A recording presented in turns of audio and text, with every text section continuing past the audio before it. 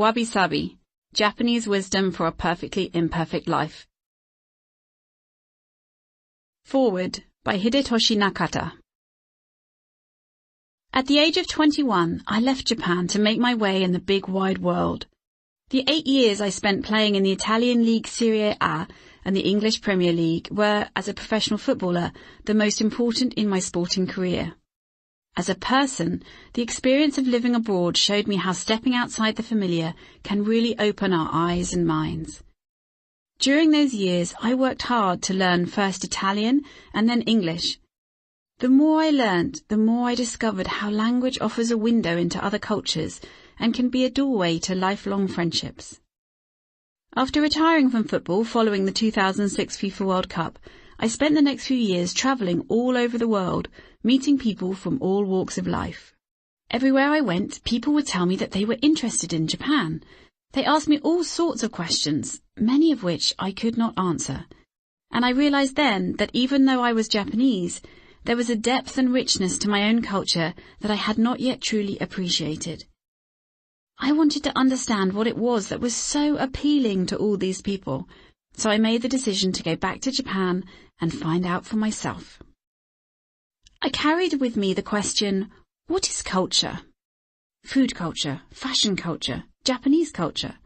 I wanted to understand this idea more. When people use the term culture, they refer to a certain lifestyle followed by a number of people over a period of time, something we create by the way we live. So I decided to visit people instead of places. I spent the next 7 years exploring every corner of Japan, visiting all of the 47 prefectures to spend time with artisans, farmers, sake brewers, Zen monks, Shinto priests and local people. And while I set out to learn about Japanese culture, I ended up learning about life.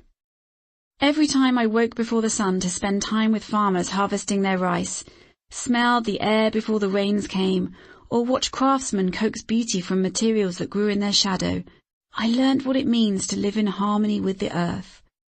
The juicy fruit just picked from the vine, the freshly caught fish, the carefully brewed sake. With each bite and sip, I learnt more about how to really taste. As time went on, I noticed I was falling into the rhythm of country life, which is the rhythm of the seasons and of nature in Japan. Living in cities, we have access to so many good things, but at the same time we're separated from nature, and the artificial environment can sap our energy. It was only when I spent month after month in the countryside that I realised how much better I felt, more energised, alert, and happy. When we separate ourselves from nature, it becomes something we attempt to manage and control, but it can release its awesome power at any moment. I believe it's when we live in relationship with nature, respecting it and flowing in rhythm with it, that we feel at our best and appreciate each day, moment by moment. Wabi Sabi is intimately intertwined with this fundamental relationship with nature. It relates to the acceptance of the transience of all things and the experiencing of life with all the senses. I hope this book inspires you to find your own gentle rhythm and discover happiness right where you are. Having known Beth for more than 12 years and knowing her commitment as a student of Japanese life, I know she is the one to take you on this journey. Hidetoshi Nakata, Tokyo, 2018. Introduction.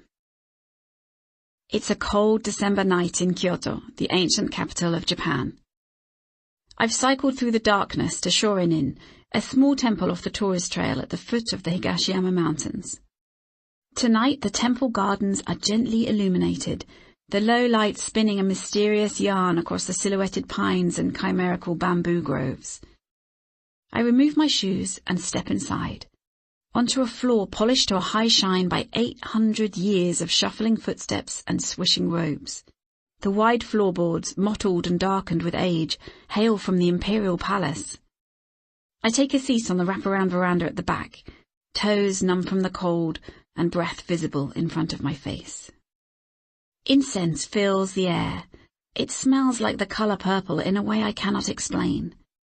Tiny lights scattered across the garden fade in and out, 1,000 stars breathing in unison. Just 10 minutes away, the entertainment district of Gion is bustling with the energy of excitable tourists, drunken businessmen, and attentive geisha. But here, up a narrow sloping road on the eastern edge of the city, I have found stillness.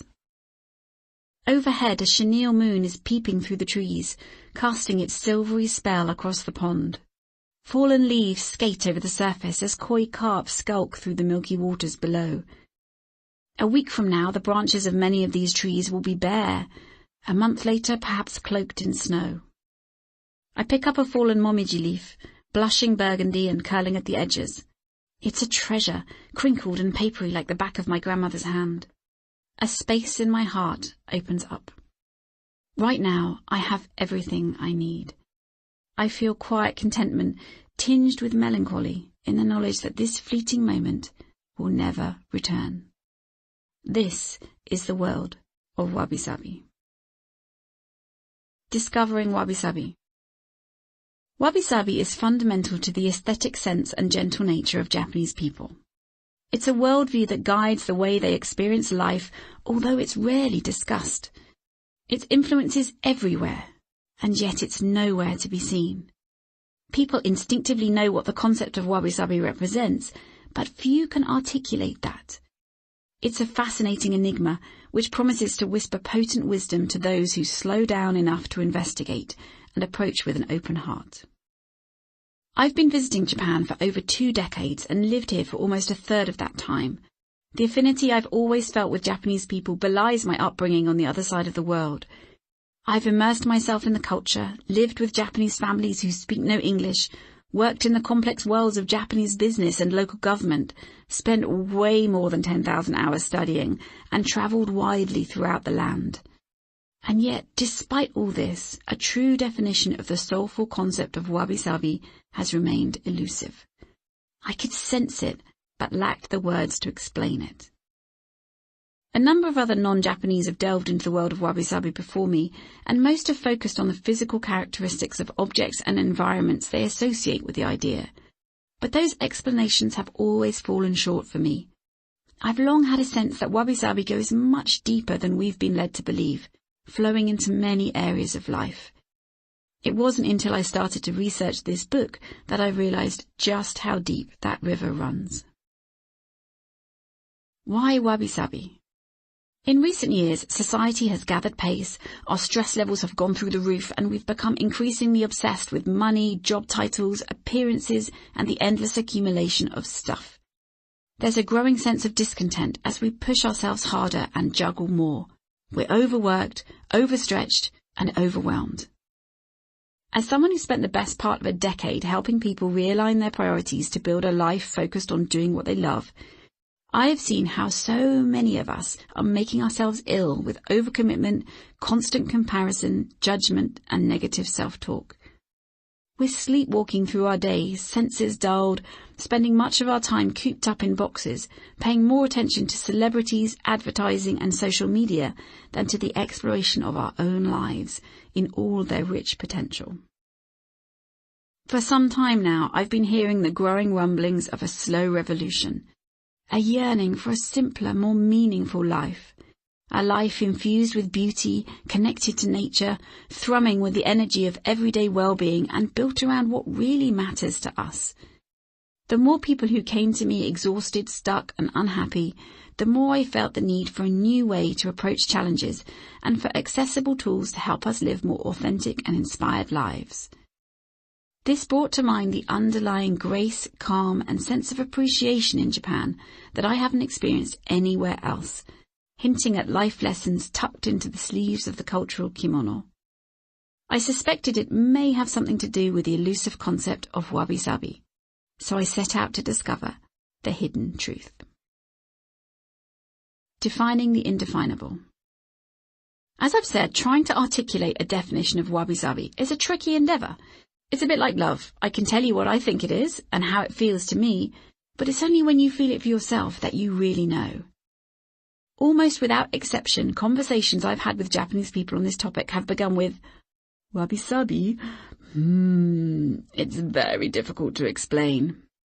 And the truth is, most people have never tried to articulate it and don't see the need to do so. They've grown up with it. It's how they navigate the world and appreciate beauty. It's built into who they are. However, never one to shrink from a challenge, I pressed on. Well, actually, I waited. I watched and I listened. The more space I gave people to explore the meaning of this unspoken thing that was so familiar to them, the more interesting it became.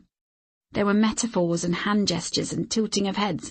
There were hands on hearts and long pauses and repeated references to tea and Zen and nature. The conversation nearly always ended with, "I want to read your book." The fact is, there is no universal definition of wabi-sabi in the Japanese language.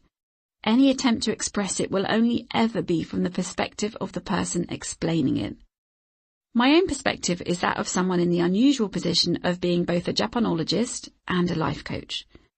In my attempt to distill the principles of wabi-sabi into a series of accessible life lessons, I have talked to people from all walks of life, pored over books in old libraries, visited museums, meditated in shadowy temples, held tea bowls in my hands, spent time in nature, and wandered through centuries-old Japanese architecture. After hundreds of conversations and extensive research, I have crafted a set of guiding principles that I hope will be valuable lessons for us all. You can find them all within this book. The Wabi-Sabi Secret. In slowly peeling back the layers of mystery, this is what I have come to understand. The true beauty of wabi-sabi lies not in things, but in the very nature of life itself. Wabi-sabi is an intuitive response to beauty that reflects the true nature of life. Wabi-sabi is an acceptance and appreciation of the impermanent, imperfect, and incomplete nature of everything. Wabi-sabi is a recognition of the gifts of simple, slow, and natural living. Wabi-sabi is a state of the heart. It's a deep in-breath and a slow exhale. It's felt in a moment of real appreciation, a perfect moment in an imperfect world. We can nurture it with our willingness to notice details and cultivate delight, and we experience it when we're living the most authentic, most inspired versions of our lives. It's about experiencing the world by truly being in it, rather than judging it from the sidelines. It's about allowing strategy to give way to sensitivity. It's about taking the time to pay attention. The secret of wabi-sabi lies in seeing the world not with a logical mind, but through the feeling heart. The principles that underlie wabi-sabi can teach us life lessons about letting go of perfection and accepting ourselves just as we are. They give us tools for escaping the chaos and material pressures of modern life so we can be content with less. And they remind us to look for beauty in the everyday, allowing ourselves to be moved by it, and in doing so, feeling gratitude for life itself. How to use this audiobook. In order to understand the depth and richness of wabi-sabi, we begin with a short history lesson that sets the scene for all that is to come. While this audiobook is not a detailed discourse on Japanese aesthetics, history, culture, philosophy, or religion, these are all touched on to the extent that they're important threads in the fabric of Japanese life. Once we have a sense of the origins of wabi-sabi, we'll explore its characteristics to give us language to think and talk about it. Then we'll look at why this ancient wisdom is so very relevant to our lives today. All of this is covered in Chapter 1, and I encourage you to listen to it first. From Chapter 2 onwards, I share stories, inspiration, and advice for applying this concept to every area of your life. You might want to listen to these in order or dip in and out, depending on what calls to you most right now. There is, of course, no perfect way to listen to this book. It's for you to take from it whatever you need. I hope it helps you relax into the beauty of your life in any given moment and to strip away all that is unnecessary to discover what lies within. Travel with me. This audiobook is an invitation to travel with me as a curious explorer in a foreign land. Know that you are safe with me by your side. The map I've sketched out will guide us off the beaten track, down crooked paths, through old wooden gates, into ancient forests, along winding rivers, and deep into the mountains. Now and then we'll stop at a roadside tea house to rest a while and ponder. hitch lifts from strangers, and be blessed with unexpected wisdom from new friends. There will be times when we sing as we walk, and times when we feel weary. We might pause to soak our aching bodies in a hot spring, or be hushed by falling snow. Some days we will rise with the sun, others we will amble beneath the stars.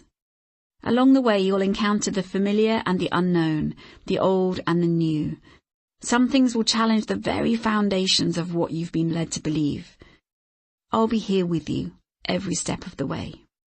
Let's commit to travelling slowly, exploring far, and going deep, as I share this ancient Japanese wisdom with you.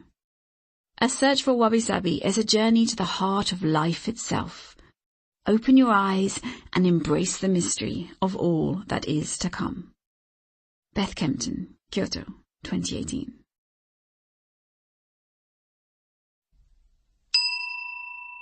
Chapter 1. Origins, Characteristics and Relevance of Wabi Sabi Today.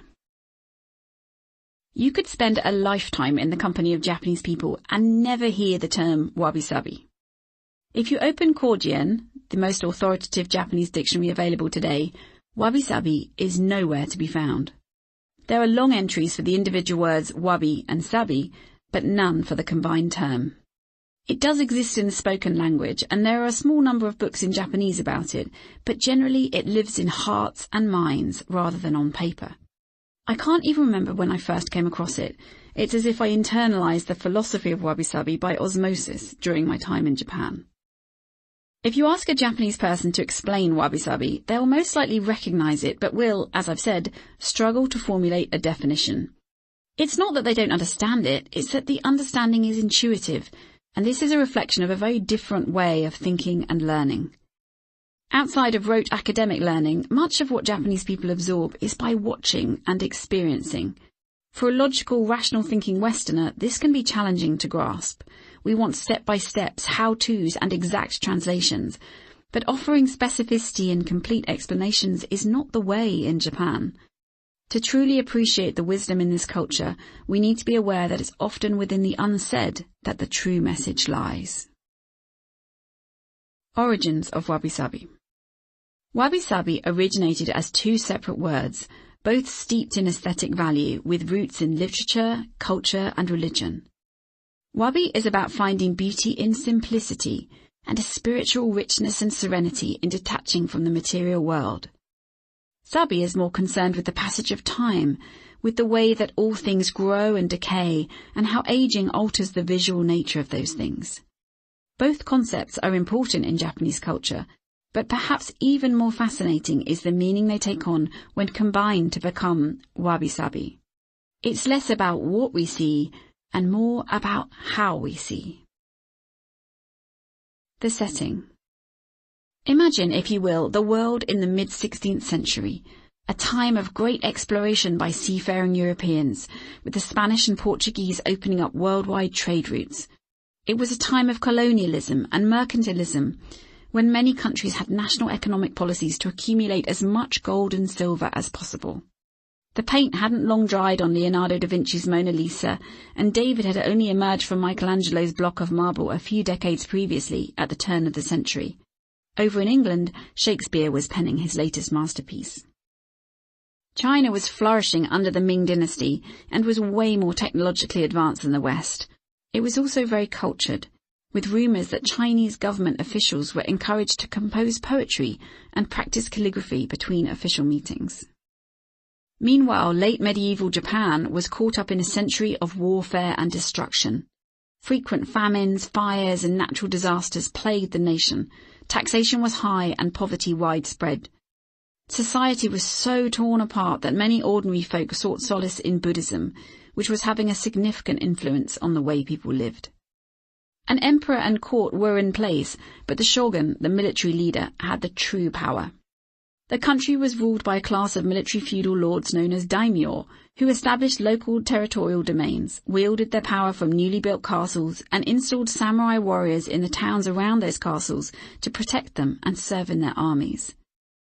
The higher-ranking samurai were well-educated and powerful, and known for their extreme loyalty and dedication to the service of their daimyo lord. Zen Buddhism was popular among them due to its emphasis on discipline and meditation. A number of the great temples of the capital Kyoto were home to kare-sansui, dry landscape gardens, said to reflect the essence of nature and inspire deep contemplation.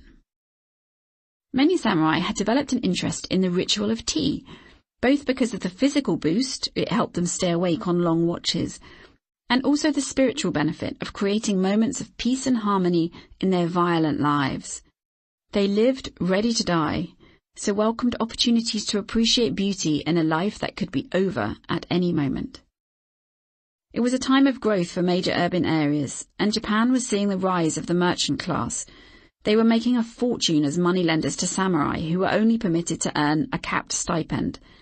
This industry was on the edge of the law, so merchants risked having their riches taken away at any time, meaning they too were motivated to enjoy it while it lasted. As a result, although many ordinary people were still living in relative poverty, the ruling and merchant classes had a tendency for lavish spending. Ornate castles boasted screens embellished with gold. Extravagant social events were popular among the wealthy, particularly tea gatherings. Those in power had a penchant for Chinese tea bowls and utensils, and these were rapidly becoming status symbols. An astute observer might have sensed the emergence of conflicting ideas of tea as a spiritual experience and tea utensil collecting as a showy demonstration of wealth. Now, hold that thought as we take a quick detour into the history of tea. To explore the origin of the word wabi, we must venture into the world of tea. The powdered green matcha tea now associated with the tea ceremony didn't arrive in Japan until 1191.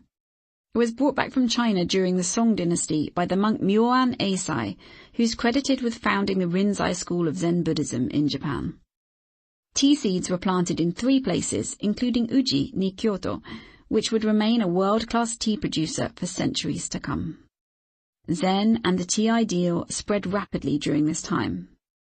As far back as the 15th century, monk and tea master Murata Shuko had recognized that the act of preparing and drinking tea could be a reflection of Zen principles, and as a result he's credited with a founding role in the development of the tea ceremony. Shogun Yoshimasa, an advocate of cultural pastimes, commissioned a bespoke tea ceremony from Shuko, who used this opportunity to take tea to a deeper level. According to Okakura Kakuzo in his seminal essay The Book of Tea, Japan would soon raise the cult of teaism into a religion of asceticism, founded on the adoration of the beautiful among the sordid facts of everyday existence. This simplification was taken a step further by a man named Takeno Joo, who studied under 2 of Shuko's disciples in the first half of the 16th century. Joo was a poet with a talent for expressing tea ideals in verse.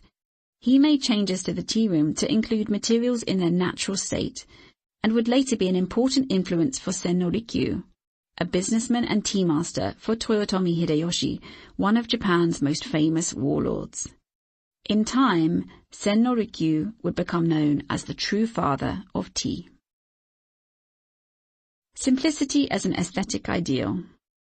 By the second half of the 16th century, the tea ceremony had become an important social event and an opportunity for the rich to display their wealth. Hideyoshi filled his ostentatious all-gold tea house with expensive paraphernalia, mostly imported from China.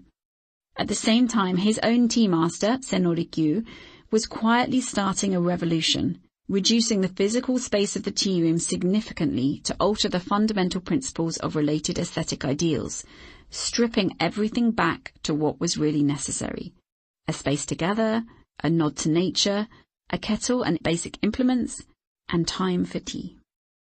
At little over 3 square meters, Sen no Rikyu's intimate tea room was less than half the traditional size. The tiny windows reduced the light level to a minimum so that guests had a heightened experience of their other senses. The host and guests were positioned so close together that they could hear one another breathing. Rikyu replaced an expensive celadon vase with a bamboo flower container and a costly Chinese bowl with one fashioned by a tile maker by the name of Chojiro. As an aside, from humble beginnings, Chojiro pioneered the making of raku tea bowls and established the raku family in the late 16th century, which has become the unique preserver of the rakuyaki pottery tradition. The current Rakukichi Zaimon 15, a ceramic artist, is the 15th generation head, tea bowls fashioned by each generation can be seen at the Raku Museum in Kyoto. Rikyu used a bamboo tea scoop instead of an ivory one, and upcycled a humble well bucket in place of an extravagant bronze water container. He also made the significant move of bringing in all the utensils at the beginning of the ceremony and removing them all at the end. This kept the room clear and simple, allowing the guest to settle their attention on the act of making tea, the delicate natural beauty of the carefully chosen seasonal flowers, and the thought-provoking poetic calligraphy in the alcove. It was all about the shared experience in that particular moment. In one fell swoop, Rikyu changed the culture of tea from worshipping wealth to worshipping simplicity, and the contrast with Hideyoshi's aesthetic choices could not have been more stark. It was a bold and radical step away from tradition and the general view of what was desirable. In a time of austerity among the masses, Rikyu railed against the prevailing culture of excess in the ruling classes, bringing aesthetics back to basics, to the simple ascetic beauty that inspired reflection on the nature of life itself. The origins of Wabi. Although Rikyu did not invent the tea ceremony, in the last years of his life he brought it back to the philosophy of simplicity and natural beauty that remains important in Japanese culture today. Rikyu's tea came to be known as Wabi tea. The word wabi means subdued taste. It originally had linguistic connections to poverty, insufficiency, and despair from the verb wabiru, to worry or pine, and the related adjective wabishi, which means wretched, lonely, or poor. As such, it was reflected in Japanese literature many centuries before Rikyu's time, for example in the 8th century Manyoshu, which means collection of 10,000 leaves, and is the oldest existing collection of Japanese poetry, and also in Kamono Chomei's famous short work Hojoki, An Account of My Hut, written in 1212, and in the poetry of Fujiwara no Teika, who lived from 1162 to 1241. But it was with Rikyu's tea ceremony that Wabi came to represent the aesthetic value of simplicity. As an aesthetic term, the beauty of Wabi is in its underlying tone of darkness. Its sublime beauty in amongst the harsh realities of life. As Buddhist priest Kenko wrote 7 centuries ago, should we look at the spring blossoms only in full flower, or the moon only when cloudless and clear? Beauty is not only evident in the joyous, the loud, or the obvious. Wabi implies a stillness with an air of rising above the mundane. It's an acceptance of reality and the insight that comes with that. It allows us to realize that whatever our situation, there is beauty hiding somewhere. Wabi can describe the feeling generated by recognizing the beauty found in simplicity. It's a sense of quiet contentment found away from the trappings of a materialistic world. Over the years, tastes have changed, and there are many decorative tea utensils available these days, but the Wabi ideal remains part of the philosophy of tea in Japan. Ultimately, Wabi is a mindset that appreciates humility, simplicity, and frugality as routes to tranquility and contentment. The spirit of Wabi is deeply connected to the idea of accepting that our true needs are simple, and of being humble and grateful for the beauty that already exists right where we are. The origins of Sabi. The word Sabi means patina, antique look, elegant simplicity. The same character can also translate as tranquility. The adjective sabishi means lonely, lonesome, or solitary. The essence of Sabi permeated much of Matsuo Basho's haiku, penned in the 17th century and still loved all over the world for its haunting beauty. There also exists the verb sabiru, with a different logograph but the same reading. It means to rust, decay, or show signs of age, adding another layer of flavour. Over time, the word Sabi has come to communicate a deep and tranquil beauty that emerges with the passage of time. Visually, we recognize this as the patina of age, weathering, tarnishing, and signs of antiquity. Sabi is a condition created by time, not the human hand, although it often emerges on quality objects that were originally crafted with care. It's interested in the refined elegance of age. It is beauty revealed in the processes of use and decay, such as the dull shine in the worn grain of a well-loved farmhouse kitchen table. In his thought-provoking classic, In Praise of Shadows, celebrated author Junichiro Tanizaki noted how Japanese people find beauty in Sabi, saying, "We do not dislike everything that shines, but we do prefer a pensive luster to a shallow brilliance, a murky light that, whether in a stone or an artifact, bespeaks a sheen of antiquity. We do love things that bear the marks of grime, soot and weather, and we love the colours and the sheen that call to mind the past that made them." Although Sabi is concerned with how the passage of time manifests itself physically in objects, as with so much of Japanese aesthetics, its deeper meaning hints at what is hidden beneath the surface of the actual item that we see. It's a representation of the way all things evolve and perish, and can evoke an emotional response in us, often tinged with sadness, as we reflect on the evanescence of life. Sabi beauty reminds us of our own connection with the past, of the natural cycle of life, and of our very own mortality. The birth of Wabi Sabi. It is a Wabi heart that recognizes Sabi beauty, and the two have gone hand in hand for many generations. The essence of their teaching stretches back through the centuries, but the conjoined term Wabi Sabi has only emerged as a recognized term within the past 100 years or so, as a result of a desire to understand what lies beneath the psychology of Japanese people. A label was needed for what people had always known. Wabi Sabi simultaneously lives on the edge of people's consciousness and deep in their hearts. My friend Setsuko, now in her 70s, said she'd never uttered the word Wabi Sabi out loud until I asked her about it, even though it's part of the essence of who she is, and she has an immediate sense of what it means to her. Wabi Sabi goes beyond the beauty of any given object or environment to refer to one's response to that profound beauty. Wabi Sabi is a feeling, and it's intangible. One person's Wabi Sabi is not the same as another's because each of us experiences the world in different ways. We feel Wabi Sabi when we come into contact with the essence of authentic beauty, the kind that is unpretentious, imperfect, and all the better for that. This feeling is prompted by a natural beauty, that which is austere and unadorned. The closest term we have for this response in the English language is aesthetic arrest, as hinted at by James Joyce in his novel A Portrait of the Artist as a Young Man.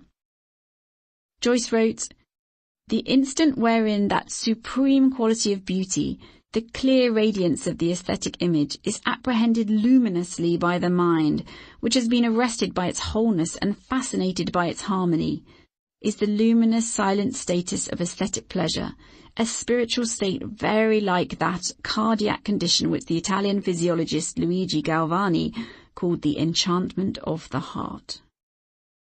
But even this is just talking about the physical response, and not the deeper philosophy of Wabi Sabi, which relates to the nature of life itself. Life lessons inspired by Wabi Sabi. Wabi Sabi is deeply connected to the kind of beauty which reminds us of the transient nature of life. This stems from the three Buddhist marks of existence: mujo, impermanence; ku, suffering; and ku, no individual self, a oneness with all things. The life lessons Wabi Sabi can teach us, and which we will explore in this audiobook, are rooted in the following ideas. The world looks very different when you learn to see and experience it from your heart. All things, including life itself, are impermanent, incomplete, and imperfect. Therefore, perfection is impossible, and imperfection is the natural state of everything, including ourselves. There is great beauty, value, and comfort to be found in simplicity. Still, Wabi Sabi is not a panacea. It's a reminder that stillness, simplicity, and beauty can help us fully inhabit a moment in the middle of anything. And that's a lesson for all of us. A note about language. Based on some of what has been written about Wabi Sabi by non-Japanese people in the past, you might have heard it used as an adjective, as in a Wabi Sabi bowl, in the same way you might say a wonky teacup or a weathered chair. In the West, it has come to describe a particular natural and imperfect look. But it's important to know that Japanese people do not use the word Wabi Sabi in this way. At a stretch, you might get away with saying something has an air of wabi-sabi or gives you a feeling of wabi-sabi, but the term itself, at least in the original Japanese, does not describe the external look of an object. Rather, it conveys the impression you're left with after an encounter with a particular kind of beauty, which may be visual but could be experiential. An ex-professor I talked to singled out the appreciation of moss in the garden of an old temple as a time that he gets a feeling of wabi-sabi. For a taxi-driving saxophonist I met, it's when he plays the blues. For others, it was in the context of the tea ceremony. It varies from person to person because we're all moved by different things. But the moment this feeling arises, a knowing, a connection, a reminder of the evanescent and imperfect nature of life itself, then wabi-sabi is present. The meaning of words often shifts when they're brought into other languages, so if you've been using wabi-sabi as an adjective and it helps you to treasure imperfection and a simple life, then it's not something to fret about. The point of this audiobook is not to get caught up in semantics, but rather to extricate life lessons inspired by this wisdom, to soak up the philosophy and be moved by it to change your viewpoint in a way that enhances your life. Indeed, it's not to say we can't use the concept of wabi-sabi to inspire the way we arrange our homes to honour simplicity, nature and beauty. We can, and we'll go into this in depth in Chapter 2. But if we pigeonhole wabi-sabi simply as a desirable lifestyle or design trend, we miss the real opportunity offered by this deep and intuitive way of experiencing the world. One of the most intriguing and simultaneously challenging things about the Japanese language and culture is its layering. Nothing is ever quite as it seems. Everything depends on the context, on who is speaking to whom, and what has been left unsaid. If one of the central tenets of imperfection is incompleteness, my job here is to paint a rich, yet incomplete picture of wabi-sabi, so you can fill in the blanks from your own perspective. In some parts of this audiobook, I will speak purely of wabi-sabi. In others, I will bring in related concepts from Japan that contribute to a simpler yet richer way of life. Ultimately, I hope you'll come to sense the essence of wabi-sabi for yourself and welcome it into your own life as inspiration for a new way of beholding the world. A gift for us all. Not long ago, I watched a pair of Japanese high school students give a presentation on wabi-sabi in the USA. At the end, one of the Americans in the audience asked, "Do you think anyone can learn wabi-sabi?" The girls looked at each other, brows crinkled, panicked and unsure. After much deliberation, one of them responded, "No, we feel it because we are Japanese." I disagree. Wabi-sabi is a deeply human response to beauty, which I believe we all have the capacity to experience if only we better attune ourselves to it. Wabi-sabi invites us to be present to beauty with open eyes and an open heart. My perspective on wabi-sabi will always be in the context of my own worldview, which is based in a Western upbringing heavily influenced by a 20-year love affair with Japan. Your perspective will differ from mine, and if you have the opportunity to talk to a Japanese person about it, their perspective will be different again. But therein lies the beauty, and largely the point. It's in taking inspiration from other cultures and interpreting it in the context of our own lives that we excavate the wisdom that we most need. How is wabi-sabi relevant today? We're living in a time of brain-hacking algorithms, pop-up propaganda and information everywhere. From the moment we wake up to the time we stumble into bed, we're fed messages about what we should look like, wear, eat and buy, how much we should be earning, who we should love and how we should parent. Many of us probably spend more time thinking about other people's lives than investing in our own. Add to this the pace at which we're encouraged to function, and it's no wonder so many of us are feeling overwhelmed, insecure, untethered and worn out. What's more, we're surrounded by bright artificial light in our homes, shops and offices, on our phones and laptops. We're overstimulated and obsessed with productivity. It's playing havoc with our nervous systems and ability to sleep. We're paying the price of having banished the calming shadows and rich texture from our lives in favour of speed and efficiency. Our eyes and hearts are weary. While powerful and valuable in many ways, social media is turning us into comparison addicts and validation junkies. We interrupt precious moments to take a picture and post it, then spend the next hour checking how much approval we've received from people we hardly even know. Anytime we have a spare minute, out comes the phone and down go the eyes as we scroll our way into someone else's highly styled life, the jealousy bubbling as we make the assumption that they actually live like that. Every time we do this, we miss unknowable opportunities for connection, serendipity, and everyday adventure in our own lives, for the mind has gone somewhere the body cannot follow. We give away freely that most precious of resources, our attention, and in doing so, we cheat ourselves out of the gifts that are already here. Many of us can't make a move without stressing about what others will think. We sit in line waiting for permission from somebody else, all the while worrying about things that haven't yet happened. We tell ourselves stories about our limits, downplaying where we measure up and overplaying where we fall down.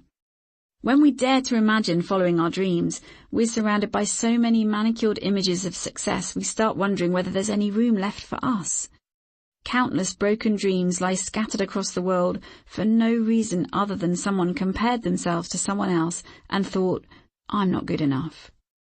The upshot of this crisis of confidence is, at best, inertia.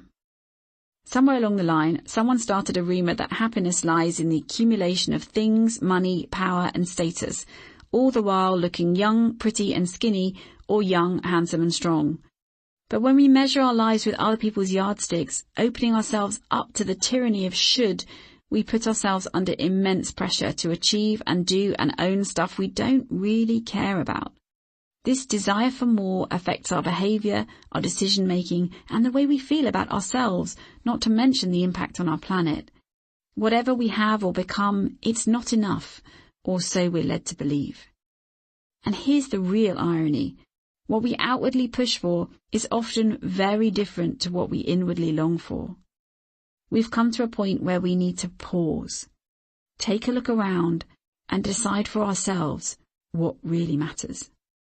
Wabi Sabi can help us do this, which makes this centuries-old teaching more relevant than ever today. A new way. What we need right now is a new way of seeing the world and our place within it. We need new approaches to life's challenges. We need tools for intentional and conscious living and a framework for deciding what really matters to us so we can move on from the constant desire for more, better, best. We need to find ways to slow down so life doesn't rush right past us. We need to start noticing more beauty to lift our spirits and keep us inspired. We need to give ourselves permission to let go of judgment and the endless pursuit of perfection. And we need to start seeing each other and ourselves for the perfectly imperfect treasures that we are. All of this that we so desperately need can be found in the philosophy of Wabi Sabi. Not because it solves the surface problems, but because it can fundamentally shift the way we see life itself. Wabi Sabi teaches us to be content with less in a way that feels like more. Less stuff, more soul. Less hustle, more ease. Less chaos, more calm.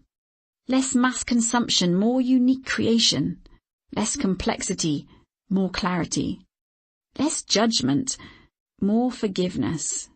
Less bravado, more truth. Less resistance, more resilience. Less control, more surrender. Less head, more heart.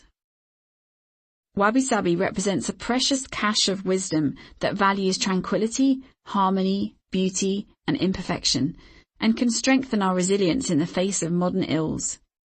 Importantly, accepting imperfection doesn't mean having to lower standards or drop out of life. Letting go of what you think should be does not mean giving up on what could be. It means not judging yourself for being who you are, perfectly imperfect, at once uniquely you and just like the rest of us. Put simply, Wabi Sabi gives you permission to be yourself. It encourages you to do your best, but not make yourself ill in pursuit of an unattainable goal of perfection. It gently motions you to relax, slow down, and enjoy your life. And it shows you that beauty can be found in the most unlikely of places, making every day a doorway to delight.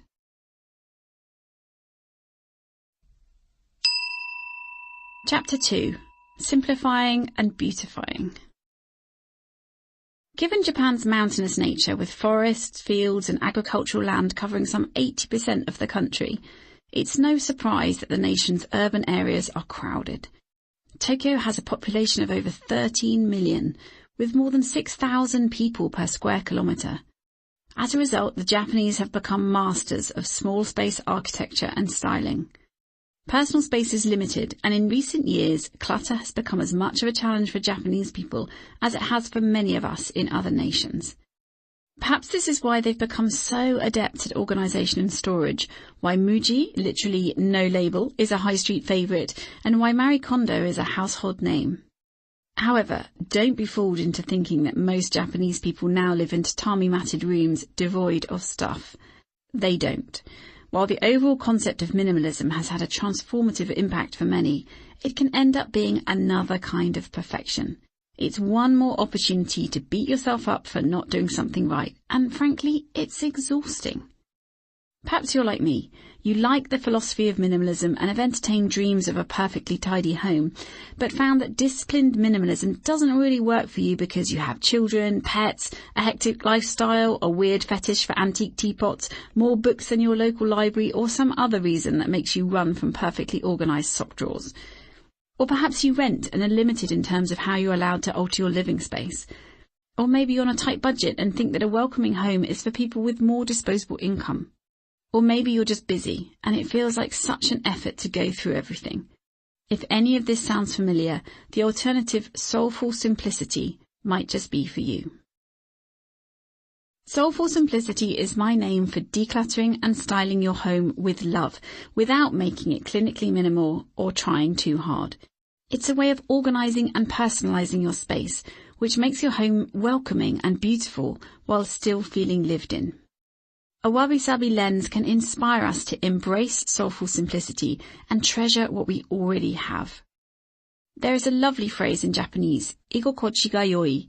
The kanji literally means being here, heart, place, good, and it's used to describe a feeling of comfort, a feeling at home. I like to think of it as a place for a happy heart. That's what we want to create with soulful simplicity.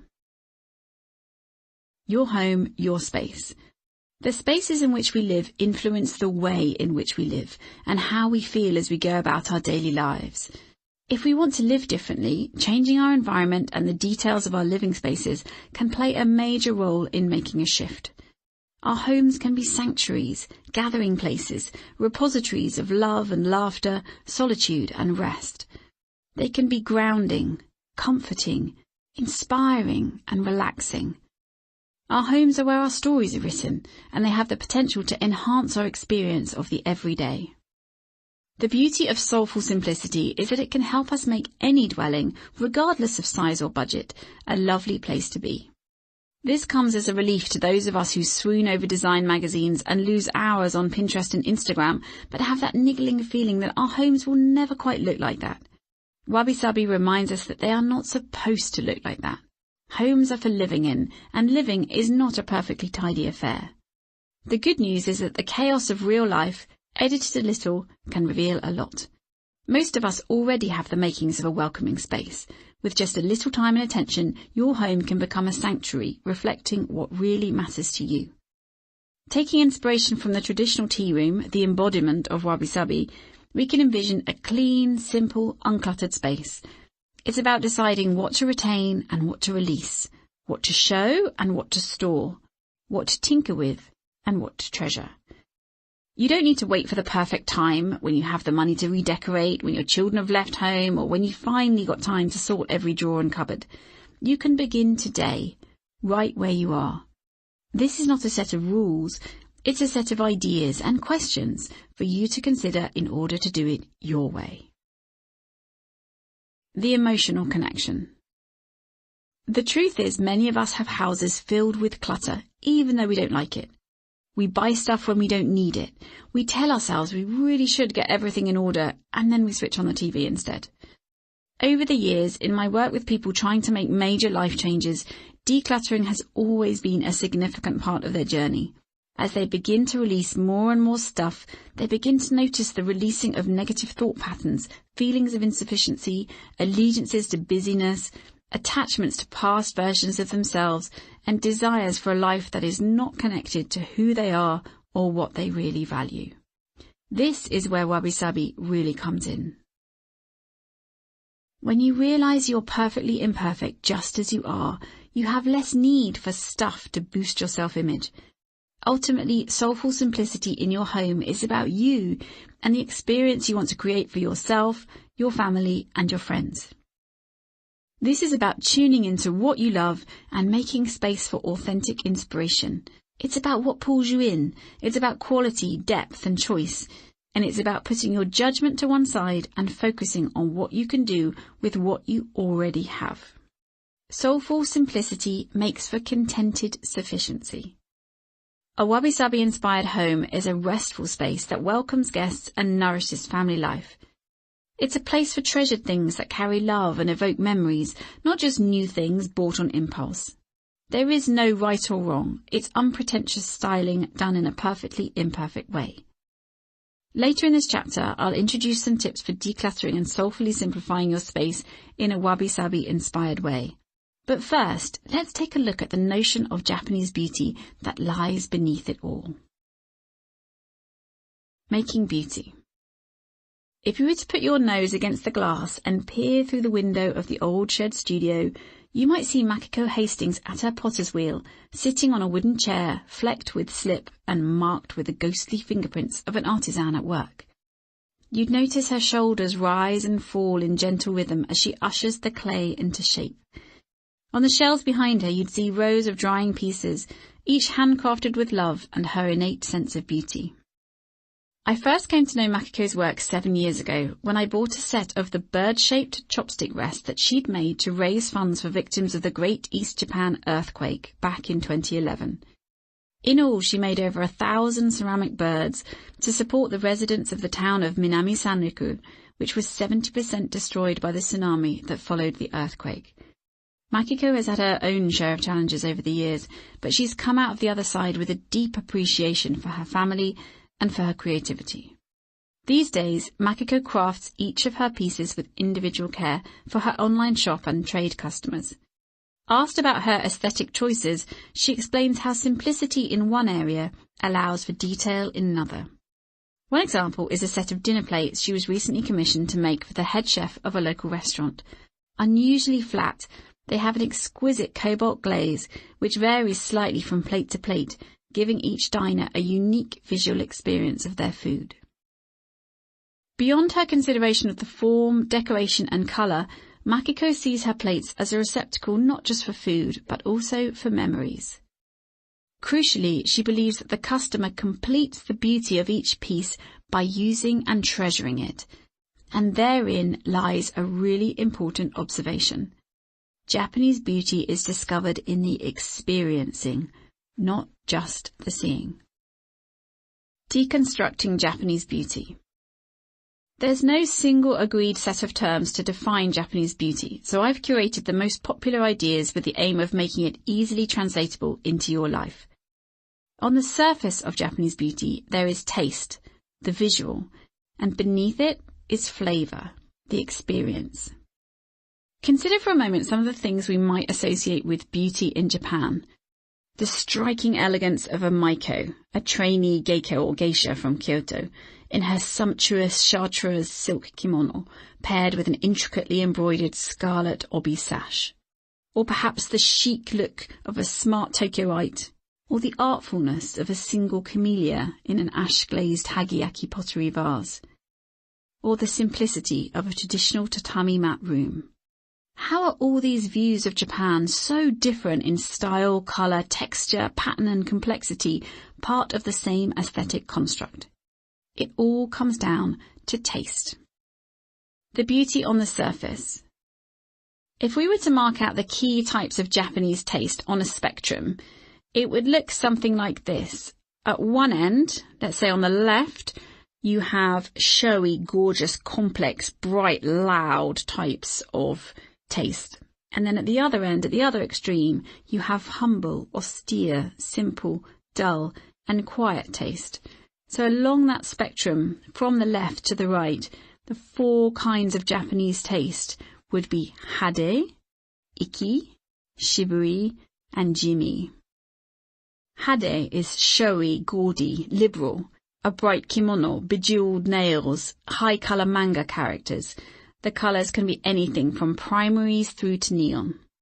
And then shifting along the spectrum, you have Iki, chic, stylish, worldly and sophisticated. The appearance of being effortlessly cool, although it might have taken some effort. Think sharp suits and sophisticated office wear, confident use of colour. And then moving further along the spectrum, we have Shibui, sometimes translated as austere, subdued, subtle or restrained, although to the Japanese the word is more complex, suggesting quietness, depth, simplicity and purity. In recent times, Shibui has come to mean something closer to quietly cool, well-designed, understated style. In terms of colours, it suggests dark, rich and deep, often with some neutrals and a hint of a dusty accent colour, like the palette of a hydrangea. And then to the far right we have Jimi, which literally means earth taste or earth flavour, sober, conservative, unobtrusive. It's neutral, beige or dull grey tones, and if it's patterned, it would be a low contrast all-over plain design. There's a place for elegance in each of these tastes, Hade, Iki, Shibui, Jimi, but they look very different on the surface, and they can also be used to describe attitudes. Where does wabi-sabi fit in? For some time now, the term wabi-sabi has been used in the West as an adjective to describe a particular taste. It has come to represent a natural, rustic look, which honours imperfection, organic materials, textures and character. In terms of colours, think subtle shades of nature, earth tones, greens, blues, neutrals, greys, rusts. I love objects with characteristics like these. I'm drawn to them, and I decorate my home with them. But they are not wabi-sabi in the deep sense that we have been discussing. My guess is that this shift in meaning happened some time ago when some daring foreigners, intrigued by wabi-sabi, sought to get to the heart of the matter. I imagine the kindly Japanese people they asked about it perhaps couldn't find the right words, so instead they pointed to things like a simple bowl, a tea ceremony room or a withered leaf, things that they associate with the experience of wabi-sabi, but that are not intrinsically so. As a result, we've come to a curious place where many of us non-Japanese are familiar with wabi-sabi as a name for a particular look, a look that celebrates imperfection and the mark of time, rather than appreciating its powerful depths. To avoid confusion and for want of a single Japanese word, I will use the term wabi-sabi-esque to describe this particular kind of visual taste on the surface, in contrast to the philosophical wabi-sabi as an experience of the essence of beauty in the depths. Here are some of the terms most commonly used to describe the wabi-sabi-esque look.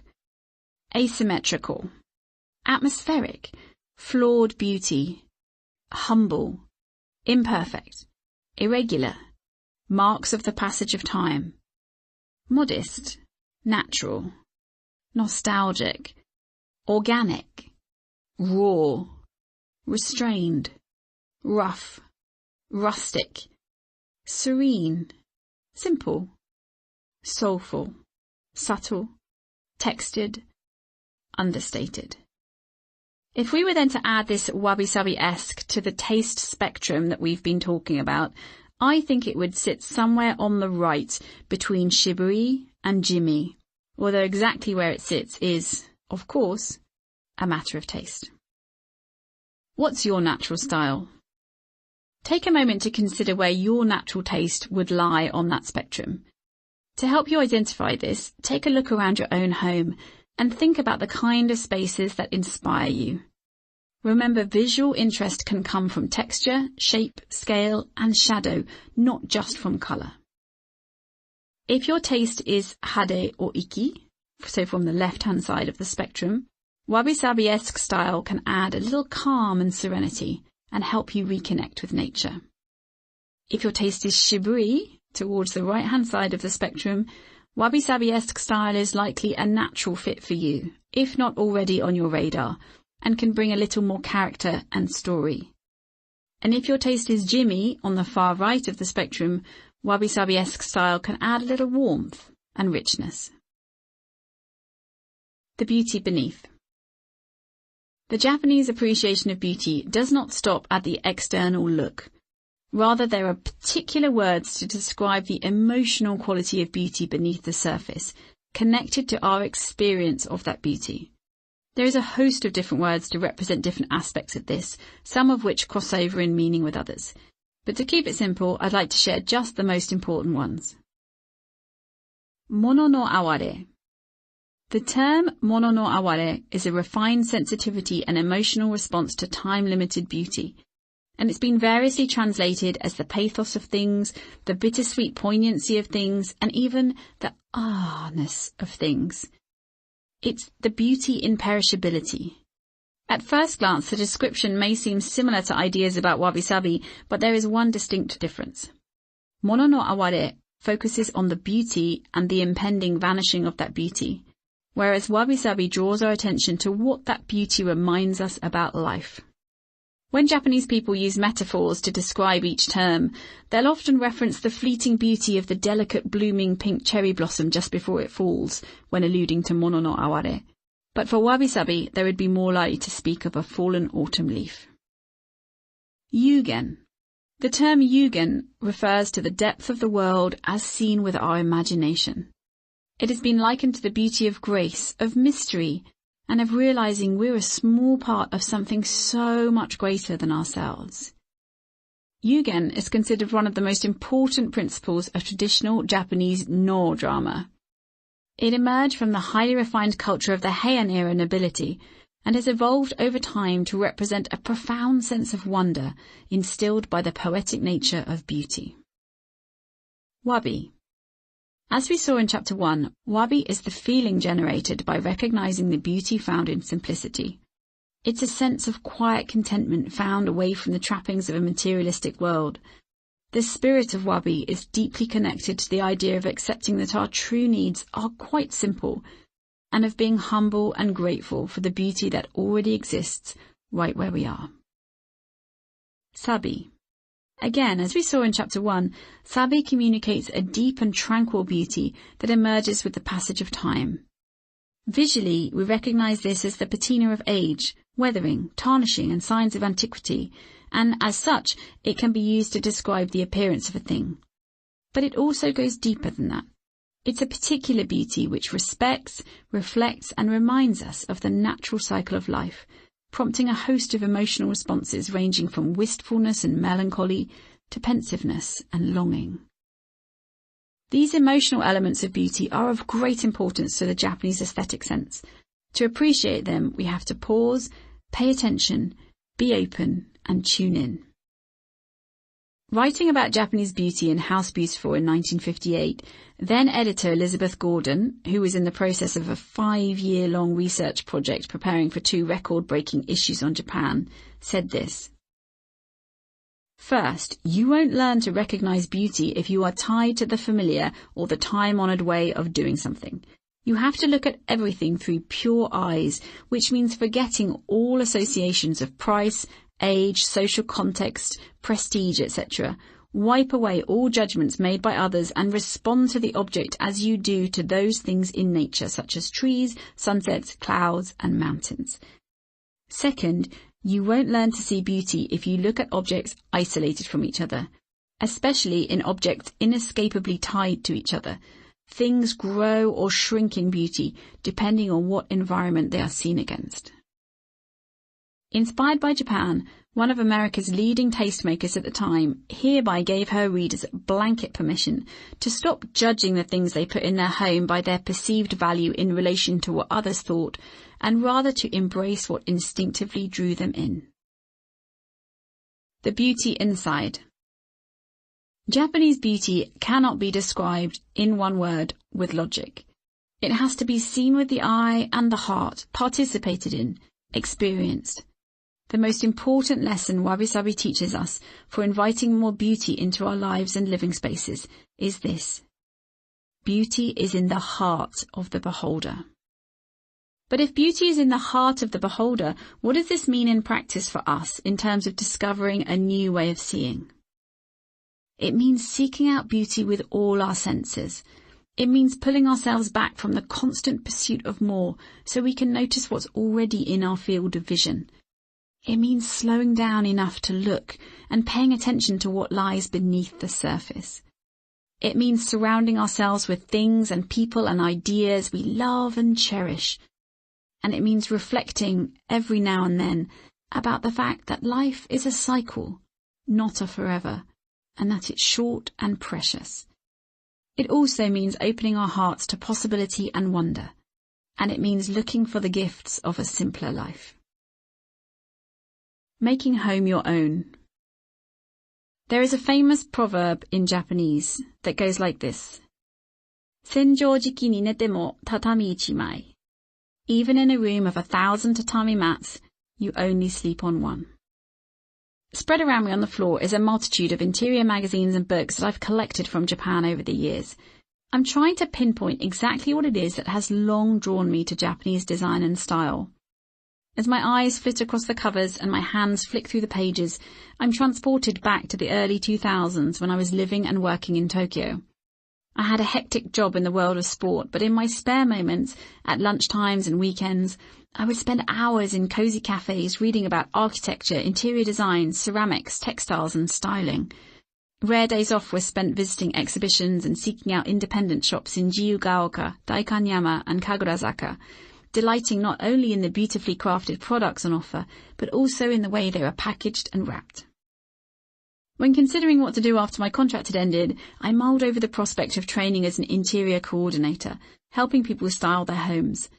There was a huge boom in zakka shops. The rather dull translation of zakka as miscellaneous items belies the delight found in zakka treasures, things that express your taste and personality and add layers of story to your home. Many of the products in zakka shops were compact, reflecting both the Japanese love of attention to detail and the practical reality of people living in small spaces. Around this time, I developed a slight obsession with Japanese stationery, a love that remains to this day. I also discovered the Japanese genius for home organization and creative storage. My tiny apartment in Ishigomaya Nagicho was tucked away in a quiet patch of residential houses, far from the nearest high-rise, which made the area feel more like a village than the middle of a thriving metropolis. The front door opened into a genkan, the entranceway, where shoes would be removed before stepping up into the apartment. With the exception of a small bathroom, my place was a one-room studio. Outside the kitchen window was a small disused piece of land where mint grew like wildfire. To this day, I think of that apartment every time I smell that cool, refreshing scent. I furnished it slowly and carefully, on a budget and within the constraints that come with such a modest space. Each item was treasured and had a memory attached. The washi paper I used as a wall hanging had been sourced from my favourite paper shop one early spring afternoon, just as the plum blossom was falling. The linen table mats, hand-carved chopsticks and well-loved crockery had been precious gifts from friends. I used them even when it was just me for dinner, which was most days. Books about flowers, pottery and slow living were stacked in small piles with a teapot or a vase on top of them. The whole stack used as a decoration instead of an expensive objet. These days we have so much choice and access to so many cheap things, we usually shop, consume and grow our credit card bills in a hurry. Our lives and our cupboards are rapidly becoming overstuffed. In recent years, as my family has grown to include 2 young daughters with a penchant for pink plastic and baby dolls, I found myself returning to Japanese inspiration for ideas on bringing a sense of serenity to our home without breaking the bank. Before we can beautify, we need to simplify and make the most of the space that we have. Themes to inspire you. To come back to the commonalities between the Japanese interior books and magazines that lay scattered at my feet, I noticed several threads. Simple, clear spaces, texture in furnishings, carefully chosen items displayed in a way that is gentle on the eye, small things in a small place, no oversized furniture, for example, more put away than on display, nature indoors, from a tiny courtyard garden to flowers and found objects displayed inside, and a sense of the seasons, shadows and light, lots of neutrals, flexibility in the way the space is used, and an underlying sense of calm. There was also often a detail that invited a sense of wonder. A single bloom in a tiny vase, a partly hidden view suggesting but not telling. This made me think about how we could benefit from not putting all our treasures on display, not cramming every spare inch with stuff, not telling our whole life story on first meeting, or rushing to fill all the pauses in a conversation. I've gathered these threads into 5 themes for you to explore in your own life. They are simplicity, space, flexibility, nature, and details. Simplicity. One Japanese lifestyle brand I've admired for years is Fog Linen Work, founded by designer and entrepreneur Yumiko Sekine over 2 decades ago. Her store, tucked away on a small street in the trendy Shimokitazawa district of Tokyo, is a serene oasis in the bustling capital. Exposed concrete walls are a textured yet neutral backdrop for wide open shelves, which hold linen napkins in wire baskets, small stacks of wooden plates, and open trays with tiny buttons. Linen clothing and bags in subtle colours are spread out on a long rail. My favourite items are the heavy-duty aprons, which make you want to go straight home and cook something. There's a sense of space and of time stopping inside the store. Sekine-san has had years of exposure to the West, having imported lifestyle goods from the USA before she set up Fog, and now working primarily with Lithuanian suppliers to manufacture the linen goods that she designs herself. This makes her style choices even more accessible, as they seem just as at home in a San Francisco apartment or a London townhouse as in a Japanese abode. When asked to share a few words about her particular style, she told me, "It's simple, minimal, organised. My European distributor tells me there's something distinctly Japanese about the way I display our products. I like calm neutrals and sometimes use accent colours for our clothes depending on the season. My aim is to make quiet products that can ease themselves into people's lives and homes, bringing a subtle sense of calm. I like to live with natural materials such as linen, cotton, wood and some metal, no plastic. This suits my personality and my love of simple things." Every time I go into Sekine-san's store, it inspires me to make my own shelves more open, to pare back and display only things I really love. When we stop using shelves just for storage and instead see them as holders of treasures, the difference is remarkable. Instead of a room closing in on you, it seems to open up. On my return from Tokyo this time, I hung my linen apron on a hook where I could see it, made a simple display of cookbooks paired with vintage bottles and old photos on the windowsill, shook out a favourite tablecloth and popped some wildflowers in a vase to go in the centre of the table. It took a couple of minutes and cost me nothing. Instantly, I wanted to be in the kitchen making something delicious for my little family. Top tips for decluttering. It's well documented that decluttering our spaces can help declutter our minds, not to mention save us time and money. Try it in your own home with these simple tips. Number 1.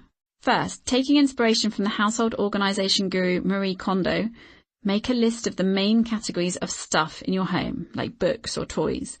Then pick a category and gather like things together from all around the house. Select only what you need or truly love and then get rid of the rest. Sell, recycle, donate.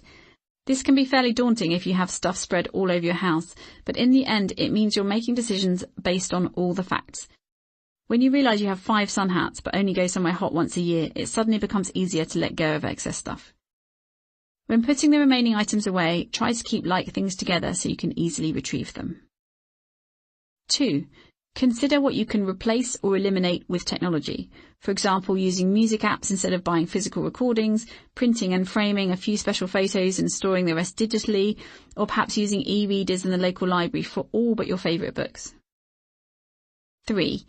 Consider what you can store in your memory instead of in your cupboards. For example, if a distant relative passed away and you received a box full of items connected with them, choose one thing to keep as a reminder, and then release the rest.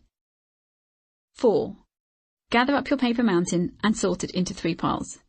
A, to action, B, to file, and C, to bin. With pile A, to action, set aside an afternoon where you action every single item. No excuses. With pile B, to file, where possible scan and digitally store and back up your documents and then shred the originals, keeping only what's required by law, like home ownership documents.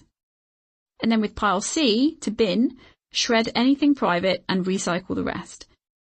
Then choose one place where you'll put all pending paper from now on and make a weekly appointment with yourself to action, file, or bin. 5.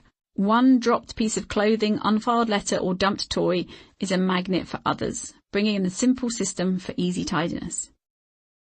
6. Involve those you live with. Make it a game. 7. Don't forget to declutter your handbag or wallet. It's a space you probably view more times in a day than most of the rooms in your house. And so to the second theme, space. Although the average Japanese person does not live in an architect-designed home, there are valuable lessons to be learnt from the principles of Japanese architecture to inspire our own spaces. To discover more about these, I sought out Dr. Teruaki Matsuzaki, one of Japan's foremost architectural historians, who outlined the main characteristics of Japanese architecture as follows. Ma, which at its most simple translates as space. Nature and the connection between inside and outside. A sense of beauty. An understanding of light and shadow. The careful selection of materials, quality, source, texture, smell. And the concept of less is more. Reiterating Makiko's feelings about her pottery clients playing a role in the beauty of her products, Matsuzaki-sensei said that the key to aesthetic genius is leaving something unfinished to draw the viewer in. Beautiful writing leaves something unsaid so the reader can finish it in their imagination.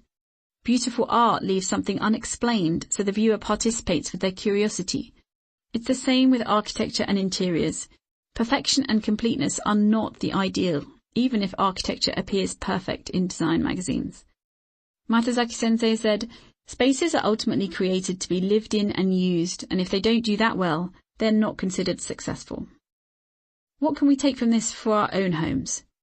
We can create space. We can bring nature in. We can decide what we consider to be beautiful and integrate that. We can be aware not just of light, but also of shadow. We can choose the materials we use carefully, and we can make choices that leave us living with what we really love. Making space one room at a time. The satisfaction of early results breeds enthusiasm, so I'm a big believer in first tackling what you most often see. First, declutter your main items, books, clothes, toys, files, etc., using the tips I've already explained in this chapter. Then try some of these ideas one room at a time in your home or workspace. 1. Clear everything from the floor. 2. Clear everything from the surfaces. And 3. Clear everything from the walls. 4. Now add back in slowly, asking yourself the following questions. How do I want to feel when I'm in this room? What colour palette will help me feel that way? Consider the spectrum of taste that we shared in this chapter and how Wabi-Sabi-esque style and colours could bring a sense of calm, warmth and character to the room. Then ask yourself, what do I like about this emptier space? Which aspects of it would I like to keep clear? And if you feel like repainting, now's a good time. What could I do differently on the walls? What would be special? What has meaning or memory? Examples of interesting things to frame include maps, postcards, inspiring words, children's art, your art, posters, a tea towel or scarf, a sheet of beautiful wrapping paper, or dried flowers. How can I arrange the furniture to make best use of the space? Is this the right furniture for the room? Now might be a good time to sell something that doesn't work for you and visit a flea market, an antique shop, or an independent furniture maker for ideas for a replacement, or try upcycling something yourself. What particular items do I already own that can bring beauty into this room? What adds a sense of story? What can I repurpose? Add these back in slowly, in small groups for interest. How can I bring nature into this room and introduce more natural materials? How can I reflect the season? How can I bring in texture with fabric, paper, rough finishes, for example, on the walls, the furniture, the floor, the ceiling? If you enjoy books, consider how you can include them as display items. On shelves, stacked to make a side table, 3 high with something on top to make a small arrangement, for example. And then once you've asked yourself all those questions, move on to the next step. 5. Look at all the other objects you removed from the room which you have chosen not to put back, and use the tips in this chapter to declutter and sort them. 6. Make a note in your diary to swap things around and refresh this room once every season or monthly if you prefer. And then 7. When you're ready, enjoy a cuppa in your beautiful space and move on to the next room. The third theme is flexibility. For those people who live in more traditional Japanese dwellings, usually in the suburbs or rural areas, their homes tend to be made primarily of wood. Walls are thin and often flexible to allow for best use of space. Tatami matted rooms are often multi-purpose, transitioning from a relaxation space to a meditation space, to an eating space, to a sleeping space. You can move doors and tables, lay the futon out or put it away, host people or retreat from them. To find out more about this idea of flexibility, I spent some time in the home of my friend Daisuke Sanada, CEO of Suwa Architects and Designers. Son of a carpenter himself, Sanada-san built his home with a little help from several carpenter friends, in a small town on the outskirts of Tokyo. He lives with his wife Sayaka, who's an interior designer, and their family in a compact, well-thought-out, beautiful space. Sanada-san, who's descended from a famous samurai warrior, has a strong sense of tradition and vast knowledge of his country's heritage. He brings this to his work along with a contemporary eye and a love of cosy spaces, which helps strengthen the bonds of the people living in them.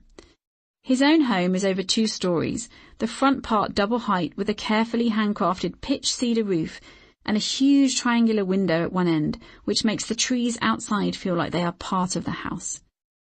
This open area houses the living, dining and cooking spaces, with a raised section of tatami alongside a wood-fired stove, creating the perfect place for his dog to curl up, for doing some morning yoga or for catching a nap on a winter's afternoon. A simple wooden sideboard plays host to a relaxed display of crumbling Yayoi period pots dug up in his friend's rice field. In the region of 2,000 years old, they've been repurposed to simple vases and brought into the Sanada family's daily life to enjoy, rather than being stored away like museum pieces. At the back of the ground floor are a bathroom, bedroom and storage room, and a ladder leading up to the chill-out area and further sleeping space on the mezzanine above. This upper section is divided up using flexible furniture such as movable bookcases and fabric curtains hung from the roof to allow for privacy or company, depending on the day. The result is a welcoming home that supports the lifestyle Sanada-san and his family want. It's stylish, yet practical, and soulfully simple. Sanada-san and I spent many hours talking about the value of contrast and relationship in Japanese life. How beauty is found in the existence of tension, light and shadow, sound and silence, simplicity and detail, sublime and ordinary, presence and absence, freedom and restraint, Wabi and Sabi. We talked about how beauty often arises in the middle of things, a conversation, a lifetime, a walk in the woods, and how everything is connected, everything within a space, the inside and the outside, our surroundings and our minds, in our relationships with each other and ourselves in the web of nature. Those of us who do not live in Japanese-style homes can still be inspired by these ideas. We can divide up our spaces with the placement of our furniture, rugs and shelving, and move things around regularly depending on how we want to use the space, acknowledging that it's never finished and we aren't aiming for perfection. We can repaint walls, swap out displays, bring in some seasonal flowers and plants, and refresh whenever the mood arises. We can pay attention to the visual contrasts and the relationships between what we see and how we feel. A window is not just a window, it's a frame for all that lies beyond it. A shelf on one side of the room might be a balance for something on the other. Notice how individual things in a room affect others, and how things work together with the space, the flow, how you live, and how it makes you feel. Remember, utility, simplicity, beauty, story. How to inspire soulful shopping. How can you look at the spiraling excess and waste and the poisonous culture of comparison and decide to do things differently? How can you be quietly radical like Senorikyu? How can you be an advocate for something that feels more real? The most soulful shopping of all is that which costs nothing and only inflates what you own with natural beauty. Try spending time in nature, collecting gifts from the forest, or creating with your hands instead of buying. When you are considering buying something new, ask yourself these questions. Do I really need it? Do I already own something that can do the job? Am I actually going to use it? Do I love it? Will I still want it 24 hours from now, a year from now? There is a beauty in longing. Can I wait a while for it to make sure I really want it? Does it serve the season of life I'm in right now? Or in buying it, am I trying to hold on to the past or pressuring myself into a particular version of my life in the future? Does it work with the other things I own? Will it help me use my space more flexibly? Is this something I could get for free by borrowing or trading? What am I willing to get rid of to make space for this? What will I have to sacrifice to pay for this? Is it worth it? Is it made of natural materials? If not, is there a version that is? And is it worth paying a little more to get a version that will last? The fourth theme is nature. Nature is an essential element of a Wabi-Sabi inspired home as it connects to the deepest part of the whole Wabi-Sabi philosophy, reminding us of the transient nature of life. We'll explore nature and the seasons in detail in Chapter 3, but for now, consider how you can bring more natural materials into your home. For example, wood with a rough grain, bamboo, clay, stone, dull metals, handmade paper or textures woven from natural fibres. One of my favourite treasures is the old wooden rice bucket we use for storing firewood. Be creative with your ideas, upcycle, repurpose, spend time at flea markets and in vintage and antique shops. Age often adds depth and beauty to natural materials, so don't assume you have to buy new. Spontaneity is to be encouraged. I often mix up potted herbs and bottles of oil in the metal containers hanging in my kitchen. I might use washi tape, which is a low-tack masking tape made from Japanese paper, to stick some fallen nature treasures onto the wall, or put up a makeshift collage of photos alongside my children's bark rubbings and leaf prints. Cut flowers can brighten up a space. Try leaving them a little longer than their peak and notice the beauty in their fading. It can also be refreshing to embrace a little wildness, using wildflowers and found objects, even pretty weeds. Go outside and take a look at what nature is offering you in this particular season. What gifts from the forest or wood, hedgerow or beach could you bring back into your home? Fallen leaves, berries, conkers, acorns, seed pods, shells, driftwood and feathers all carry the spirit of nature and of Wabi-Sabi. Try incorporating some of these natural items into group displays in corners of your home, perhaps paired with a favourite book and some old glasses, or your vintage typewriter and a stack of old ribbon. A sprig of winter berries in a small jug, a handful of snowdrops from your own garden, a string of fairy lights on a fallen branch. And then the last theme is details. Attention to detail is something you notice everywhere in Japan. In cafes, shops, homes, temples and shrines, even in public spaces, someone has taken care to add a small detail. These details add to the interest of a space and can really make it yours. We have a double-height window on our staircase which used to have long, heavy curtains. They were there when we moved in, and I was loath to remove them because they looked like they'd cost the previous owners a lot of money, and to take them down would be a waste. But I went up and down those stairs several times a day, and every time I passed the curtains, I felt a little bit resentful. In the end, I realised I was being ridiculous. It was our house now, and we could use it how we wanted, so I took the curtains down. Instantly, the hallway was flooded with natural light. In time, I would discover that at other times of day, the windows would throw interesting shadows onto the landing. Now we could see the deep, wide windowsill. I unwrapped an old, mottled ceramic sake bottle gifted from a friend when I left Japan, and repurposed it as a vase with a single flower from the garden. Next to it, I set out pebbles from the beach, treasure hunted by small hands on a windy day. And I finished it off with a simple postcard which said, "There's a lot of beauty in ordinary things." My little arrangement sits on the right-hand side of the windowsill with empty space on the left. Every now and then I'll swap out the flower and the postcard, pile up the stones or move them around. It's my kind of beautiful and offers a moment of stillness every time I go up or down the stairs.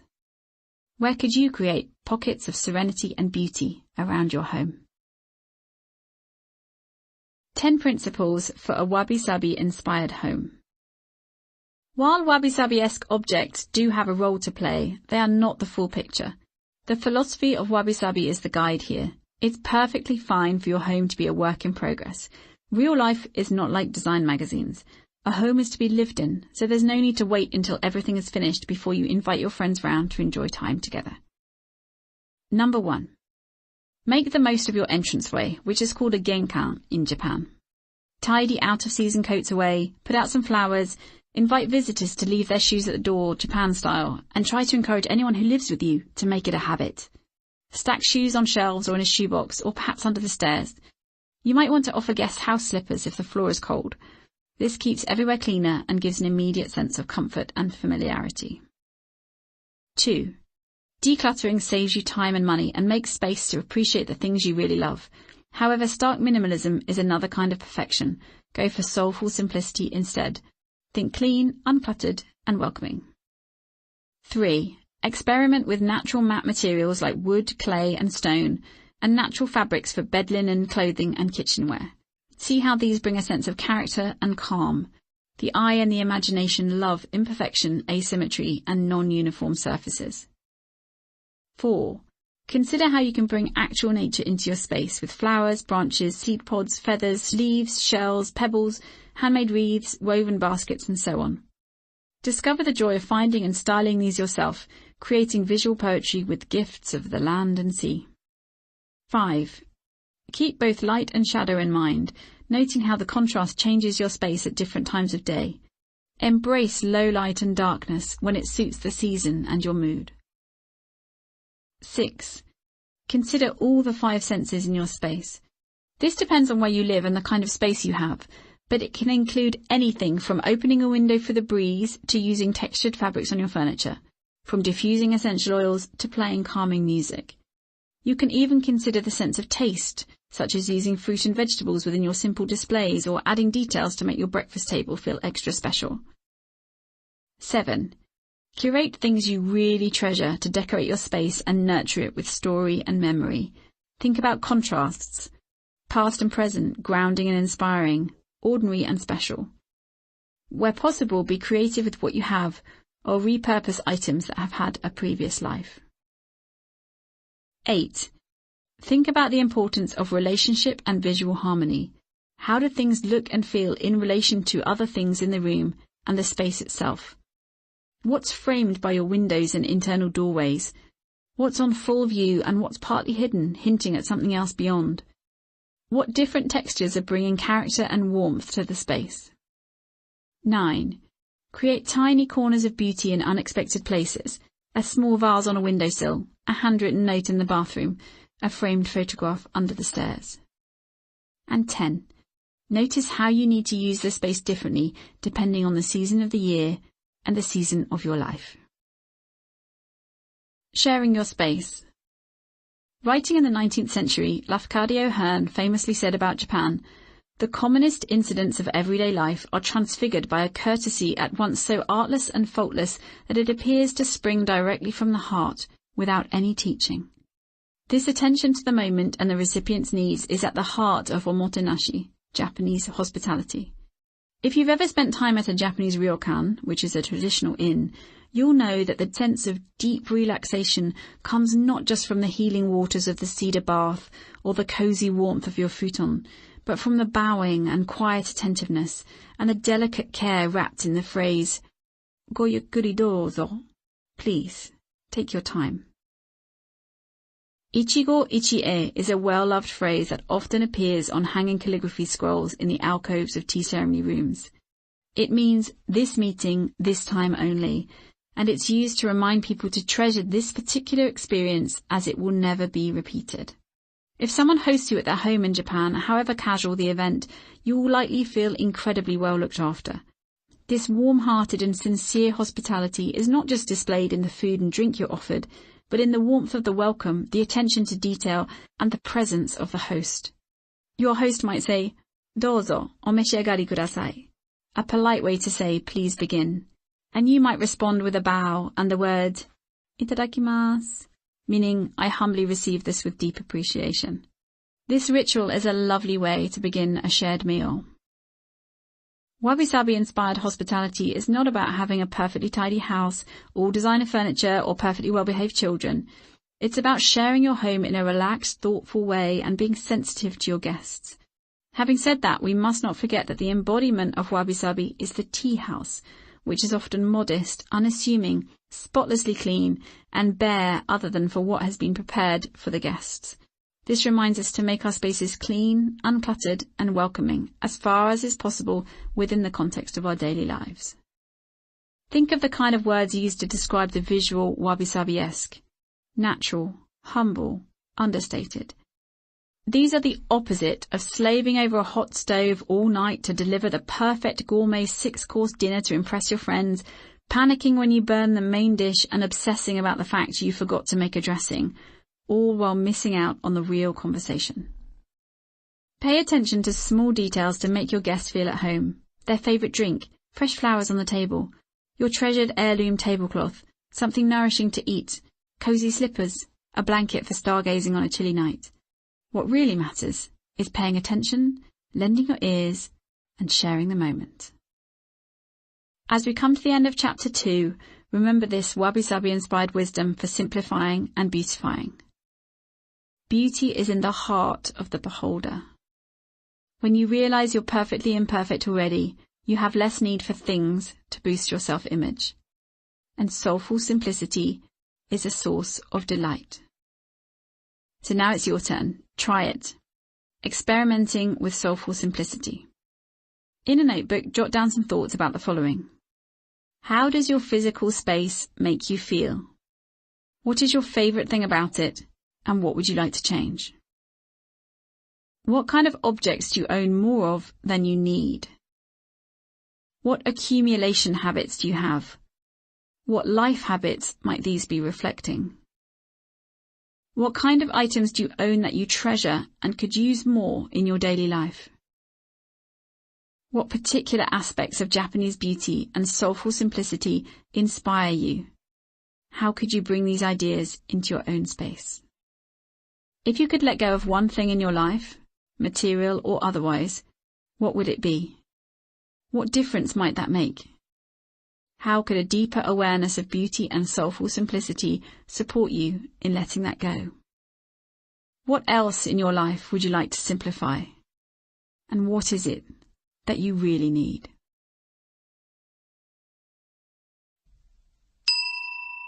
Chapter 3. Living with Nature.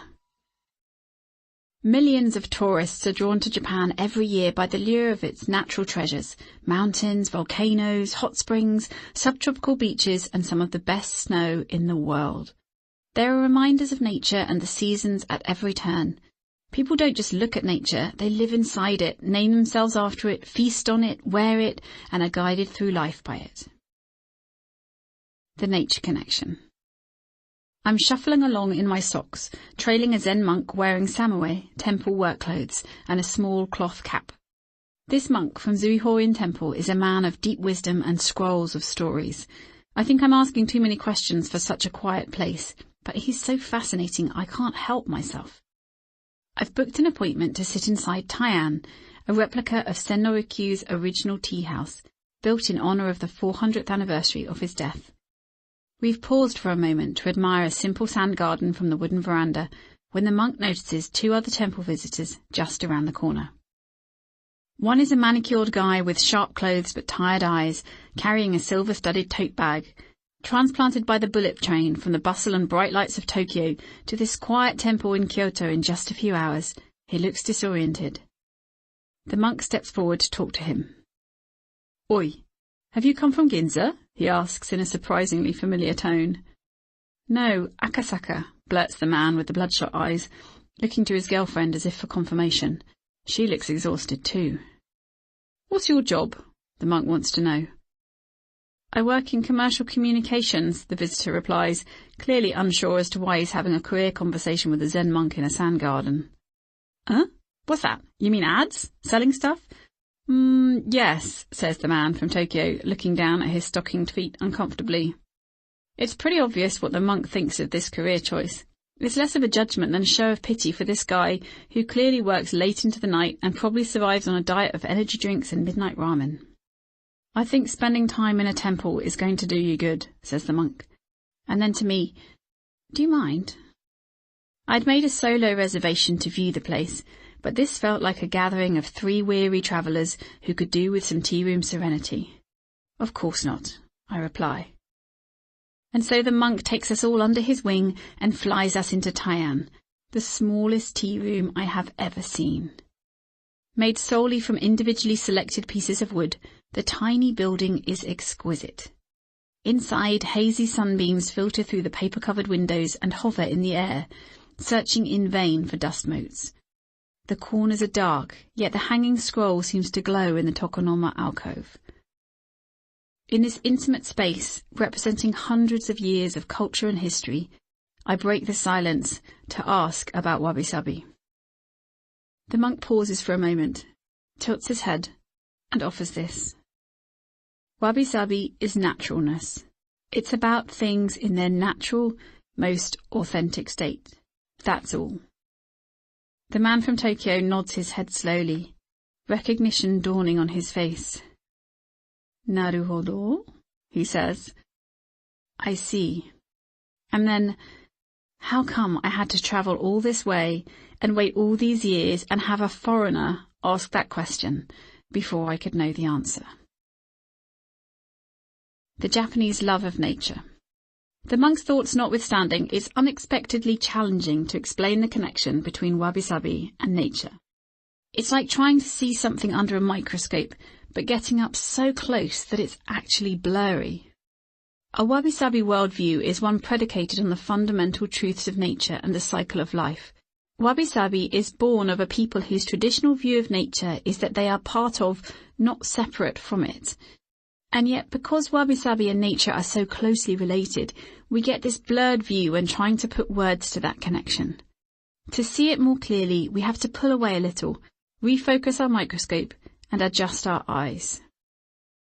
According to the Cambridge English Dictionary, nature is all the animals, plants, rocks, etc. in the world, and all the features, forces and processes that happen or exist independently of people, such as the weather, the sea, mountains, the production of young animals or plants and growth, and the force that is responsible for physical life and that is sometimes spoken of as a person. The main definition given in Koujien, the Japanese equivalent of this dictionary, simply states, things as they are. At its essence, the experience of Wabi Sabi is an intuitive response to beauty, which reflects the true nature of things as they are. That is, a beauty which reminds us that everything is impermanent, imperfect, and incomplete. This experience of Wabi Sabi is often felt in the presence of natural materials, which is why spending time in nature can be such a powerful experience. It reminds us that we are part of something miraculous.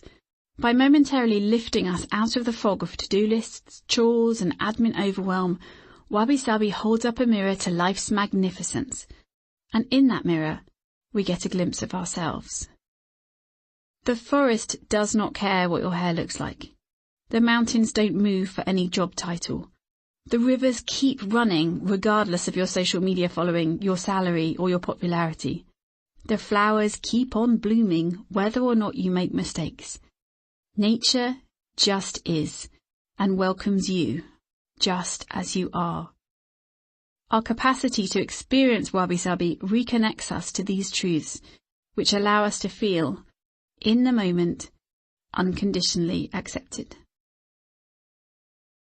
The influence of nature on literature, art, and culture. When I consulted with a Japanese professor on the translation of Living with Nature, they suggested shizen o mederu, which actually means loving nature. This endemic love of nature, which has ancient roots in religion, has heavily influenced the arts and literature over the centuries. Still today, nature influences the rhythms and rituals of daily life, and particular attention is paid to the changing seasons in Japan. As a teenager, I had a haiku poem by Matsuo Basho pinned on my bedroom wall. It read, "The first winter rains. From now on, my name shall be Traveller." In just a few words, the gifted poet captured all my ideas about adventure and discovery out in the big, wide and wild world outside my bedroom door, whilst simultaneously transporting me to a cold, wet day in 17th century Japan. The Japanese have been writing about nature and the seasons for as long as they have been writing. The Tale of Genji, the world's first novel, written a millennium ago by Murasaki Shikibu, is filled with references to nature and the changing seasons. Likewise, the Pillow Book, written at a similar time by Sei Shonagon, opened with the classic line, Haru wa akebono, in spring, the dawn. The whole opening section of this famous Heian period court journal goes into detail about the writer's favourite parts of each season. There are many more nature references throughout the Pillow Book, which remains a classic 10 centuries later. Japanese nature writing doesn't just emphasise a sense of place, but also, crucially, a sense of time. This is evoked by seasonal references or implications, and through observations of impermanence. This impermanence is expressed in two ways, through the absence of something that was but is no longer, and through the notion of transience, in the sense of something that is but will soon no longer be. One of Japan's most influential poets, Fujiwara no Teika, who lived from 1162 to 1241, often wrote about the seasons in this way, weaving together nature and literature with heavy vines of emotion. From the woodblock Prince of Hokusai to the contemporary films of Studio Ghibli's Miyazaki, nature is everywhere in Japanese art too. Japanese architecture is also heavily influenced by nature, as we heard in Chapter 2. Cultivated nature also plays an important role, central as it is to many traditional aspects of Japanese culture, in ikebana, flower arranging, the nurturing of bonsai, the tea ceremony, and so on. One of the country's native instruments, the shakuhachi, is a flute made from bamboo. In the hands of a skilled player, it can replicate many sounds of nature, from rushing water and eerie winds to honking geese and pouring rain. Nature in language. Nature-related words are frequently used in both people's and place names. A quick scan of a map of Japan will reveal the likes of Akita, autumn rice paddy, Chiba, 1,000 leaves, and Kagawa, fragrant river. Some of the most popular boys' names in recent years include Asahi, morning sun, and Haru, fine weather, while popular girls' names include Aoi, hollyhock, Anne, apricot, and Mio, beautiful cherry blossom.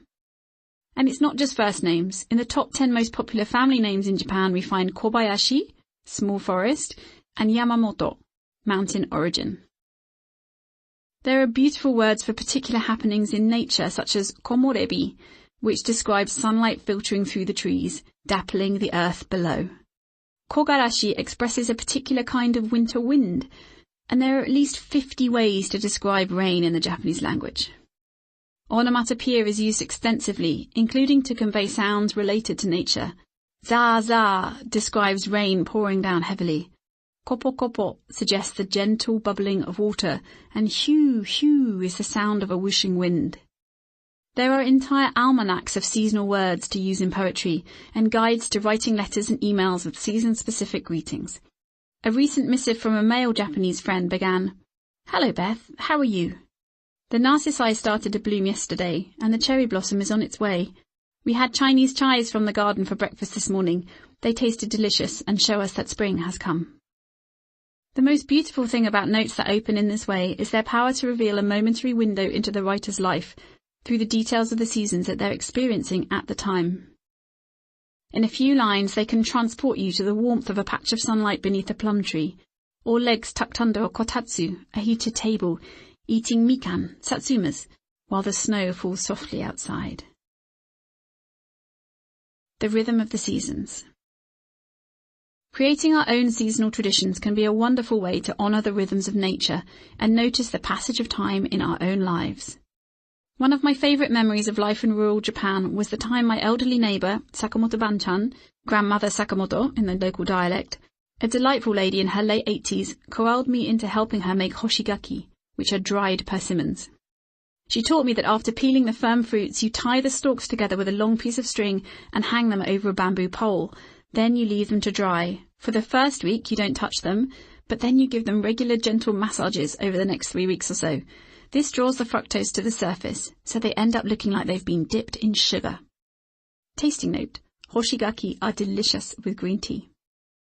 Ever since she was a little girl, every year for 8 decades, Sakamoto Banchan had carried out this ritual of food preparation.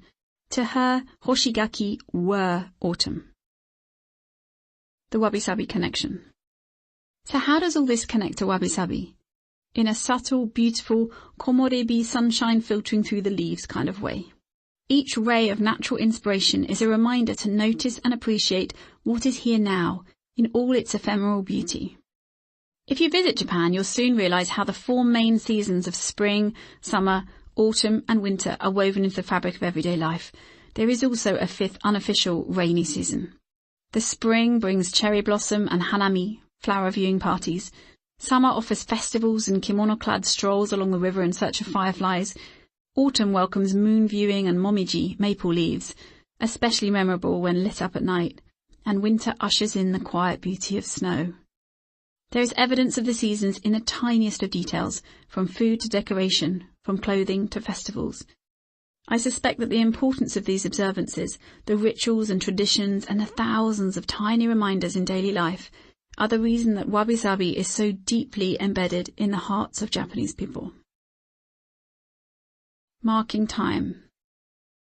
Japanese people have paid close attention to the seasons since ancient times.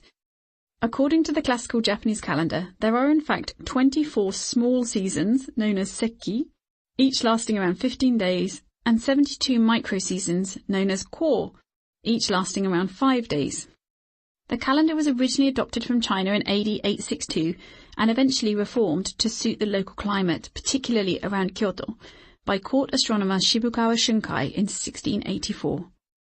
Each of these sub-seasons and micro-seasons has a name, which paints an evocative picture of what is going on in the natural world at that particular time. A quick tour of the year with some of my favourite micro-season names would include East Wind Melts the Ice, Nightingales Sing, Mist Starts to Hover, Cherry Blossoms Open, Silkworms Hatch, Grain Ripens, Hot Winds Arrive, Earth is Steaming Wet, Blanket Fog Descends, Rice Ripens, Swallows Leave, First Frost, and North Wind Rattles the Leaves. The seasons are a kind of wabi-sabi metronome, a steady call back to the present, to noticing, savouring, and treasuring. Questions to help you tune in to nature. Whatever time of year, wherever in the world you are, you can use the following prompts to help you notice more about what's going on in your immediate surroundings. Try to use all your senses and look for the details. If you return to this over the course of a year, you'll discover how tracking the seasons can change the way you see the world. 1. What's the weather like? Consider water, wind, sun, and any conditions specific to where you are. 2. What's the light like? 3. What's the night sky like? 4. What plants and flowers are emerging, blooming, fading, hiding? 5. What animals have you noticed recently? 6. What ingredients are in season right now? 7. What have you been wearing when you go outdoors lately? 8. What seasonal colours have you noticed lately? 9. What seasonal sounds have you noticed lately? 10. What seasonal smells have you noticed lately? 11. What seasonal textures have you noticed lately? 12. How do you feel? What's your mood? 13. How's your health? How are your energy levels? 14. What self-care do you need to be practicing right now? How could you yield to the season? 15. What traditions or observances have you celebrated recently? 16. Dig into memory. What nature-related or seasonal traditions did you grow up with, either in your own home or in your community? How could you bring an element of those traditions into your life now? And 17. How could you mark this particular season in some gentle way? Tuning into your natural rhythm. The Japanese expression, ichi o chite tenka no aki o shiru, tells us that with the fall of a single leaf, we know that autumn is here. As a proverb, it's used in the context of recognizing imminent change. The Japanese see the seasons as signposts, visible reminders of our own natural rhythms. In modern life, these often get disrupted as we extend our days with strong artificial light, interrupt our sensitive biorhythms with blue lights from our electronic devices, and push ourselves to be highly productive just because it's another weekday. We push on, regardless of whether our body is trying to tell us it's time to hibernate or get outside for some summer sunshine, and then we wonder why we get sick. The seasons are a regular reminder that we don't need to push all the time. Every push needs a pull. Every expansion needs a contraction. Every effort needs a rest.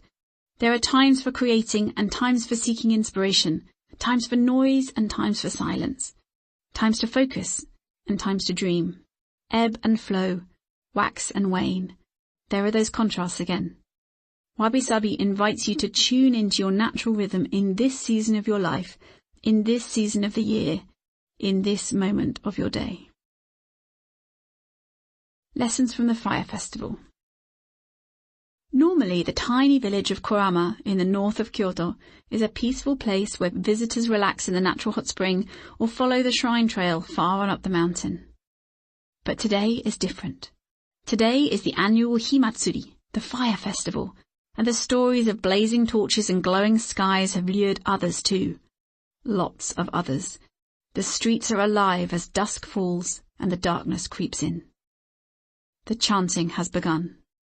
Stamping follows. Men clothed in little more than G-strings and leafy miniskirts start pacing the streets, slowly at first, getting accustomed to the weight of the 15-foot torch on their shoulders. Small children clutch their own burning brands, following in their father's footsteps, proud smiles revealed by the dancing flames of 250 pine torches. The soft chant increases in volume and intensity until the words become a war cry filling the raw night air. Through the streets they march, past the crowds and up the front steps of the Shinto shrine Yuki Jinja, on a mission intended to guide the kami spirits on their way. Festivals like this have been celebrated since ancient times and still take place all year round across Japan. Many have strong religious connections, others relate to agriculture, the seasons, or the marking of different stages of life. Virtually all of them are tied to nature or the cycle of life in some way. The Way of the Kami. We have mentioned the influence of Buddhism, but we must also consider the influence of Shinto, Japan's indigenous religious tradition. Meaning the way of the kami, Shinto is intimately connected with the agricultural cycle and the sense of sacredness of the natural world, and centers around the worship of kami, spirits or gods. Kami can be found in both animate and inanimate objects, from mountains and streams to animals and rocks. In the words of now retired Shinto Grandmaster Motohisa Yamakage, as part of their everyday lives and without recourse to complex philosophy, the Japanese people have loved and revered nature as a gift from kami since ancient times. Dr. Sokyo Ono, Shinto scholar and author of Shinto, the Kami Way, said, "Shrine worship is closely associated with a keen sense of the beautiful, a mystic sense of nature which plays an important part in leading the mind of man from the mundane to the higher and deeper world of the divine, and in transforming his life into an experience of living with the kami. No amount of artificial beauty is an adequate substitute for the beauty of nature." Lessons from the Yamabushi. I've long been fascinated by the Yamabushi mountain-based ascetic hermits who make their home in the Dewa-Sanzan area of Yamagata Prefecture, where I used to live. Dewa-Sanzan means 3 sacred mountains. When out hiking on Mount Haguro, one of those mountains, I would occasionally catch a glimpse of them heading off silently on a mountain retreat, in their white robes carrying conch trumpets known as horogai. The religion of the Yamabushi is called Shugendo, often described as an integration of aspects of Buddhism, Shinto and Taoism. For many years, it's been something of a rite of passage for city dwellers to undergo intense training and a sacred pilgrimage with the Yamabushi, which includes meditating beneath an ice-cold waterfall. Recently, this training has been opened up to non-Japanese people too. Master Hoshino, the 13th generation Yamabushi who leads the program, told me, "People always ask me the meaning of Yamabushi training. It's the philosophy of putting yourself in nature and thinking about what you feel. First, we experience. Then we reflect. There are things that can't be learnt without being directly experienced. On the mountain is the teacher.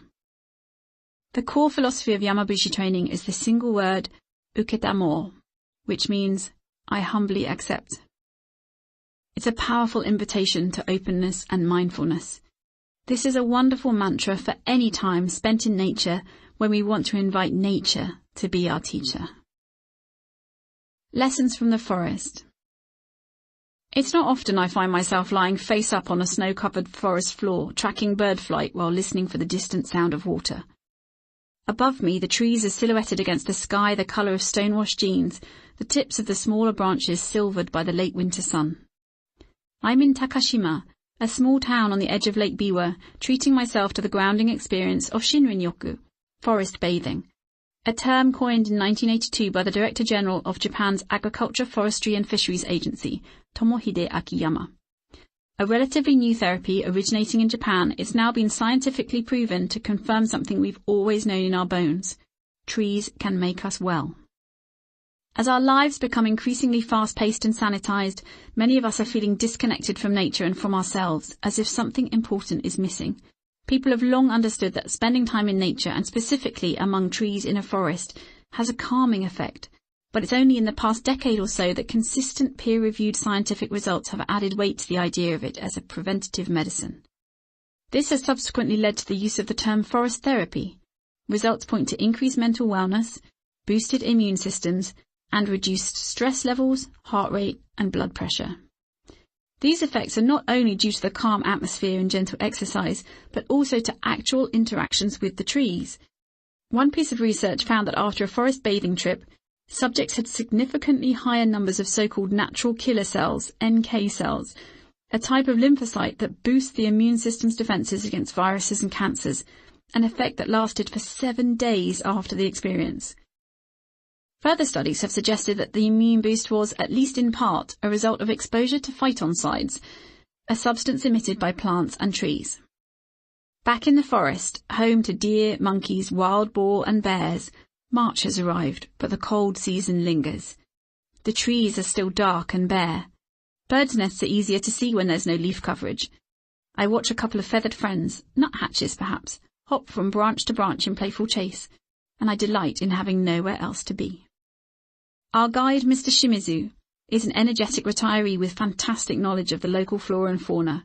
Head to toe in red, with a bottle of green tea hanging from his belt, he carries a stethoscope around his neck, for listening to water, of course. He's one of hundreds of certified forest therapy guides working at official sites across Japan. Shimizu-san has seen this particular trail in every season and knows its secrets intimately. Come and look at this moss, he calls, offering a magnifying glass. And here, see how the snow has melted around the trunks of these beech trees? That's their energy at work. He invites us to go slowly, use all our senses, and notice the details of the world alive all around us. Our therapy session had begun a couple of hours earlier. First, we washed our hands in a small stream, feeling the coolness of the water and listening to the gurgle as it fell over a low waterfall. A gentle hike took us to the base of a gully from where a 180-degree turn offered a view of the distant fields and mountains. There we stopped for water and roasted almonds before our first silent exercise. We each had to pick a direction and look first to the far distance, then the middle distance, then up close to see how the same view changed depending on what we focused on. In other forest therapy sessions you might hear flute music, spend time in a hammock to soak in the healing power of the trees, meditate, or go barefoot to sense different surfaces beneath your feet. It depends on the location, the guide, and the season. Professor Yoshifumi Miyazaki, Deputy Director of the Center for Environment, Health and Field Sciences at Chiba University, says, "It's clear that our bodies still recognize nature as our home, which is important to consider as increasing numbers of people are living in cities and urban environments." It was Professor Miyazaki who proposed the term forest therapy to describe Shinrin-yoku supported by scientific evidence. His research has measured the direct benefits of forest therapy, which include an increase in those NK cells known to fight tumours and infection, increased relaxation and reduced stress, reduction in blood pressure after just 15 minutes, and a general sense of well-being. It's not just forests that can have a beneficial effect on our well-being, Professor Miyazaki says. Other natural stimuli such as parks, flowers, bonsai, and even pieces of wood have been shown to reduce stress, making these effects attainable for all of us, even city dwellers. In the end, I was glad I had forced myself out from my cosy futon when the moon was still high in the sky to catch an early train out to the forest. I left relaxed and rejuvenated and slept like a baby that night. Writing in The Anatomy of Self, a classic book looking into the Japanese character, psychiatrist Takeo Doi made the fascinating observation that Japanese people likely feel so fond of nature because when they're in it, they don't have to subscribe to any of society's rules. They become one with nature, so to speak. From their viewpoint, therefore, they feel more human with nature than with humans. I'm pretty sure many non-Japanese people feel this way too. Natural wellness. There is great value in the scientific evidence which reassures skeptics of the benefits of spending time in forests, and official Shinrin-yoku has encouraged large numbers of people into the woods, which is to be celebrated. However, we should not be mistaken in thinking that you have to be on an official trail with an official guide to enjoy the healing power of the trees. I think we have a huge opportunity to take the principles of evidence-based forest therapy and let them loose in wilder areas. Walking, hiking, doing yoga among the trees, climbing the trees, embracing them, talking to them, sitting with our backs to the trees, writing in our journals. There's a lovely phrase in Japanese, kacho fugetsu. It literally means flower, bird, wind, moon. It refers to contemplating the beauty of nature. This kind of contemplation can prompt reflection on our own inner nature and remind us of our role as part of a magnificent whole, which puts everything in perspective. The forest invites us to open our hearts and listen. My hope for forest bathing is that it becomes like yoga, a practice that is worth learning from a trained teacher, but can also be done alone or in a small group, away from too much structure and equipment and rules. Just you and the trees, or maybe you, the trees, and your yoga mat, finding your own rhythm and deepening your connection with nature. The medicine of the forest is far more than a contemporary wellness trend. People have lived in forests since ancient times. Nature is in our blood. It's in our bones. It's in our very human spirit. It's the haunting call of the mountains and the swirling pull of the sea, the whispering of the wind and the secrets in the trees. To me, forest bathing is not about doing something new. It's about something we know deep down, but that many of us have forgotten. When you spend time in a gentle forest and experience moments of mindfulness among the trees, you feel held, supported, transported. It's like coming back to an old friend who will pull you in close and whisper secrets in your ear if only you'll show up at their door. In the modern world, we spend so much of our time shut up in sanitized boxes, in our homes, our cars, our offices. Taking time to step out of those boxes and get close to the wild outdoors sharpens our senses and reminds us of the preciousness of life. We sometimes need everything to be stripped away to reveal the true beauty. We need the simplicity to remind us that life isn't all about accumulating stuff. And we need the birdsong and the big skies to remind us that we are part of nature. Wildness is a part of who we are.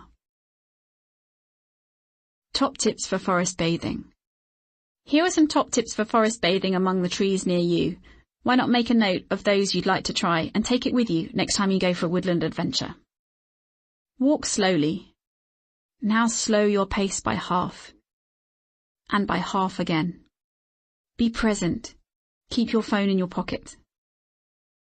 Use all your senses to explore your environment. Notice the feel of the ground under your feet, the taste of the air, the wind in the trees, the light and the shadows. Look up, look down, look all around. Cup your hands behind your ears to capture more sounds of the forest. What can you hear? Where is the sound coming from? Is it low down or high up? Is it near or far away? Touch things. Notice how different bark, branches and leaves feel. Notice where things are in their life cycle. What is emerging? What is growing? What is fading? Breathe deeply. What can you smell? Watch the sky. Look for movement. Count colours. How many shades of one colour can you see? Stay watching long enough to notice changes. If you can identify what's safe to eat, Taste a berry or a leaf slowly and with gratitude. Pick up a fallen gift of the forest and look at it closely. What can you see? Spend some time in silence, even if you're in a group. In fact, especially if you're in a group. Try meditating, stretching, or just sitting with your back against a tree. Lie in a hammock between two trees. Ask the tree's permission before you set up camp. Take off your shoes and feel the earth beneath your feet, or dip your toes in a stream. Notice how you feel when you are held by the forest. Don't rush. Linger as long as you can. Find a particular spot you're drawn to and spend time there. Name it. Make up a story about it. Come back on another day, in another season, and see what has changed. While taking a moment in nature, ask yourself these questions. How do you feel when you're being held by the forest? What stories of the land rise up to greet you as you stretch your arms wide and open your heart? What secrets might you want to share with the running river or the wise old tree?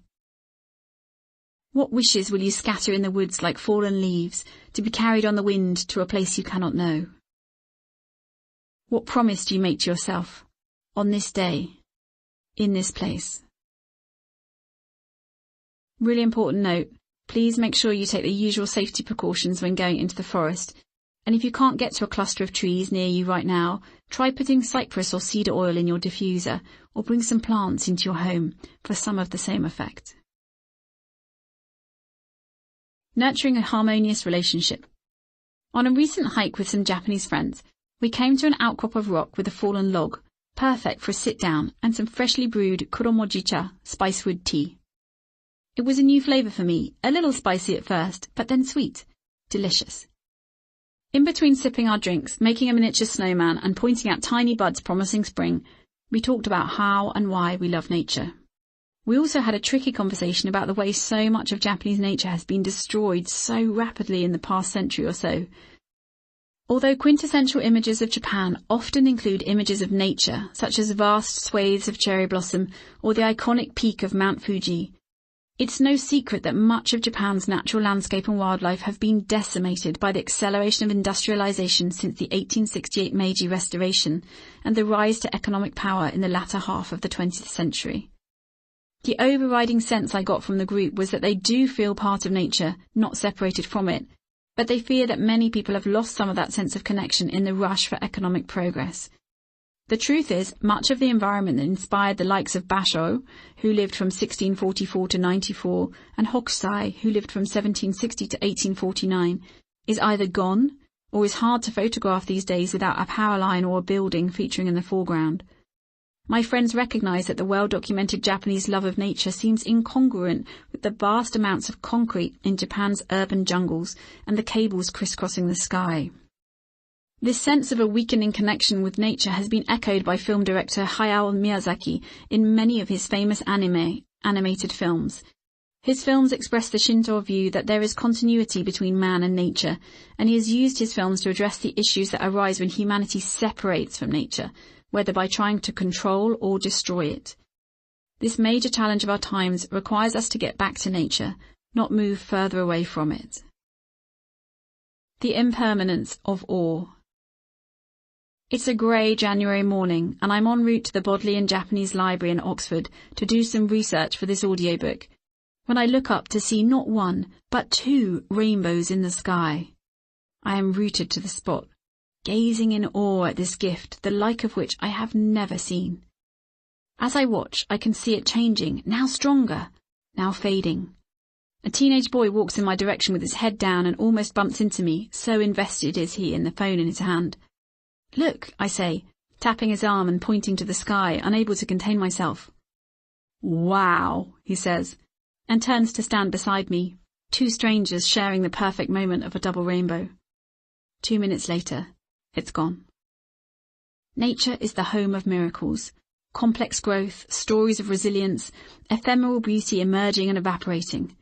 When we take the time to stop and look, each one of these gifts reminds us to pay attention to the fleeting beauty of our own lives. As we come to the end of chapter 3, reflect on this Wabi-Sabi-inspired wisdom for living with nature. Nature reminds us of the transience of our own lives. Paying attention to the passing of the seasons is a way to stay present. The rhythms of nature remind us to tune into our own natural rhythms, so we know when to surge forth and when to relax. Now it's your turn to try it. Pondering. Spend some time in nature contemplating the transience of life, the beauty in the light and the darkness, the tiny details and the vast horizon, the seasonal clues and gifts, the sensual experience of the weather. What do you notice? When you really listen, what is it telling you?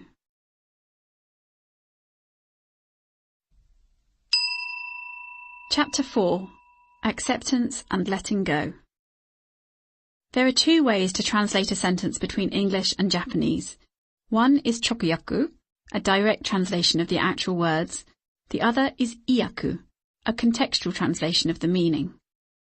The literal chokuyaku may be considered more perfect in terms of translating every piece of the sentence, but it doesn't take into account the context of its reception, just as an idea of a perfect life doesn't take into account the context of our own complex and challenging reality.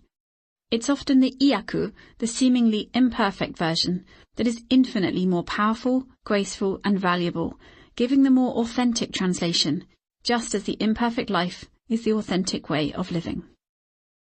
One of the core teachings of Wabi-Sabi is the acceptance of the true nature of life. Everything is impermanent, imperfect, and incomplete. In this chapter, we're going to hear about that acceptance in relation to ourselves and in relation to our past, present, and future. By the end, I hope you'll feel a shift, having experienced the release of tension and surge in personal power that comes with letting go of perfect and accepting what is, standing on fresh ground with this new perspective. Things change. That's life. Every time I come to Kyoto, it's familiar yet different. Buildings have gone up, buildings have come down. New shops have appeared, others have vanished. One favourite cafe has given way to another. Over the years, this city has been altered by war and earthquakes, fires and tourism. And of course, the changing seasons are part of daily life here, a visual and emotional reminder of the passage of time. Recently, I met up with an old friend in Tokyo, who I hadn't seen in more than a decade. On seeing each other, we both squealed, "You haven't changed a bit," although, in truth, of course, we've both changed in so many ways. Since we last got together, I've got married, had 2 children, built a business and moved house more times than I care to remember. She's spent time abroad, switched careers, battled an illness, lost a parent, learnt a new language. Each of these formative experiences has shaped us, sometimes a little, sometimes a lot. Our lives, relationships, careers, health, finances, attitudes, interests, capabilities, responsibilities and opportunities are changing all the time. Sometimes the change is significant or fast and you feel it as clearly as a rushing wind. Other times the change will be minor or slow, like a daffodil raising its head to the sun, and you have to pay close attention to see it. Nowhere ever stays completely still, and neither do we. Wabi-Sabi teaches us that dynamic transience is the natural state of all things, and as change is inevitable, trying to hold on to the past or the present is pointless and stressful. Over the many years I've spent supporting people through major life transitions, I've noticed how vastly different our attitudes towards change can be. At one end of the spectrum are those who are terrified of it and will do absolutely anything within their power to hold on to the status quo, even when they don't actually like it. At the other end are those who embrace change as an escape mechanism, often habitually, so that as soon as things start to get difficult, they jump to something else, often later chastising themselves for never sticking at anything. And there are many in the middle who recognise the need to change and genuinely want to embrace it, but are stalled by fear. I wonder where you sit on that continuum. I was talking to a friend about the idea of transience over red rice and nimono, simmered vegetables, at his home in a rural suburb of Tokyo. He gestured towards his garden, where a small bamboo forest stood, and he said, You can see change happening right there. The bamboo is growing all the time and is also sensitive to its dynamic environment. It's firmly rooted, but flexible. When the wind blows, the bamboo doesn't resist, it lets go and moves with it. And still the forest grows. Think of the buildings in this earthquake-prone country. The ones that survive the shaking are those that can move when the trembling begins. Flexibility is strength. Be like the bamboo. I think I just had a Mr. Miyagi moment. Stability can make us feel safe, but it's a precarious stability that's built on the misguided assumption that things won't change, because everything does. When a sudden change comes from an external source, redundancy, a loss, an affair, an illness, for example, the shock is considerable. Rigidity actually makes us vulnerable to that. If it hits us when we're desperately trying to hang on to what we know, it can knock us flat. But if we're accepting of what is happening, not necessarily happy about it or condoning it, but realistic about the fact that it's going on, we may be blown about but not completely knocked off balance, and we can recover sooner. Accepting the past. It's so easy to spend time caught up in the past, lost in nostalgia, heavy with regret, chastising yourself for not having made different choices or blaming someone else. Back then you didn't know all you know now. You didn't have the same resources, environment or responsibilities. Perhaps you didn't have the same outlook, self-awareness, courage or support. Or maybe you look back on the past as the golden years, when things were easier, you were more this or more that. But here's the thing. The past is no longer here. Whatever happened, the good and the bad, it's gone. Whatever it is that keeps pulling you back, take a moment to make peace with it, and then let it go. That sounds hard, but it can be as simple as deciding to do it. Write it out, speak to a professional if you need to, or talk to a friend. Then pick a day, like your birthday, or the turn of a season, or New Year, or next Tuesday, and make it the day you leave that particular thing in the past. It's only you that keeps paying it attention. Wabi Sabi teaches us to accept that the past was then, and it was what it was. This is now, and it is what it is. Your life is happening right here, and every day is the beginning of the rest of it. Accepting the present. Acceptance is alignment with the truth of the present moment. In this present moment, what's true about your life? You're listening to this audiobook. You're opening yourself up to ideas from another culture. Perhaps you're drinking a cup of your favourite tea, or you keep getting distracted by a fly buzzing around the room. Maybe your window is open and you can hear cars going past, or the sun is casting shadows across your desk. Perhaps you're at the hairdresser's getting ready for a special night out, or you've just come back to listen after an inspiring conversation, or a big argument, or some surprising news. Maybe you're listening to this on the bus, or in your kitchen with half an eye on the oven to see if your pie is cooked. I wonder if you're hot, or cold, or just right. If you can smell cooking, or the garden, or the impending rain. Is the clock ticking? Are you soaking in the bath, listening to the sound of your own breathing, as well as listening to this? Take a moment to think about the facts of your life in this exact moment.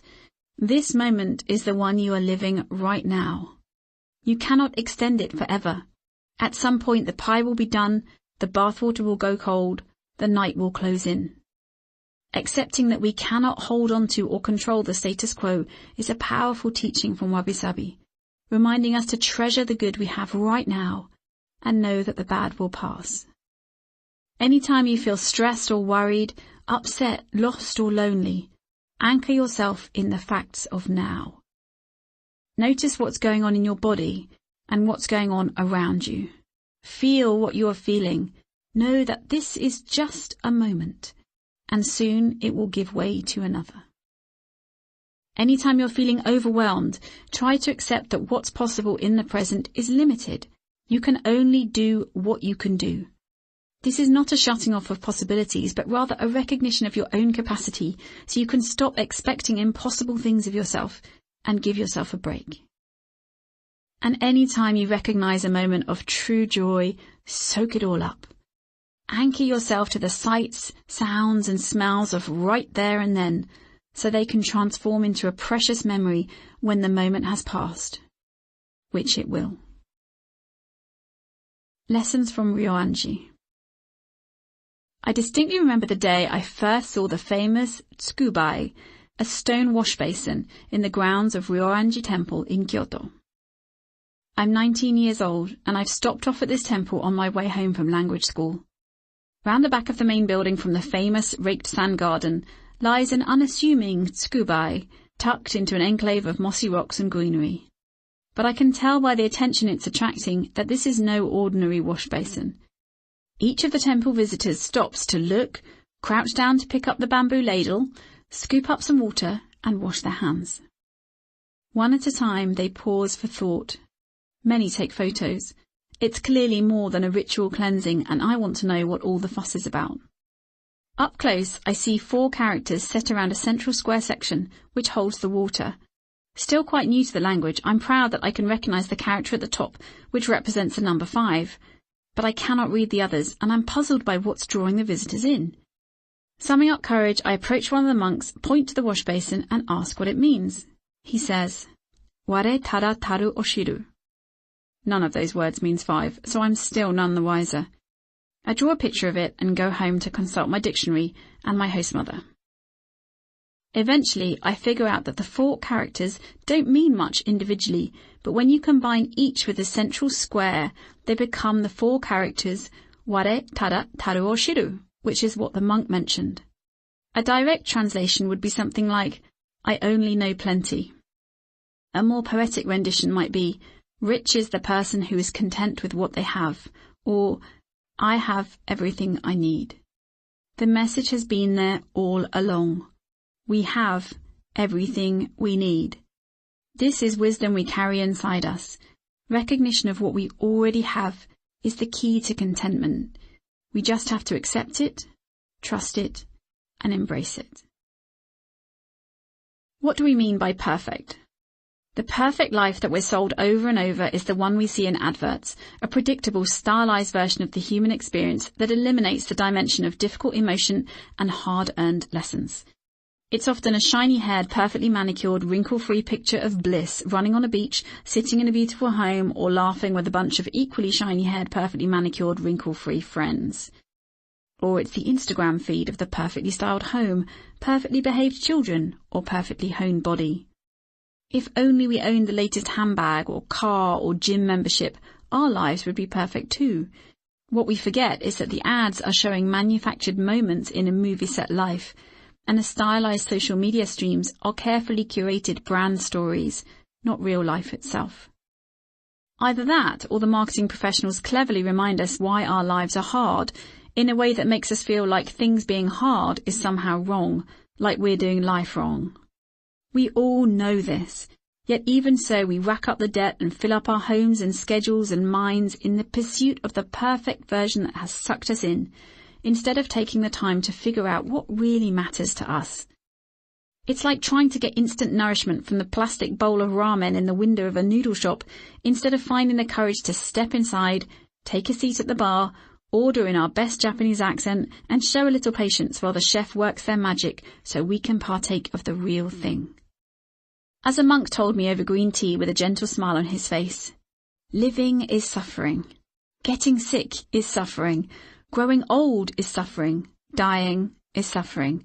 We cannot avoid any of these things. When we try to resist them, we just compound the suffering and delay our ability to respond. If instead you can embrace the actuality of what's going on, then you can flow with life.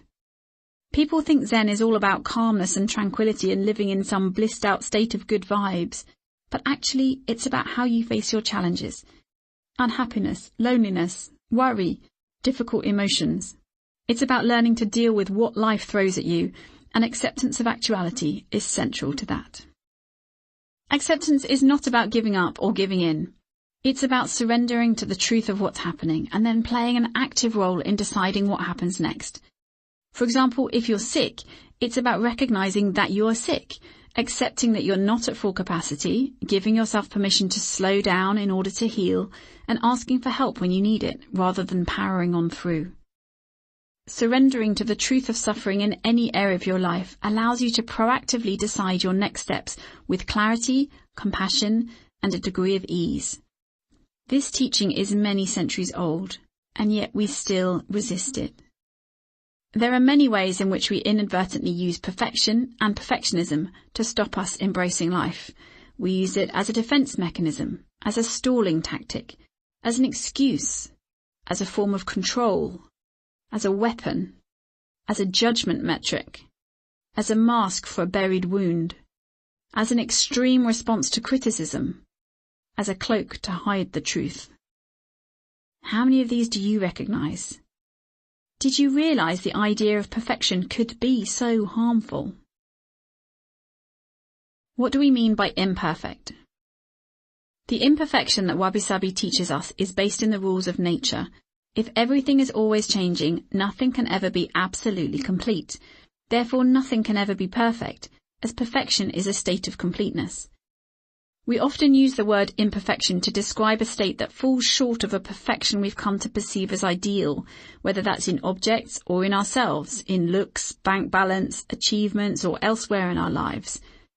Any thesaurus will readily offer you a host of antonyms for perfect, including flawed, corrupt, inferior, second-rate, inept, unsophisticated, broken, and bad. No wonder we see the opposite of perfect as a negative. In order to eliminate the negativity around imperfection, we have to reject its use as the opposite of this fictional ideal state, and instead adopt imperfection as the ideal itself. Imperfection is not a compromise. Imperfection is not somewhere on the road to perfection where we've had to stop because we've run out of gas. Imperfection is a snapshot of our journeys of growth and living at a particular moment in time. We've been so busy trying to get the car up the hill that we've forgotten to turn around and look out over the beauty of all that lies around us right now. We need to trust and accept and be willing to say, I don't know it all, but I don't need to know it all. I know enough. I don't have it all, but I don't need to have it all. I have enough. And I'm not all things to all people, but I don't need to be all things to all people. I'm doing my best to be all I can to those who really matter. I am enough. This doesn't mean having no goals or ambition and giving up, nor is it to suggest that striving for something is a bad thing. It's about getting really clear on why we want what we really want, outside of materialistic desires for the accumulation of stuff and the pressure of expectation from others. Let go of the push and the fight, the uphill battle to a place you don't need to get to. You can take all that energy you've been putting into the pursuit of perfection and pour it into living fully now. And once you start experiencing the world in this way, it looks and feels like a completely different place. Revealing your imperfections. Accepting imperfection is one thing. Allowing others to see it is another. Yet that's often where we find common ground. Revealing our vulnerabilities, challenges, as yet unrealized dreams and quirky joys opens a window onto our hearts. People can see who we really are, and they're drawn to connect. Have you ever noticed how, when you find yourself in the presence of true beauty, your heart responds? It could be when you experience a person sharing their essence by speaking a gentle truth, or a love poem whispered on the wind, a tiny hand in yours, or a moment of deep connection. Your heart's response to beauty is the essence of Wabi Sabi. When we're tuned in, our intuitive response comes faster than the logical, analytical response, so we can feel something in our hearts before we have time to judge, criticize, compare, or get distracted. We can teach ourselves to experience others in this way too, to meet someone with our hearts instead of just our minds, allowing our instinct and intuition to guide us beyond the judgment that the mind creates based on what we see on the surface. And when we reveal our imperfections to others, we invite them to see us in a similar way. I once cried on stage. Only once, but it happened. I was mortified. But the response from the audience was incredible. People didn't expect it. They could obviously sense that it was genuine feeling, although I wouldn't recommend it as a public speaking technique. It does all sorts of strange things to your voice. But it allowed them to see my imperfections and to know that I was real. With nowhere to hide, I just let go and kept talking. The energy in the room shifted as people opened their hearts to me as I had opened mine to them. Afterwards, the book signing queue was around the block, with many of those in the queue crying too, wanting to share their stories with me. There's a tendency among self-help gurus to say things along these lines. My life was a mess. One day I woke up to it. Now my life is amazing and perfect. You there with your messed up life, you can be like me and have an amazing, perfect life if you just read my book or take my course or join my workshop. But I don't buy it. We're all works in progress. Some of us happen to have had the opportunity to reflect and perhaps have a platform from which to share what we're discovering as we go. But in truth, we are all learning from each other.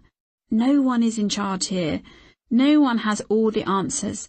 And anyone who pretends they do is either selling a false version of their story or is heading for a wake-up call. We can't possibly have it all together when we don't even know what all the pieces look like.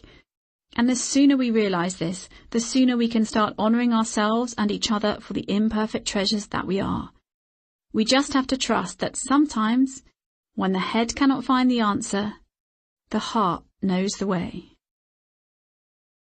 Lessons from the bathhouse. I cannot imagine taking a bath in a public place in England, but visiting the Sento is still a regular evening pastime for many people in Japan. One snowy evening in Hida-Takayama, I venture around the corner from my rented place to Utopia, paying 420 yen, about £3, for the privilege of an hour or two soaking in a large shared tub. After leaving all my clothes in the locker in the changing room, I head to the heat, naked but for a pair of plastic slippers. It's steamy inside, and there are washing stations on two sides of the room. You have to crouch down and sit on a low stool while you shower and wash your body with the aid of a plastic bucket. Someone thought it would be a good idea to put mirrors there. Still carrying 15 pounds of baby weight I'd like to have released a couple of years ago, I'm not sure I agree. As I wash my hair, I can't help catching sight of some of the other women in the room. None of them is looking at me. They're all walking around straight-backed with an air of quiet confidence, regardless of body shape, age, or any other defining factor that would render others among us self-conscious. There's an elderly lady soaking her aching limbs luxuriously in the jacuzzi section. Two friends gossiping. A mother with her young child. I wonder what a difference it will make to that little girl's body confidence, having been brought up bathing in a public place like this.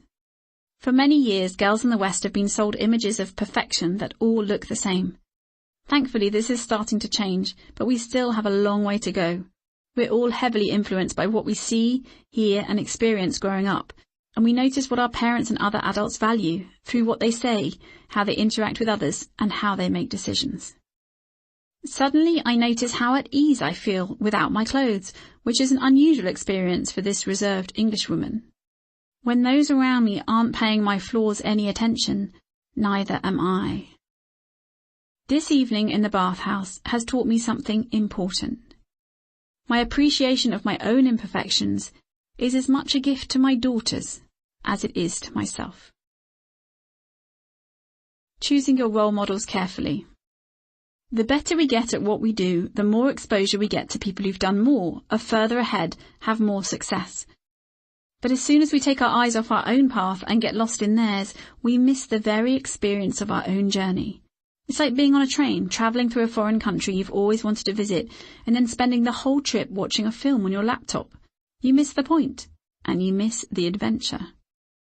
There will always be some people who know more, have done more, or have more experience or knowledge than us in a particular field at a particular moment in time.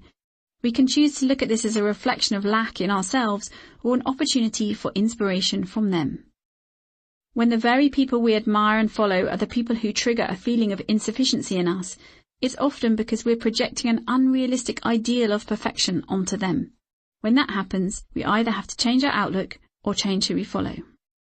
We have to keep bringing our attention back to the lives we already have, tethering ourselves to what is here and what is real.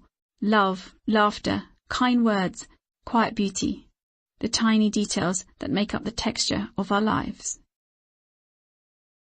Seeing the beauty in imperfection. When a potter makes a series of handcrafted pots, they're not aiming for perfection in terms of symmetry and uniformity, or else they would use a machine.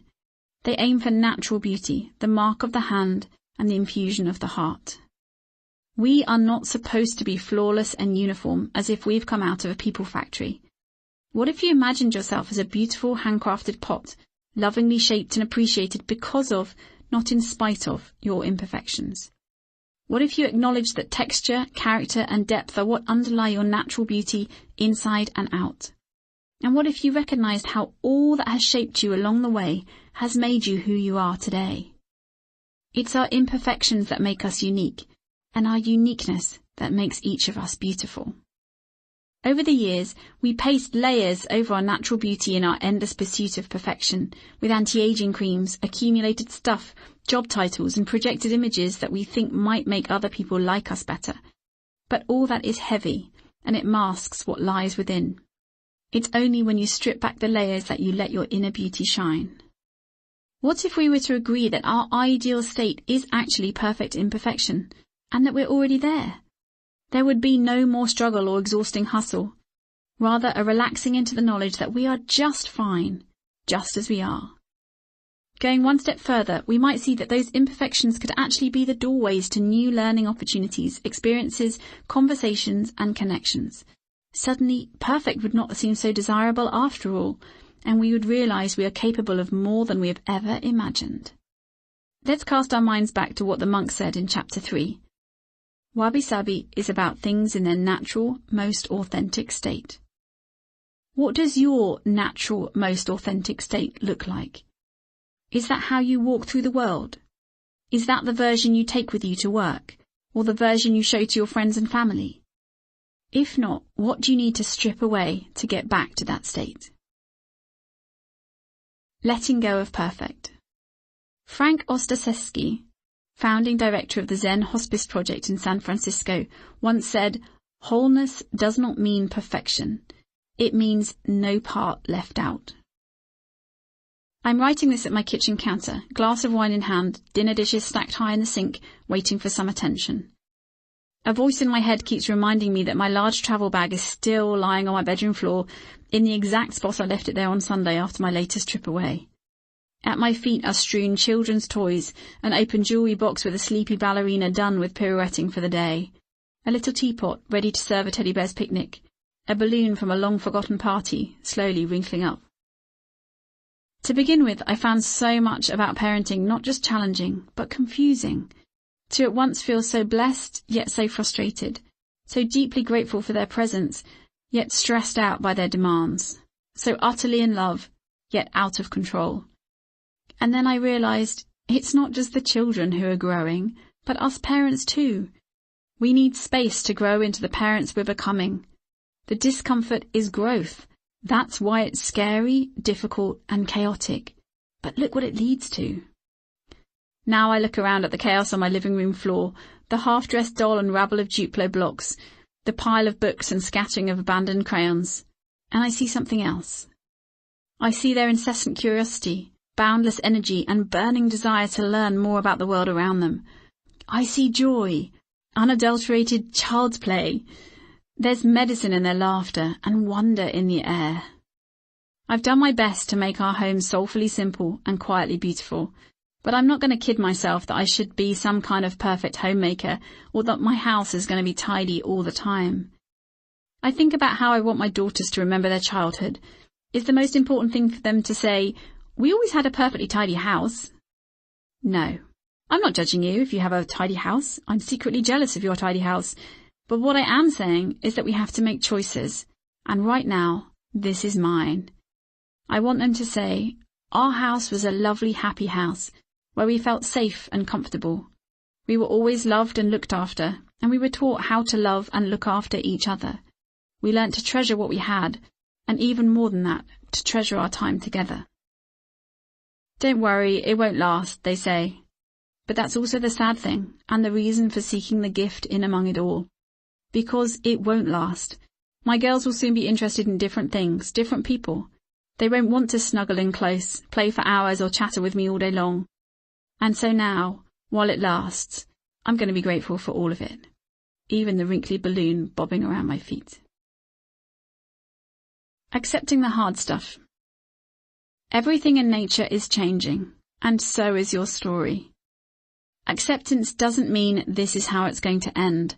It's an acknowledgement that this is where it begins. We're all works in progress. To be alive is to evolve. You can play an active role in that evolution, but first you need to recognize that it is happening. Wabi Sabi helps you do that in a gentle and nourishing way. Wabi Sabi teaches perspective, seeing things for how big or small they really are, whether they really matter and whether to nourish them or let them go. When something hard is happening, acceptance can be a real friend. It's not about handing over your power or allowing inappropriate behavior. It's not passive, it's active. Acceptance means saying, 1. This is what is happening. Observing it, not resisting it. 2. This is how much it really matters, if at all. 3. This is the beginning of all that is to come, and this is what I'm going to do next. It's saying, this is where I am. This is where we are. The vase is smashed. The marriage is broken. The business is struggling. I'm lonely. My child is upset. I just got rejected again. Whatever is going on, this is what is, right now. We mustn't ignore what's happening, but we also don't need to dramatize it. We need to live and acknowledge it, and then let go of the attachment to it. The truth is, we can't hold on, and we can't just push on past.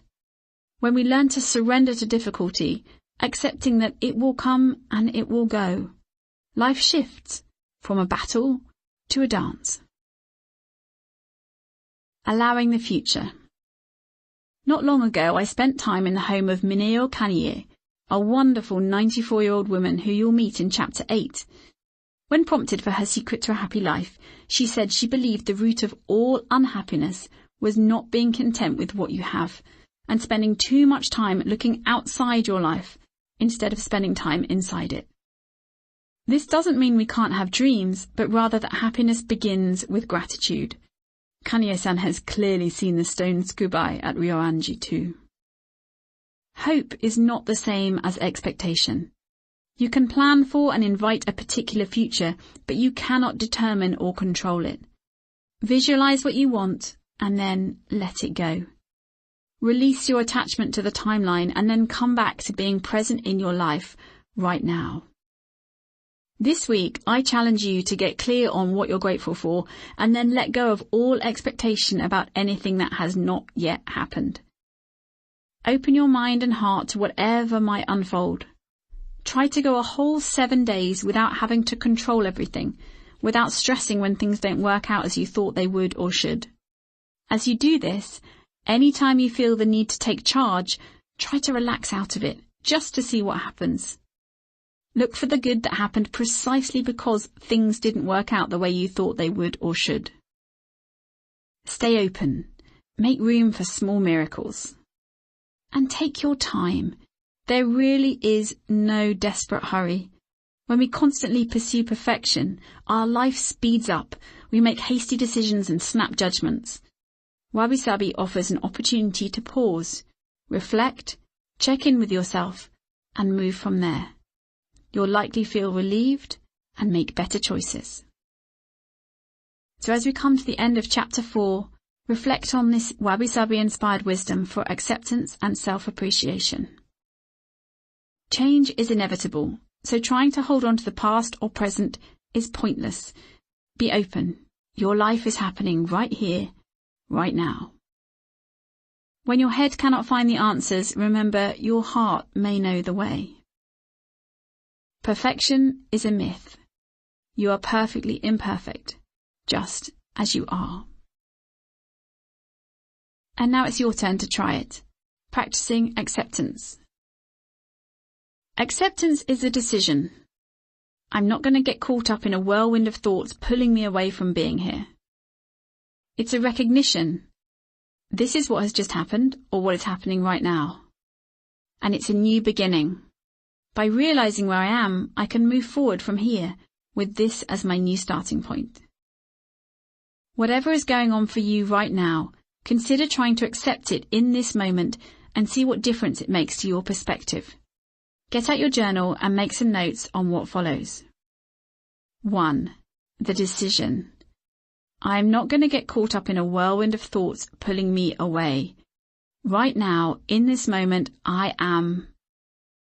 Describe where you are, what you can see, hear, taste, smell, feel with your body, your feet on the floor, the feel of the seat that you're sitting on.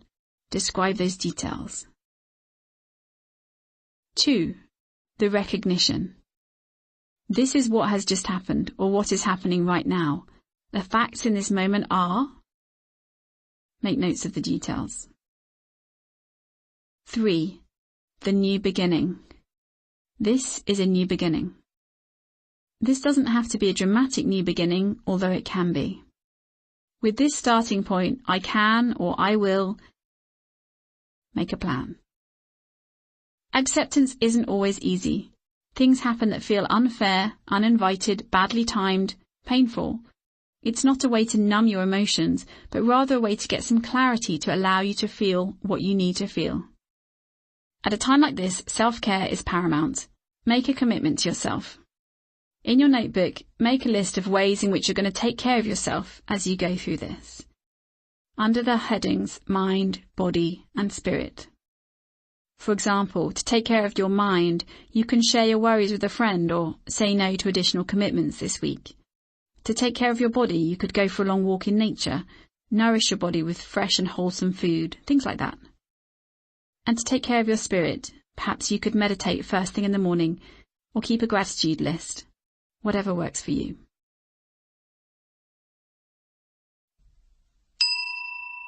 Chapter 5. Reframing Failure. The Japanese have a famous proverb, Nana korobi yaoki, meaning fall down 7 times, get up 8. This is something I became intimately familiar with when learning Japanese. The proverb represents the idea of not giving up, but more than that, it doesn't start with falling down, as that would be fall down 7 times, get up 7. It counts the first time you get up, reminding us that we have to show up first in order to have the chance to fail, and then have the chance to get back up again. As the only non-linguist on my degree course, things don't begin well. In the first week of university, when my new friends are learning lofty things in labs and lecture theatres, I'm practicing how to say hello in 3 different ways, depending on the time of day, and sometimes getting it wrong. As a student in the Department of East Asian Studies at Durham University, I love the tradition and the experience. The small group tutorials with kind teachers in classrooms tucked into the eaves of an old Victorian house. The rows and rows of books with kanji characters on their spines, which I dream of being able to read one day. And the Oriental Museum next door, packed with textiles, woodblock prints, and other exotic artefacts. Our lessons include learning the etiquette of visiting Japanese people's homes, watching Miyazaki animations, and spending Thursday afternoons dipping brushes into shiny black ink to paint kanji on rice paper, with classical music playing in the background. Japanese is a song, and I love the sound of it. I'm just not very good at singing it. From the very first vocabulary test, my path is littered with the debris of failure. I do so badly in my first-year exams that one of the senior lecturers calls me into his office and announces, with a solemn look on his face, that the department isn't sure if they should let me go to Kyoto the following term. What? Don't they understand? Going to live in Japan has been the whole point. I'm here for the adventure. I beg and plead and assure them that I will be fine once I spend time immersed in the language and culture. Somehow it works, and a few weeks later I find myself on a plane heading east, self-doubt tucked into my suitcase alongside my kanji dictionary and a year's worth of clothes. Walking through Kansai International Airport, I see signs I can't read, hear conversations and announcements I can't understand, and am floored by the realization that people actually speak the language of my textbooks. The same one I should have spent hours studying instead of reading the news bulletin on the university radio or gathering campus gossip for the student newspaper. And then I meet my host mother, who speaks only Kyoto dialect, and the rest of my host family, none of whom speaks English, and it suddenly becomes very clear that I'll have to up my game if I'm going to survive the next year. My language learning journey, drawn on a graph, starts at 0 on the bottom left, with a nervous line indicating a rocky start, followed by a general lift the first year I'm in Kyoto. The line rises in times of high motivation and dips in times of low morale. It plateaus about halfway through, rises again with approaching exams, and rises further on return to England as I finish my degree. I get to a point where I feel quite confident on graduation, only to get a shock on entering the workforce in Japan, seeing that the vertical axis reaches so much higher than I'd realised. What I think of as a pretty good standard turns out to be not that good after all. When I have to interpret live on big stages for governors, ambassadors and top athletes, I tape meetings and re-listen until I understand, painstakingly translate newspaper articles and throw myself into as many cultural classes and friendships as I can. All the while, it's a roller coaster of pride and despair as I alternate between how far I've come and how far I have to go. Eventually, I come to realise that I can only do what I can do with the tools I have in the moment. I can prepare myself as best as possible, and then I just need to show up, ideally well rested and alert, to do the best job possible. Every time I do this, I get a little better, learn a little more, and grow in confidence. Of course, there are times when that confidence is shattered all over again, but I pick myself up and get on with it. That graph of language learning rose again with every year I spent working in Tokyo. It probably peaked in the year I spent immersed in the study of simultaneous interpreting skills for my master's degree. It was then that I went to the UN for work experience, sharing an interpreting booth with women who were brought up bilingual, had 3 decades of experience in the job, and knitted as they switched effortlessly between languages. Going there was probably a mistake. I was hugely intimidated and felt my own confidence seeping away. My graph suddenly looked like the Nikkei index after a stock market crash. But this is what we do. The better we get at something, the more we widen our field of vision. We move from puddle to pond and pond to sea. The ideal is always changing, and as long as we use that as motivation to do more quality heart and soul work, that's fine. But when it becomes an exercise in comparison, it's a dangerous place to be. I'm not saying you should settle for the puddle. I'm saying you might be happy in the pond, and that's okay if that's where you do your best. You might feel destined for the sea, and that's fine too. Just be sure you go there for the right reasons. How is this connected to Wabi Sabi? It's the relief that comes from knowing that nothing is ever permanent, perfect, or complete. When I mess up, it's a blip, not a life sentence. When I make a mistake, I can correct it, or do things better next time. Wherever I am on my journey of learning, I'm still travelling, not at the end of the line, which allows me to relax in the knowledge that I'm not supposed to know everything, and makes me curious about what else there is to learn. There is always the potential for a dip in the graph, for a plateau, or for a rise. It simply depends on you, your attitude, energy, and attention. This doesn't just go for learning a skill. It's true with learning about finances or love or parenting, even about ourselves. There is no done, complete, or perfect. There is just learning. The Japanese attitude to failure.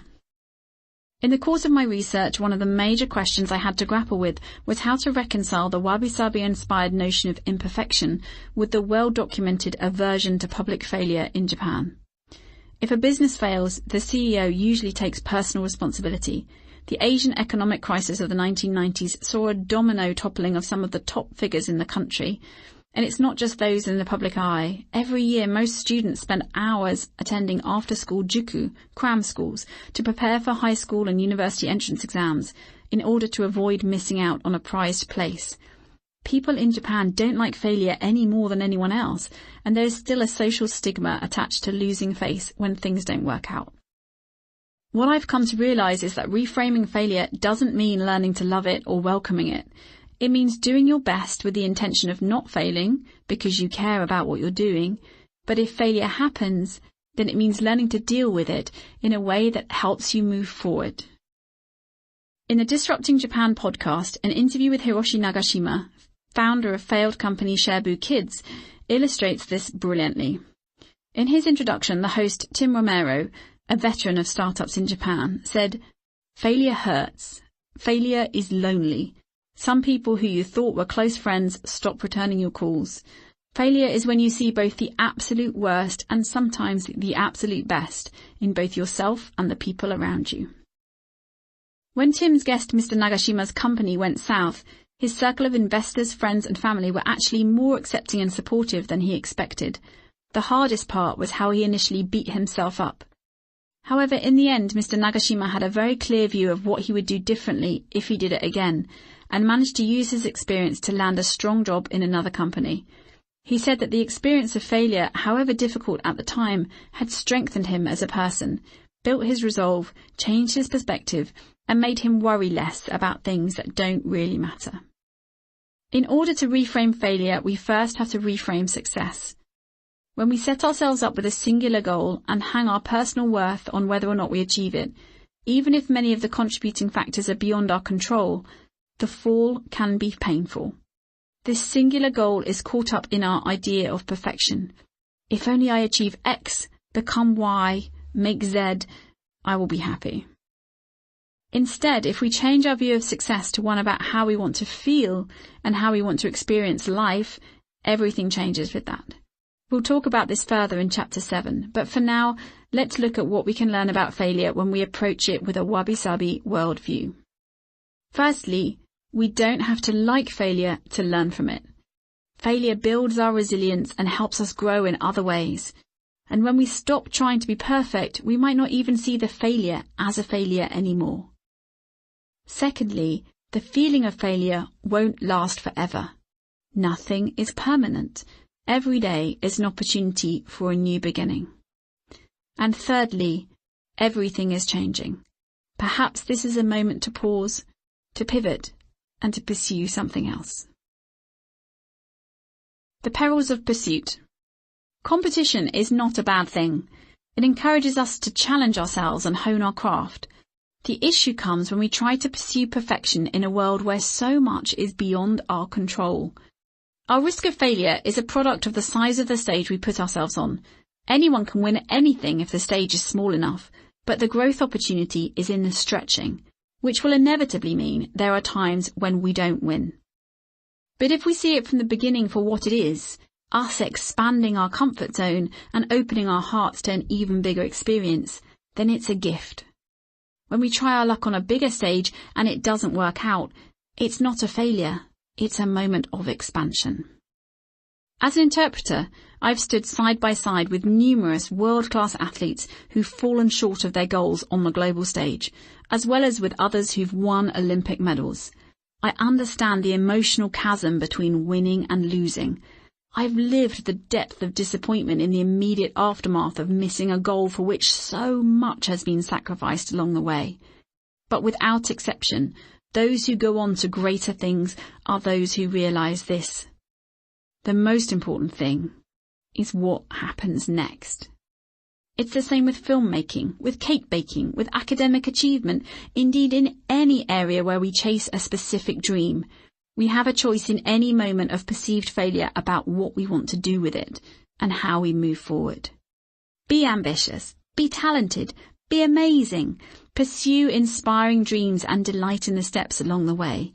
But don't pursue that elusive, ego-driven perfection. Instead, relax in the knowledge that perfection is an unattainable goal. It's the expansion that matters. Practicing expansion. My Japan connection has led to some unusual jobs over the years, perhaps none more so than as an interpreter for a long-distance swimmer who is attempting to traverse the English Channel in under 15 hours.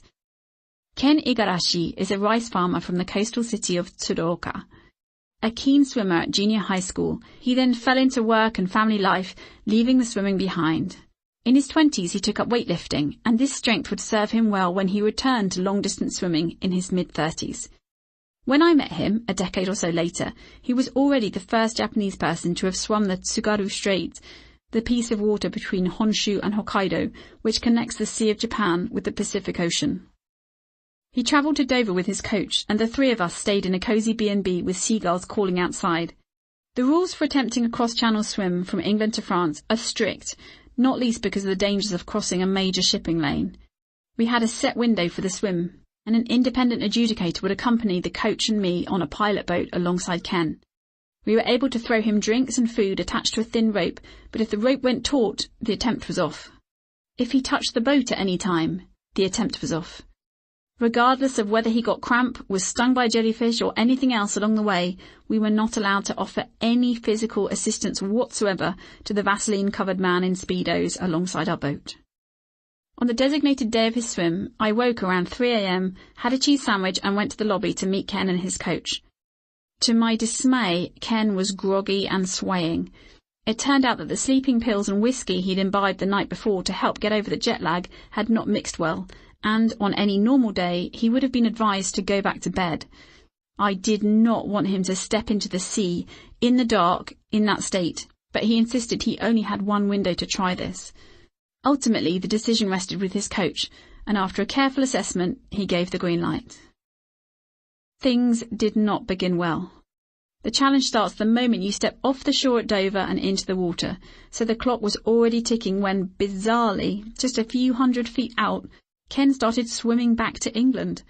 The adjudicator was understandably concerned at his disorientation. The coach shouted some instructions and encouraged him to face France again, and off we went. The shock of the cold and the realization of the error seemed to shake him fully awake, and after that it was a solid show of perseverance for many hours.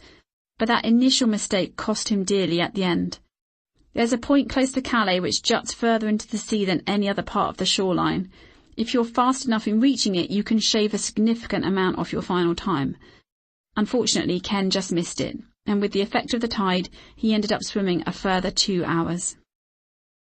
As soon as he climbed back into the boat, shivering and exhausted but jubilant that he'd reached France, he was interviewed by NHK, Japan's national broadcaster, via satellite phone. Asked about his challenge, Ken replied, "Isshoukemme ganbarimashita." I gave it my all. By the harshest of standards, Ken had failed to reach his 15-hour goal, eventually finishing in 16 hours and 42 minutes. However, he'd still swum the channel, a monumental effort, so he focused on what he'd achieved and was proud that he'd tried his best and pushed himself to complete his first international crossing. There is also no doubt he took away some major learning for his future challenges. That attitude took him far. Ken Igarashi, whose family name means 50 storms, went on to become the first Japanese person to swim from Japan to Korea, from Japan to Russia, and all the way across Lake Baikal. 10 ways to nurture resilience. 1. Boost your physical vitality with exercise, nourishment, and rest. 2. Boost your mental vitality with quiet time, adequate sleep, and time in nature. 3. Practice coping with small things so you can better cope with the big things. 4. Set yourself a series of small goals and work towards them. 5. Grow something. Pay attention to the difference your care makes. 6. Make regular notes of the things you do well to remind you how capable you are. 7. Seek out community and build a support network. 8. Seek out resilience role models and learn from them. 9. Surround yourself with inspiring quotes. 10. Look for reasons to be positive every day. But it's hard. I know it's hard. The kind of failure that turns to regret and self-bashing is heavy. The job you didn't get. Ouch. The years you spent in a relationship with someone who crushed your spirit. Ouch. The 15th publisher rejecting your book proposal. Ouch. The project you agreed to without a contract which then went south. Ouch. The time you said yes when you knew in your gut it should have been a no. Ouch, all over again. No one's saying it's easy to fail, but the good news is you get to choose what you do with it. If you try to hold the failure in that place of regret and self-bashing, it will only morph into something darker and heavier, because everything changes, right? Instead, try to encourage it to transform into a lesson. However hard this may seem, you have the power to make that choice at any time. Focus on what would be different if you excavated the teaching instead. Resistance to the possibility of failure. In my work helping people transition between careers, between lifestyles and between life stages, I constantly come across resistance to being a beginner due to an overwhelming fear of failure. If you start something new, it's highly likely you will get things wrong along the way. There's no doubt this is hard on the spirit as well as on the ego. It's easy to see why so many people spend years on a track that's making them miserable now to avoid the possibility of a mistake making them miserable in future. This is particularly the case with people wanting to shift into a more creative way of living or earning their income from a creative profession. The risk is too high, the fear of failure too great, the ghosts of art teachers and other critics from the past too loud in their ears. But there's something they don't realize. Failing your way forward is progress. Each time you do it, you build up your store of inner wisdom to draw on next time you need it. The failure doesn't have to be the end of the story.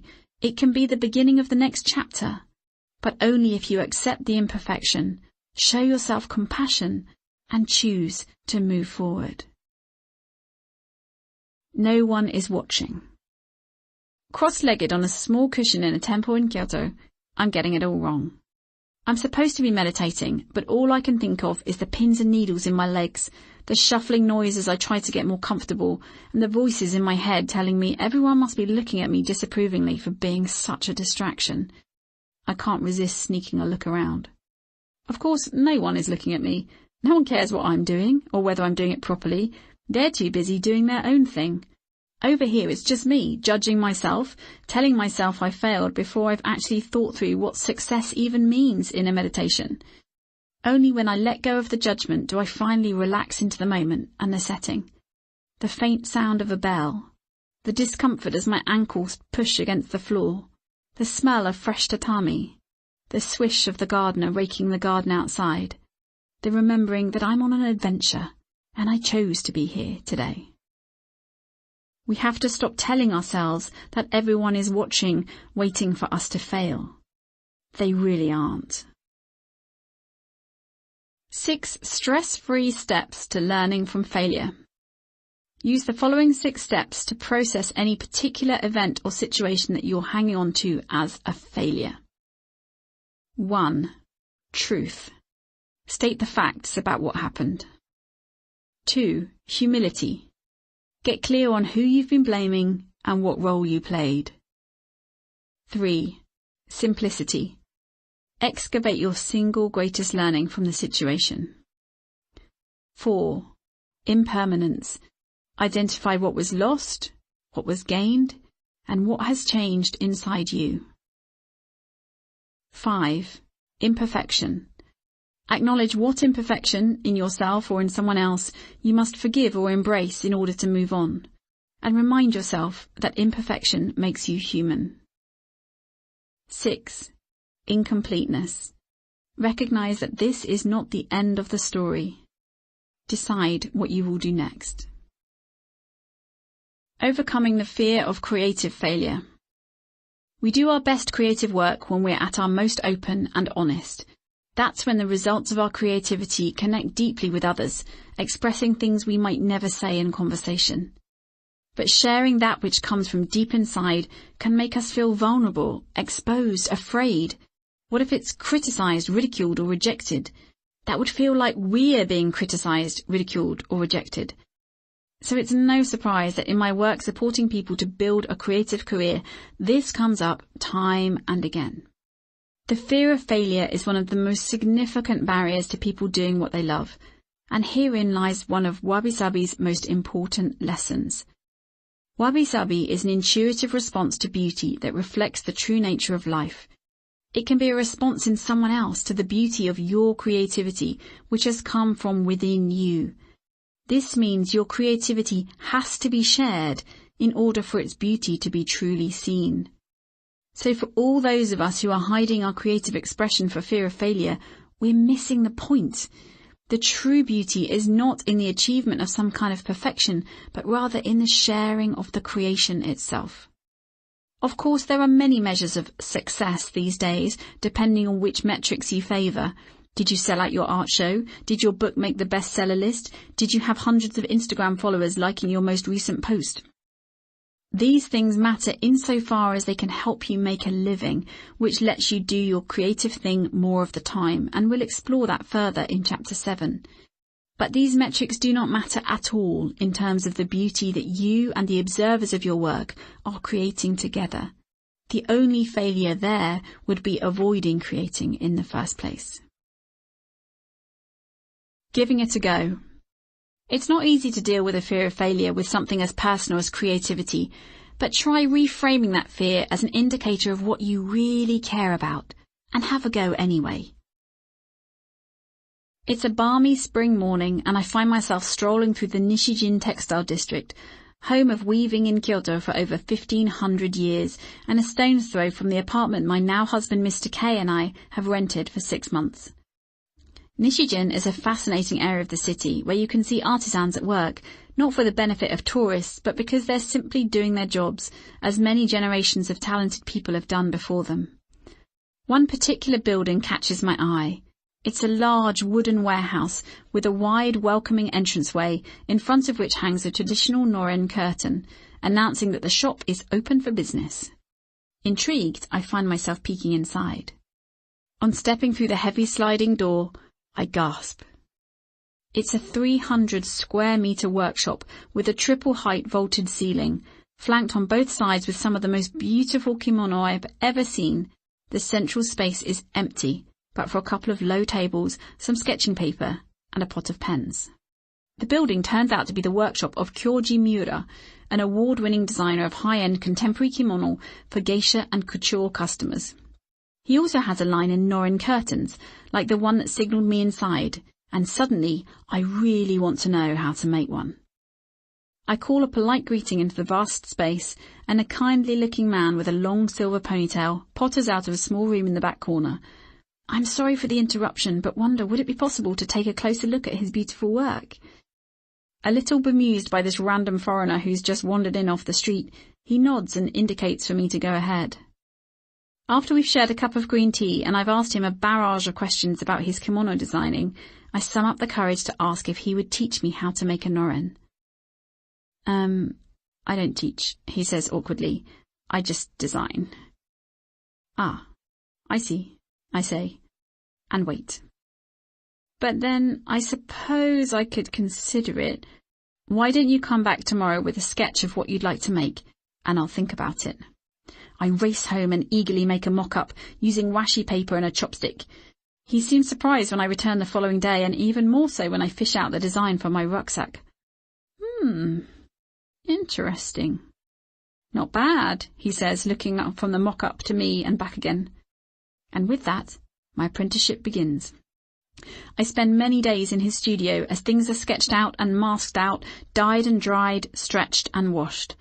There are many times during the process when I feel overwhelmed with the enormity of what I'm trying to learn in a relatively short space of time. He's a master with incredibly high standards. I'm a novice with no idea. But Miura-sensei continuously reminds me to focus on the task at hand, to keep on showing up at his studio, having a go and seeing what happens. He teaches me to pay attention to the details and listen to the instructions, but also to use my instinct. After all, it's my design. In the mind of this particular master, there are no mistakes, just interesting creative experiments. Back in Miura-sensei's studio, when we finally cut the long piece of hand-dyed linen into 3 panels, stitch them together and hang them over a bamboo rail, I think my heart will burst. There are some uneven patches of dye, a wobbly line here and there, and even a slight mismatch in the lining up of the panels. But to me, my first ever noren is perfectly imperfect, and something to be treasured. The curtain, which now hangs in my home, shows a silvery moon on an indigo background, with 2 birds silhouetted against it. The pair of birds represent possibility, support, and freedom, the things we make space for when we overcome the fear of creative failure. 5 ways to build creative confidence. Use these top tips for building creative confidence so you keep on putting your work out into the world. When you do that, there is nothing to fail. 1. Forget about the label, artist, writer, or whatever, and just get busy creating. 2. Give your attention to the process, not the end product. 3. If something's not working, try something else. A new medium, a new material, a new teacher, a new angle. 4. Only half the responsibility is yours. Show up with an open heart and watch the universe step in to help. 5. Don't go it alone. Find a community of others who love what you love and support each other. Lessons from the House of Light.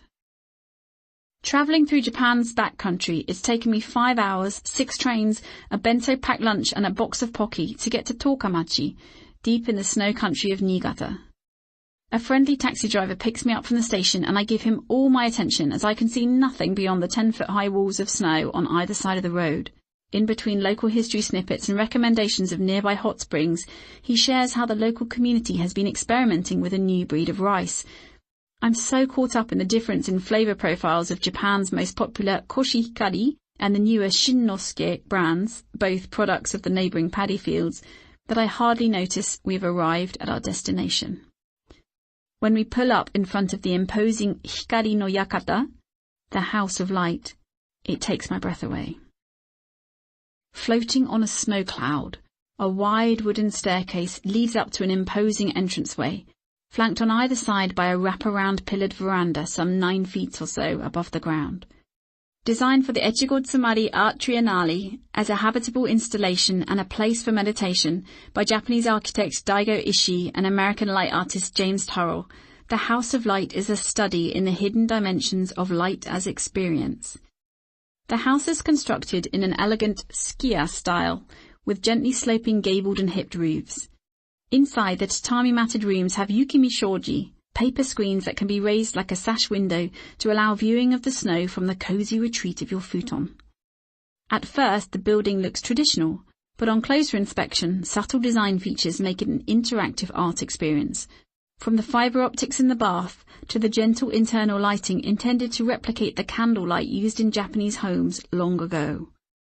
The House of Light can accommodate 6 people, but to my delight, the friendly manager greets me with the news that all the other guests have cancelled, so I have the place to myself. What a precious gift this turns out to be. Towards the end of the afternoon, a local chef delivers a freshly cooked meal consisting of 10 different plates. As he explains each element in turn, I can't help thinking it's almost too indulgent for me, dining alone. The room I choose to eat and sleep in is like no other. A huge square hole has been cut out of the white ceiling. At the touch of a button, the entire roof slides back to reveal the sky. Just before sunset, a light show begins. The area surrounding the hole in the ceiling fades slowly from one colour into another. Out of the window I can see snow and mountains and a grey-blue twilight, but above me the pink light framing the hole has rendered the sky cerulean. Chopsticks in hand, I do a silent bow to no one in particular. First for tasting is the simmered nimono, a bowl of bamboo shoots, taro root, enoki mushrooms and sea bass. Then, as the sky turns green against its pale cherry light frame, it's butterbur buds in sweet miso and sticky teriyaki amberjack with ginger. Now a pale indigo light takes over the ceiling and the sky looks yellow, mirroring my rolled omelette served with fern fronds and salmon. The soul soup is next, beneath a sky that has brightened to azure against a cotton candy light frame. And now fried tofu with carrot as the pink brightens and the sky shifts to a Persian blue. The sky itself is only subtly changing as night falls, but the contrast with the changing frame is extraordinary. White light makes for an aubergine sky, mirroring the whiting and eggplant tempura on my plate. Accompanying the rice and pale miso soup is a new shade of pink light, which births a bright green sky. And then, as the meal is rounded off with a smooth milk pudding, a bolt of sweet orange renders the sky a jewel-toned turquoise. Towards the end of the light show, appetite satiated, I clear the table and settle into my futon on the tatami floor. The ceiling light drifts back to an innocent white, rendering the sky indigo. The moon has been there all the while. The night is clinging to the edges of the hole in the ceiling. Just then, as I stare up at the infinite sky from the depths of my futon, body warm but night air cold on my face, it starts to snow. Inside the room. Real snow falling inside a real room. Outside in, inside out. I know I should close the roof, but I cannot move for thinking how this is not supposed to happen, but how art has made it happen. How we perceive and believe things have to be a certain way until we realize that isn't true. How anything is possible with the right conditions. And it makes me wonder, how else are we limiting ourselves? What else could be possible if we stopped telling ourselves the opposite? Each time the border transitions from one colour to another, the square piece of sky inside it is also transformed. When we get stuck, it's as if we are only seeing one version of the sky. We forget we're capable of seeing many different versions, if only we change the frame. When we fail, it's not to say we should deny or run away from it, but rather recognise that we can transform our view of what's happened. Are we framing it with dark, heavy stories of regret and judgment, shame and embarrassment, disappointment and despair? Or are we framing it more lightly, as an opportunity to learn and grow with courage and clarity, as a clue to possibly rethinking or changing direction? Or simply as a gentle reminder that we're human and people make mistakes? Shrinking or growth, blame or possibility, regret or learning opportunity. What we see changes depending on how we frame it, and that changes everything. I'm lost in these thoughts when suddenly everything goes black. The frame of light has disappeared and I suddenly feel sucked into the wide open sky, almost as if I'm falling upwards towards it, and then night wraps its cloak around me. The next morning I wake to silence. Meters of snow are stacked up around the house and there is not a soul in sight. I'd fallen asleep looking out over the village below, lights twinkling in the night, but then a mist moved in and now I cannot see beyond the trees. It's 100 shades of white and grey outside. I make myself cheese on toast in the fish grill and tea in a see-through pot. Then I just sit a little longer. I know there's something waiting for me in the space between what I saw and what I understood. I want to know it, so I listen. And while I'm waiting, I remember that I took photos of the sky through the hole in the ceiling on both my digital camera and my iPhone. I wonder how they turn out, so I take a look. The results are astonishing. With my DSLR, the sky is almost the same colour in each picture, just slowly darkening with each image as it naturally would with the descending darkness. But the iPhone pictures are different, the sky varying in colour with each change of frame, in much the same way my brain presented it to me. The same sky looks different through different lenses. And with this, the House of Light reveals its final lesson to me. Our perception of our problems does not just depend on how we frame them, but also the lens through which we view them. We can look through a lens of judgment or a lens of grace, and that determines how much of an emotional toll we allow the failure to take. The Sabi beauty we spoke of in Chapter 1 is not one that can be created by the human hand. In the same way, the lessons we learn from failure are not lessons we willingly create. Failure happens, and there are ways to deal with it, none of which involve you judging yourself for being a failure. How you experience and learn from failure all depends on the frame and the lens you choose. Perhaps it's no coincidence that I learnt this inside a structure built as a collaboration between a Japanese architect and a Western artist. Looking to other cultures, then back at our own, can be valuable.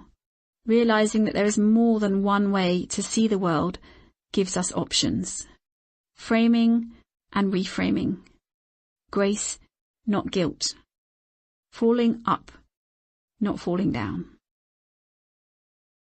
So as we come to the end of Chapter 5, take a moment to reflect on this Wabi-Sabi inspired wisdom for reframing failure. There is no complete or perfect with learning. There is just learning. Failure is simply a moment of expansion. Failing your way forward is progress. Reframing failure transforms our experience of it. So now it's your turn to try it. Reframing. Think of an example where you failed at something. Now, in combination with the 6 stress-free steps to learning from failure that I talked about earlier, truth, humility, simplicity, impermanence, imperfection, and incompleteness, make some notes in response to the following questions. When you failed, what happened? What made you consider it a failure? How did you feel about it when it happened? Were you sufficiently prepared at the time? What were the external factors at play? Did you listen to your intuition? What was it telling you? Faced with the same situation in future, what would you do differently? How can you re-evaluate this failure with a growth reframe or through a lens of grace? What has changed as a result of the experience? What do you need to do now to move on from it? Reflect on your answers and make notes about what you're able to do or see or understand thanks to that thing that you called a failure.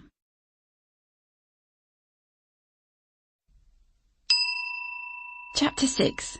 Nurturing Relationships. Hamana-sensei has set delicate peach blossoms and a sprig of yellow rapeseed flowers in a bamboo vase, offset to one side of the tokonoma alcove.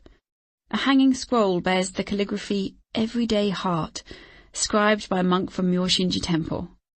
I sit in the seiza position, legs folded beneath me, on a low flat cushion on the tatami floor, beside my friend Izumi, who's been studying tea with Hamana-sensei for years.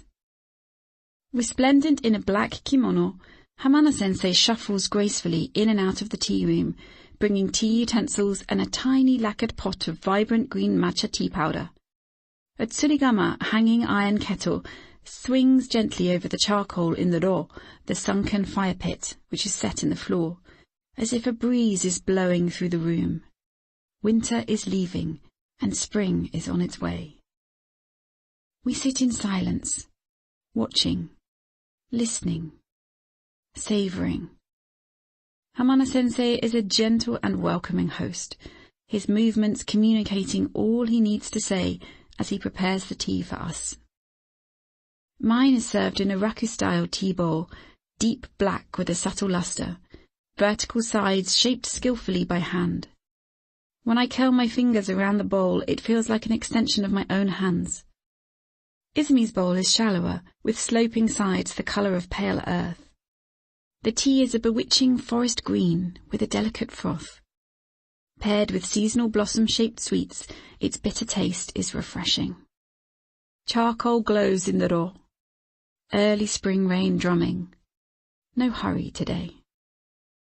Japanese aesthetics are embodied in the traditional tea ceremony without being explicitly taught. Hamana-sensei almost never speaks of philosophy in his classes, yet I leave with the sense that I've learnt something significant. It's just the ritualized making of tea, and yet it's so much more. The three of us have given and received, and been present for each other. Lessons from the tea room. In olden days, samurai would remove their swords and hang them on the katana-kake, the sword rack, before entering a tea room through the nijiriguchi, the crawling-in entrance, a door so small that everyone, regardless of status, would have to stoop and crawl through it. The tea room compresses the world to that space, the present moment, the shared experience. Inside, everyone is equal. The host and guests offer each other care and consideration. They're mindful and accommodating of one another.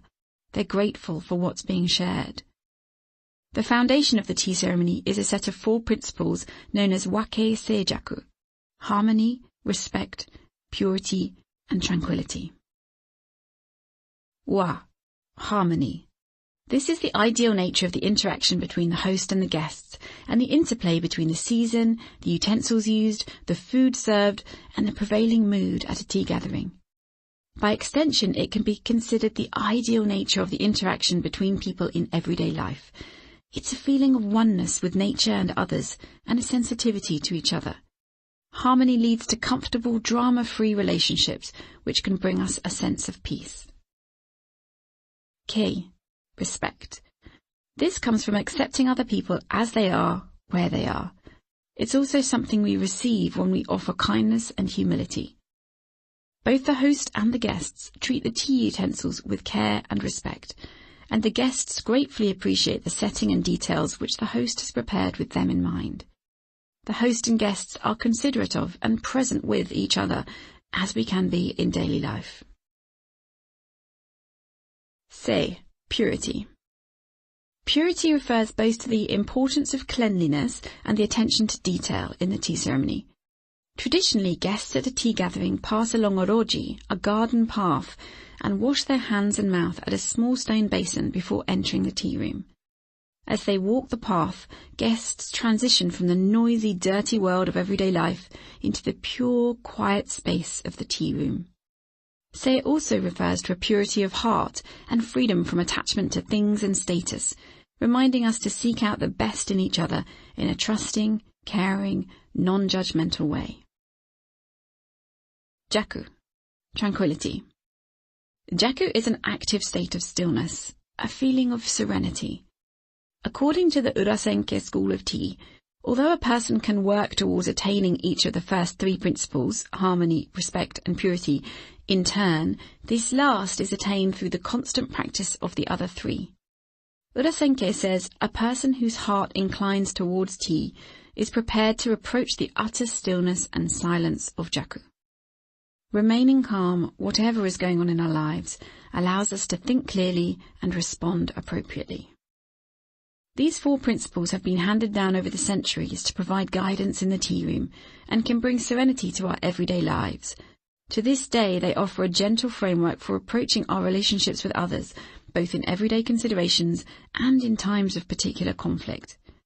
Think about how different each of your relationships, loving and challenging, could be with a little more attention to harmony, respect, purity, and tranquility.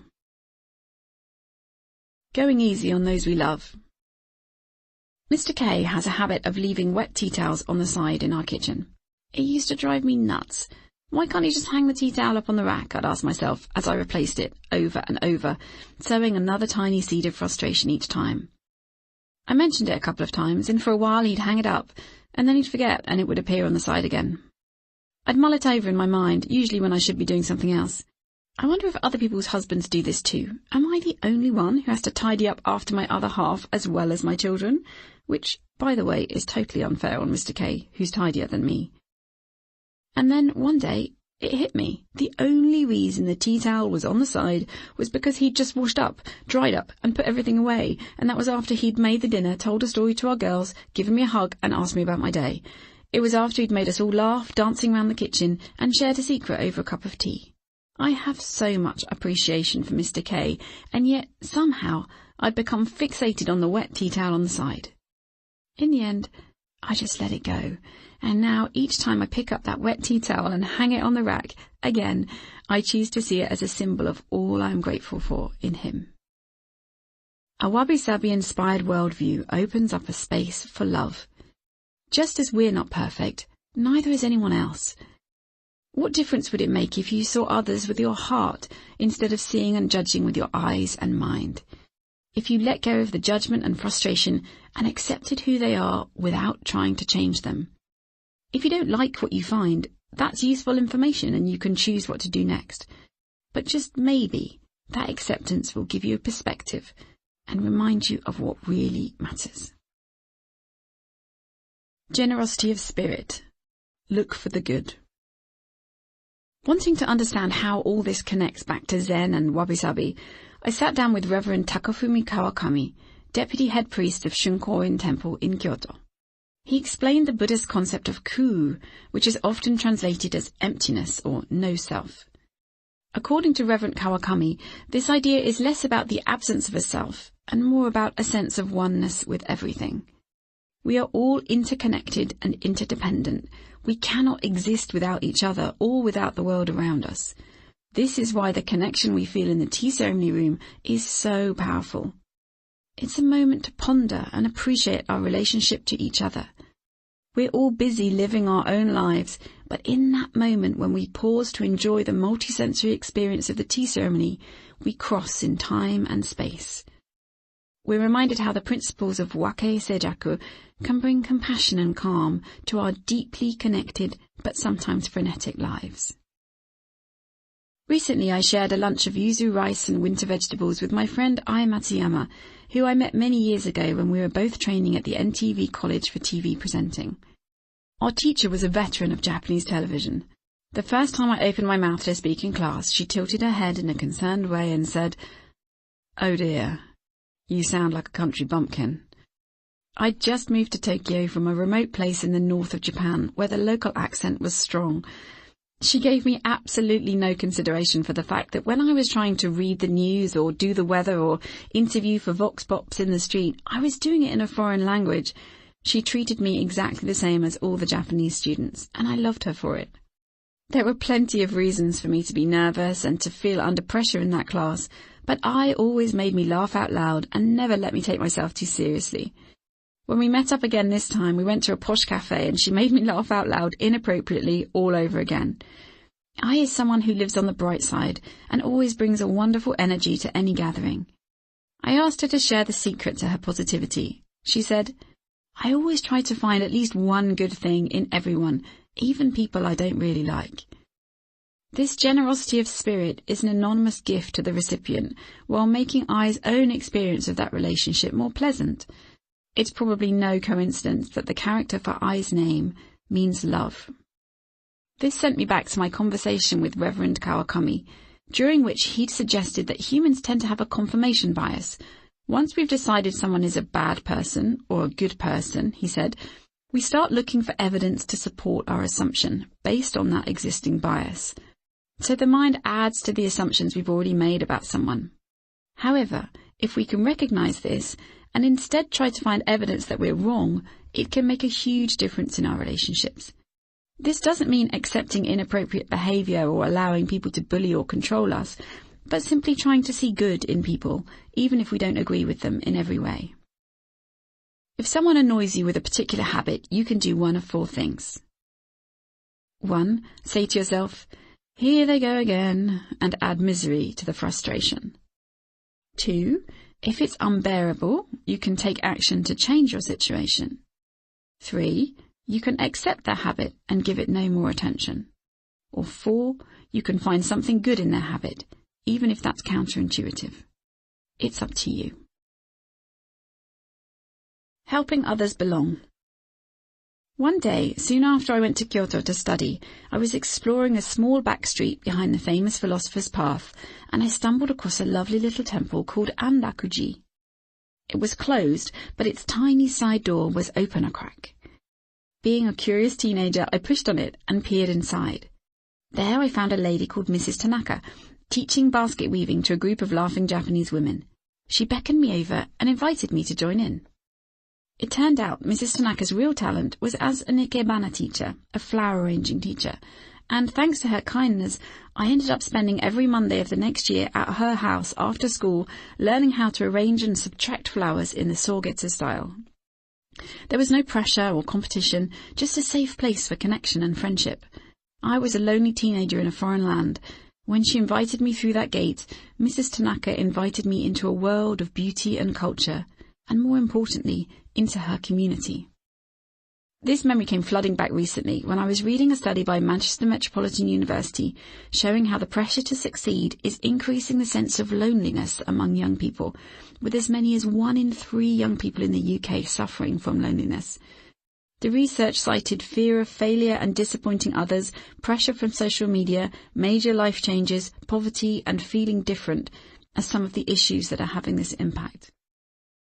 Although the study focused on young people, we can see this throughout society, regardless of age.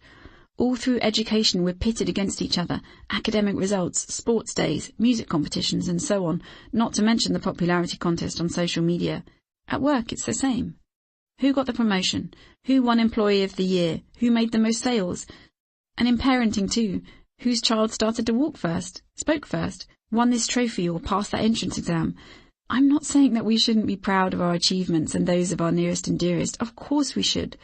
But let's also be mindful of all that we celebrate, who we are, not just what we achieve, giving credit to the effort as well as the wins. The more we can show those we love that we honour and accept them in all their glorious imperfection, the more we can let them know they won't be judged or rejected if things don't always work out right. The more we can help them anchor themselves in what is real, not what they see on their phones, the more chance we have of helping them feel they belong. Lessons from the Jazz Cafe. Introducing one of my old friends, Michiyuki Adachi. One August evening 21 years ago, I was with my band Blue Moon doing a gig in a dimly lit jazz cafe. I was on bass, my wife Kyoko was doing a moody vocal, and our friend Shibure-san was on drums. The door opened and a young Englishwoman walked in with a shock of peroxide blonde hair, a small rucksack, and a big smile. She waved at Shibure-san and then went to the bar and ordered a beer.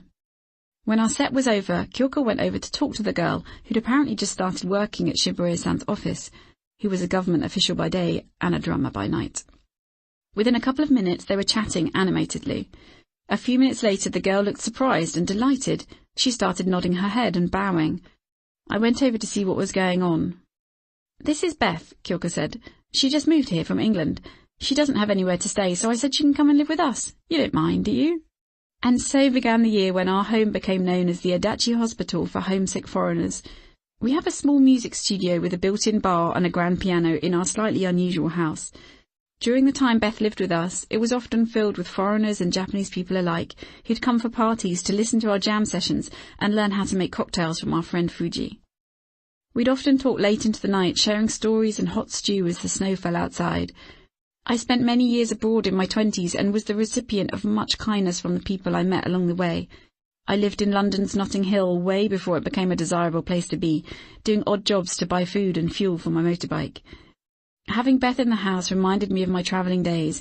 She was full of energy and curiosity, always coming home from her job at the local government full of funny stories about various people she'd met or situations she'd encountered. These days, a lot has changed in all our lives, but we still share a common love of the simple things: good conversation, cold beer, real friendship. I count my blessings every day, and the older I get, the more I value the gifts of a simple life. This is how Michiyuki Adachi remembers the day we met. Adachi-san is one of the kindest, most generous, and most contented people I know. I think it's no coincidence that he's all those things at once.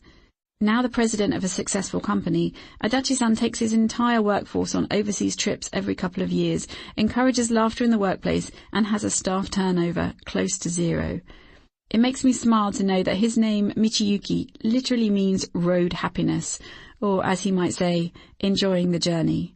He and his wife Kyoko taught me so much about how to find contentment. It starts with nurturing relationships with other people and ends with being grateful for it all. Of course, there are times when we need to be cautious around strangers, but we have an inbuilt system of intuition to help us discern this, to keep ourselves safe. More often than not, the way you're treated as a traveller is a reflection of the way that you travel. If you explore with an open heart and mind, that's usually how you're received, and this has always been my experience in Japan. Face to face. In the course of my research for this book, almost everyone who generously agreed to be interviewed asked that I speak to them in person. In this age of free video chats, it can seem extreme to fly halfway around the world for conversation, but it matters. The same sense of intuition that leads Japanese people to feel wabi-sabi in the presence of beauty guides them to read you as a person. They recognize how much lives between the words, in the unsaid, and there is nothing like a face-to-face for a heart-to-heart. There is a phrase in Japanese, kuki o yomu, which literally means to read the air. It refers to the ability to sense an atmosphere and act accordingly. The clues might come from body language, facial expressions, or simply a feeling. Being able to read the air facilitates harmony among a group because it allows you to anticipate the needs of others without them specifically saying what they need, understanding when to speak and when to listen. This is not simply a Japanese trait, of course.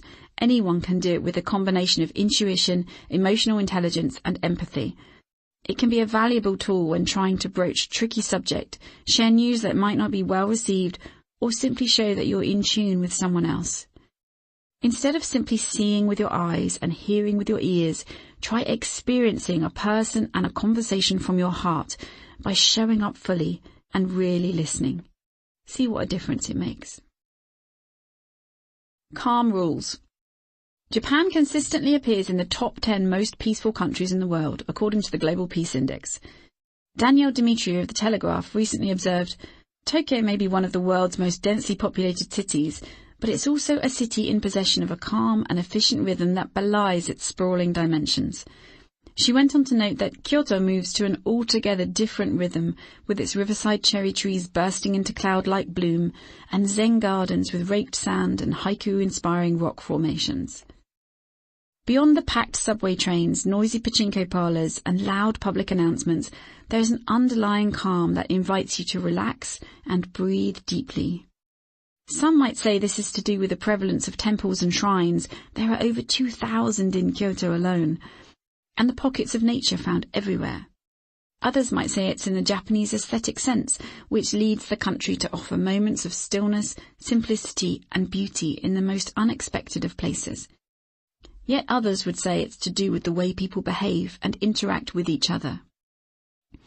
A Wabi Sabi inspired worldview can help us invite calm in the midst of chaos. Being able to access that place of calm in the midst of our tumultuous lives can help us cope, make better decisions, stay serene, and communicate better with each other.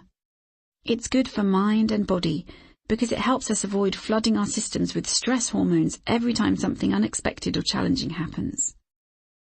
There is a time and a place for excitement, euphoria, exhilarated joy, and even nervous anticipation. These kinds of extreme emotions rarely exist alongside calm in the moment and are part of diving deep into the experience of our lives. But living at the extremes of emotion, whether up or down, for an extended period of time is exhausting. Layering extreme emotions over daily stress and uncertainty can cause chaos. Calm can be a welcome tonic to bring us back into balance, offering clarity, serenity, and quiet genius. It reminds us that everything is impermanent, imperfect, and incomplete anyway, and encourages us to seek simplicity and serenity wherever we can. Calm communication. At the turn of the millennium, I found myself in Tokyo, working on the organisation of the 2002 FIFA World Cup, Korea, Japan. Co-hosting one of the world's biggest sporting events inevitably brought all sorts of operational and political challenges and delicate negotiations. Despite this, it was a rare meeting between the Japanese officials and their European and American counterparts, where a voice was raised on the Japanese side. The one thing I learnt during that time was the value of calm communication. There were vast differences of opinion, seemingly insurmountable problems and real frustrations from all parties, not to mention the added layer of cross-cultural misunderstanding. Yet none of the issues was resolved with anger or verbal demonstrations of strength. With the help of skilled interpreters, the gentle way won the day. We all want to be heard and understood, and keeping calm when we communicate can help us do that so much better. When someone talks to us in an aggressive way, forces an opinion on us, says something hurtful or something we strongly disagree with, we have a choice. We can choose to react in a way that escalates the negative energy and aggression, or we can choose to respond calmly in a way that brings a more considered discussion or even closure of the conversation. This isn't about always agreeing or giving in, but it's about using calm tools to have better conversations and avoid additional stress. More than words. We all communicate with our body language and facial expressions, with the tone of our voices and with our energy. Depending on what we choose to do with each of them, we can bring about an opening up or a shutting down. Once someone shuts down, it's hard for them to hear what you're trying to say, and if you allow yourself to get caught up in spiraling negative energy, it's also hard for you to hear someone else. One of the most important things I learned about calm communication in Japan is this. You can communicate what you feel without reenacting how you feel. So if someone makes you feel angry, you can explain your point without shouting it. You can let someone know you're feeling stressed without snapping at them. And if you can do that, it's going to be better for everyone. Within the context of people speaking Japanese, there's so much more that goes on beyond what's actually said. From the level of politeness and the depth of the bowing, to the atmosphere and shared understanding that somehow needs no words, there is infinitely more to Japanese than the words themselves. While it's hard to translate the subtleties of this, there are valuable things we can all take away. Sensitivity, patience, real listening, and consideration for others. Lessons from the hot spring. I can clearly remember the precise moment I made the mistake. It's one of those days when I'm trying to power through a long list, I've got a head cold, my eldest daughter is hanging off my arm as I try to type, and my youngest is scrabbling around my feet in search of a lost doll's shoe. I really should wait for a quiet moment to complete the booking, but I'm running out of time before my trip, so I just go ahead. Bad idea. A week later, I show up at Kambayashi Onsen Hot Spring, weary from my overnight flight and long train journey to this remote part of Nagano. I'm greeted with hot black bean tea and a friendly duty manager, and it all starts well. But then his expression changes to one of puzzlement. "Where's your travelling companion?" he asks. "It's just me," I reply. "Oh." It turns out I've paid £250 for room only in this hot spring resort based on 2 people sharing, even though there's only me. The price doesn't include any food, and it's too late to order any, as the chef has already been informed of numbers. If you've ever been to a hot spring in Japan, you'll know that one of the joys of the experience, once you've soaked your tired body, is to get dressed in a yukata cotton kimono and tuck into a feast of carefully prepared local dishes. The food is half the point. No one books room only at an onsen. "I'm so sorry. I could show you a nice ramen place down the road," he offers, trying to help. I'm shattered. There's a foot of snow outside, and I am pretty sure that after a soak in a hot bath, I'm not going to want to traipse down the road in the cold for a bowl of noodles, while everyone else enjoys a veritable feast in the hotel. Of course, it's my fault. Well, mine and Expedia's for offering room-only places at an onsen. But knowing this doesn't help. The chatter begins in my head. Why couldn't you have just concentrated for 5 minutes and made the right booking in the first place? Why didn't you take the time to read the details? Typical. Even though it's not actually typical at all, I'm usually pretty good at logistical stuff. Sometimes the chaos just seems to take on a life of its own. But then my Japanese kicks in and I am full of apology. "Oh, please don't worry, it's totally my fault. I should have paid better attention when I made the booking. It's such a pity, as I was looking forward to delicious local Nagano food, but it's completely my fault for having messed up the arrangements. I'm so sorry to cause you the embarrassment of this mix-up." There must be something about the tone of my voice when I speak Japanese. The extra polite language it's only appropriate to use, and perhaps my body language, which mirrors that of the duty manager and gets him thinking. Perhaps it's the unexpectedly quiet response of the weary foreigner who just wants a hot bath and a tasty dinner, who's making no fuss and is, instead, apologising profusely rather than being loud and brash as visitors sometimes are, that makes him think twice. "Please sit down and enjoy your tea and cake. I'll just pop into my office and see what I can do," he says, bowing and scuttling off. He makes a phone call, and before I can finish the welcome snack, he's back with good news. He kneels beside me, apologises again, and says that the chef will make a special exception as I've travelled so far, and I'm welcome to have tonight's 12-course meal on the house, if I would so care to partake of it. Would I ever? I'm floored. Humility and gentleness are met with humility and gentleness. No drama, no stress, just kindness. I thought about this as I tucked into my lotus root shrimp and green peas in miso in the hotel restaurant that evening. I mulled it over as I sent a silent prayer of gratitude for the chef who'd so carefully prepared the deep-fried angelica spear with simmered burdock, earthy and woody with a spicy puff of smoke. While the Nagano beef and onions cooked over a candle in front of me, I considered why our natural response to a problem is so often to launch into a reaction of stress, anger or blame. As I stirred in locally foraged mushrooms with my chopsticks, I thought about how those things rarely help to solve the problem. And by the time the clam soup, local rice and pickles arrived, I'd figured out 3 questions that can help us handle challenging situations in a calmer frame of mind. Next time you want to scream in a moment of conflict, take a deep breath, then ask yourself these questions. 1. How do I really feel? What's the deeper feeling beneath the initial response of anger or frustration? Maybe it's actually about something else. Loneliness, fear, guilt, or sadness, for example. This can help take the fire out of your initial response. 2. What's going on, and why is the person in front of me saying what they're saying? Listening carefully and trying to understand their point of view can help you understand, even if you don't agree. This can help you calm down and respond in a much more effective way. 3. What do I want to say, and why do I feel I need to say it? Is it because you want to find a way to find a resolution and move beyond the situation, or is it because your ego wants you to settle a score or win an argument? Focusing on a mutual resolution instead of competition or manipulation can allow you to deal with a situation more calmly and resolve it more quickly. Try thinking about these questions the next time you feel anger rising, or you find yourself snapping at your children, your partner, or a colleague, and see if you can resolve things in a calmer way. Then notice how differently you feel when you've done that. Try bringing your Wabi-Sabi worldview to all of your relationships, and you'll soon notice how different they look with this perspective. So as we come to the end of Chapter 6, take a moment to reflect on this Wabi-Sabi inspired wisdom for nurturing relationships. Wabi-Sabi opens up a space for love. No one is perfect. Our connections deepen when we honour each other's imperfections.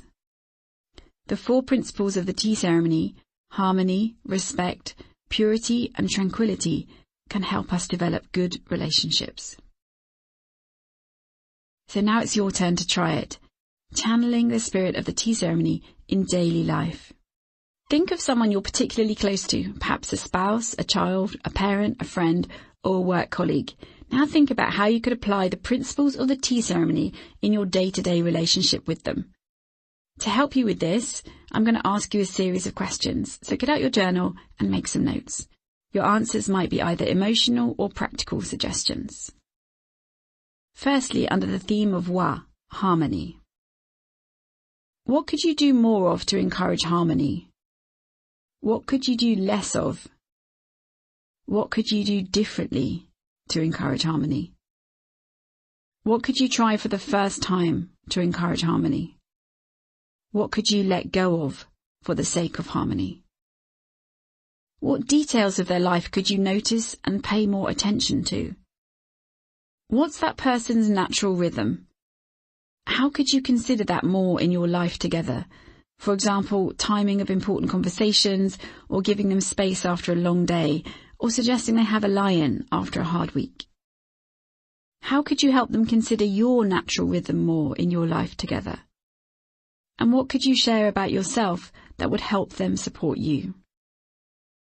And then in terms of the second theme of Ke, respect. What do you respect about this person? How could you let them know about that? In what ways could you offer them kindness right now?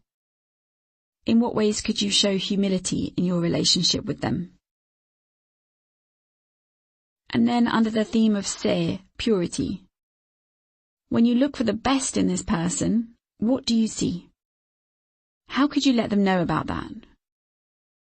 Think back to the last time you had some kind of conflict with them. If you'd approached it with a commitment to seeing the best in them, even in the middle of the conflict, what might have been different? And then list all the ways you care for this person and find a lovely way to tell them. And then finally, Jaku, tranquility. How could you nurture a sense of calm in your relationship? Are there any particular times or scenarios where you tend to react in an emotionally charged way? How might you benefit from approaching a conflict situation with harmony, respect, purity, and tranquility? It may not be easy, but it can make a huge difference. And then finally, how could you proactively build more space and peace into your time together?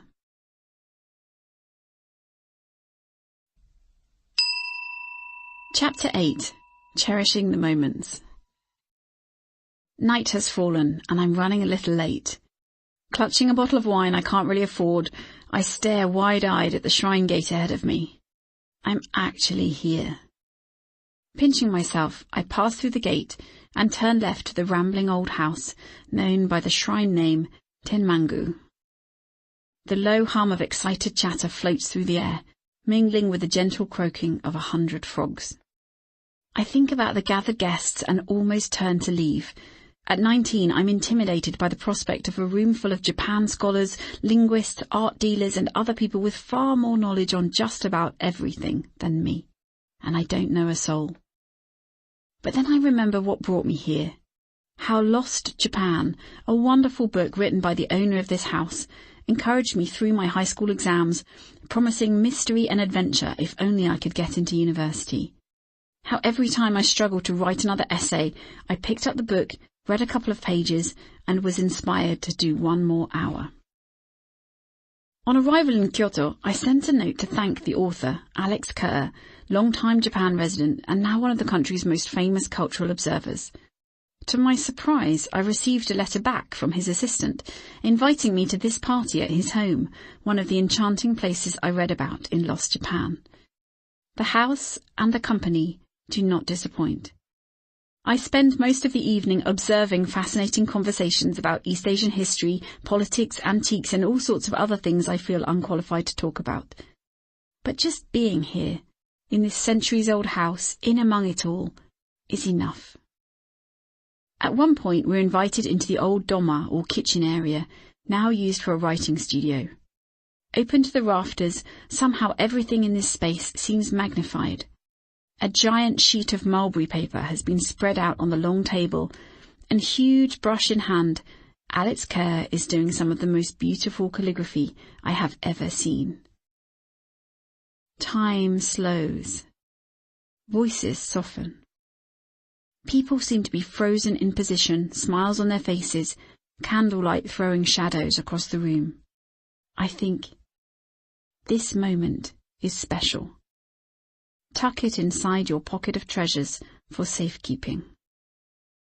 A couple of decades on, many details of that day are blurry, but that moment, which I chose to keep as a precious treasure, remains as clear as if it were yesterday. The real kind of perfect. I'll let you into a secret. Perfect is actually one of my favourite words. I use it all the time, but only ever in the context of moments. I believe that's the only occasion perfection is real. The tiniest slice of time can hover, shimmering in momentary stillness. And then it is gone. A perfect moment in an imperfect world. That moment in Alex Kerr's studio at Tenmangu was perfect. The moment I sat in my hospital bed looking out over the sea, holding my precious newborn baby to my chest as the sun rose, knowing that this second child would be my last, was perfect. The moment this morning when I exchanged an unspoken word with a sparrow looking in on me at my writing desk was perfect. In a world constantly in flux, moments like this can feel as if time itself is winking at us. For an instant, we find ourselves completely immersed in the experience, not bothered about the past or the future, while simultaneously being aware that the moment itself will not last. In literature, this is sometimes called a haiku moment, a description which captures the poetic beauty of beholding such a delicious sliver of experience. These kinds of treasures are to be found in the smallest details of daily life, if we can slow down, be present, and pay attention long enough to notice. In that single heartbeat before the bird flew away, Wabi Sabi was present, as I experienced a natural beauty even more exquisite for its imminent vanishing. The call of beauty. One lady in her 70s told me this. I feel wabi-sabi when I'm in a space alone, but I can sense the lingering, comforting presence of people who were also there until a moment ago. It's the anticipation of a loved one's return at the airport just before the arrivals doors open. A campfire story sent into the smoky air. The memory of a kiss while you're still kissing. When we look back on our lives, these are the kinds of moments we remember. When we rush too fast, eyes locked somewhere on the future, or staring at our smartphones or distracted by someone else's path, we miss the opportunity to stop and collect our own moments of beauty and to sense wabi-sabi. We know how delightful life can be when we're present to it, and yet we still spend our days rushing, distracted, stressed out, boxed in, on track for a life that doesn't quite feel like ours. When we truly open our eyes and hearts, beauty calls to us through the chaos and the noise. It shows us a fleeting glimpse of the version of our lives where our soul is singing because we harnessed our talents, gave attention to our ideas, nurtured our love, and really showed up for life. Sometimes we feel this, but we turn away from it because it doesn't look how we expected it to look. It's not the shiny, polished life that we've been taught to desire, the perfect house, job, car, partner, family, or whatever. But when we're present and really listen for that call of beauty, we discover the life that was meant for us, our perfectly imperfect life. But beauty calls quietly. We have to be perceptive to its signal and then play our part. The creative urge, the pull to a rural life, the yearning for friendships that go deeper, whatever it is that's calling you to a particular kind of beauty, heed that call, for it's the beauty of life itself. Live long, live well. According to UNDP, Japan has the highest life expectancy of any country in the world, with 67,824 centenarians alive in 2017. Within Japan, the rural village of Matsukawa in Nagano has the highest life expectancy of anywhere. When this was announced by the Ministry of Health, Labour and Welfare, the mayor of Matsukawa, Akito Hirabayashi, said in an interview, "I was bowled over to hear this news. It's not that we've done anything special to achieve this. We're blessed with a beautiful natural environment, many people work daily in the fields, and we eat food that we have grown ourselves. There's also a strong sense of community, and I'm sure all those things have contributed." A friend of mine who visited Matsukawa to cover this for TV said to me, "I saw many local people out walking, exercising together in parks and swimming. They also have a lot of cooking lessons, and there was a general sense of positivity in the town." The local government investigated further and found 3 main reasons for the high life expectancy: a high standard of public health, a high level of health awareness and participation in health-building activities, and a meaningful life with high motivation for work and participation in social activities. It's not just about living long, it's also about living well, and Wabi Sabi is a barometer of well-being.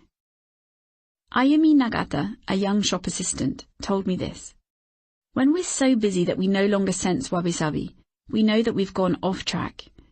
It's a reminder to slow down, to breathe, and to take time to find beauty. When we can't sense wabi-sabi, we're distracted or under pressure, or we aren't taking care of ourselves." When we look back on our lives, what do we want to remember? How do we want to feel? What do we want to have contributed?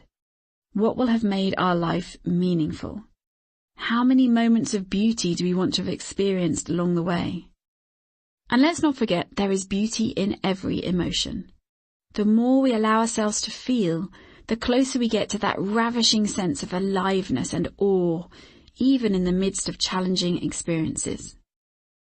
Remember, one of the most fundamental teachings of Wabi Sabi is that we are impermanent, just like everyone we love and everything in the world around us. We will not live forever. We may not even live a long time. Life is precious and fleeting. It's up to us to make the most of it at each stage, starting where we are right now. Lessons from an elder. I love talking to older people, hearing stories from the past and getting their perspective on today's world. It was, therefore, a real pleasure to spend an afternoon with Mineo Kanye, the 94-year-old daughter of the late Gin-san, at her home in Nagoya. Gin-san and her twin sister Kin-san were known for being the world's oldest identical twins, living to 108 and 107 respectively. Full of fun and vitality, they were frequently featured on television and became national celebrities in Japan. I wanted to know what Kanye-san had learned from her mother and her aunt about living a long, good life. I was also interested to hear the perspective of someone who, statistically, is very likely to live to a ripe old age herself. Kneeling on a flat cushion in her tatami-matted lounge, Kanye-san exudes a gentle calm. You get the sense that she has seen it all. When she was born in this very house, there was nothing but rice fields as far as the eye could see. Now it's a residential neighbourhood in the bustling city of Nagoya. Over green tea and blueberry sweets, we chat about parenting and politics, society and friendship. We laugh a lot. Her cheeky giggle is infectious. At one point, Kanye-san looks wistfully off into the distance and says, "You know, getting old is fine, but it's sad when hardly any of your friends are left." We're meeting just before the annual Hinamatsuri Girls' Day celebration, when people traditionally display a set of ornamental dolls. There's the Emperor and the Empress, attendants and musicians in the traditional dress of the Heian period from 794 to 1185. The display in Kanye-san's lounge instead features 2 dolls dressed as Kin-san and Gin-san, whose names meant gold and silver, respectively, a gift from a fan many years ago.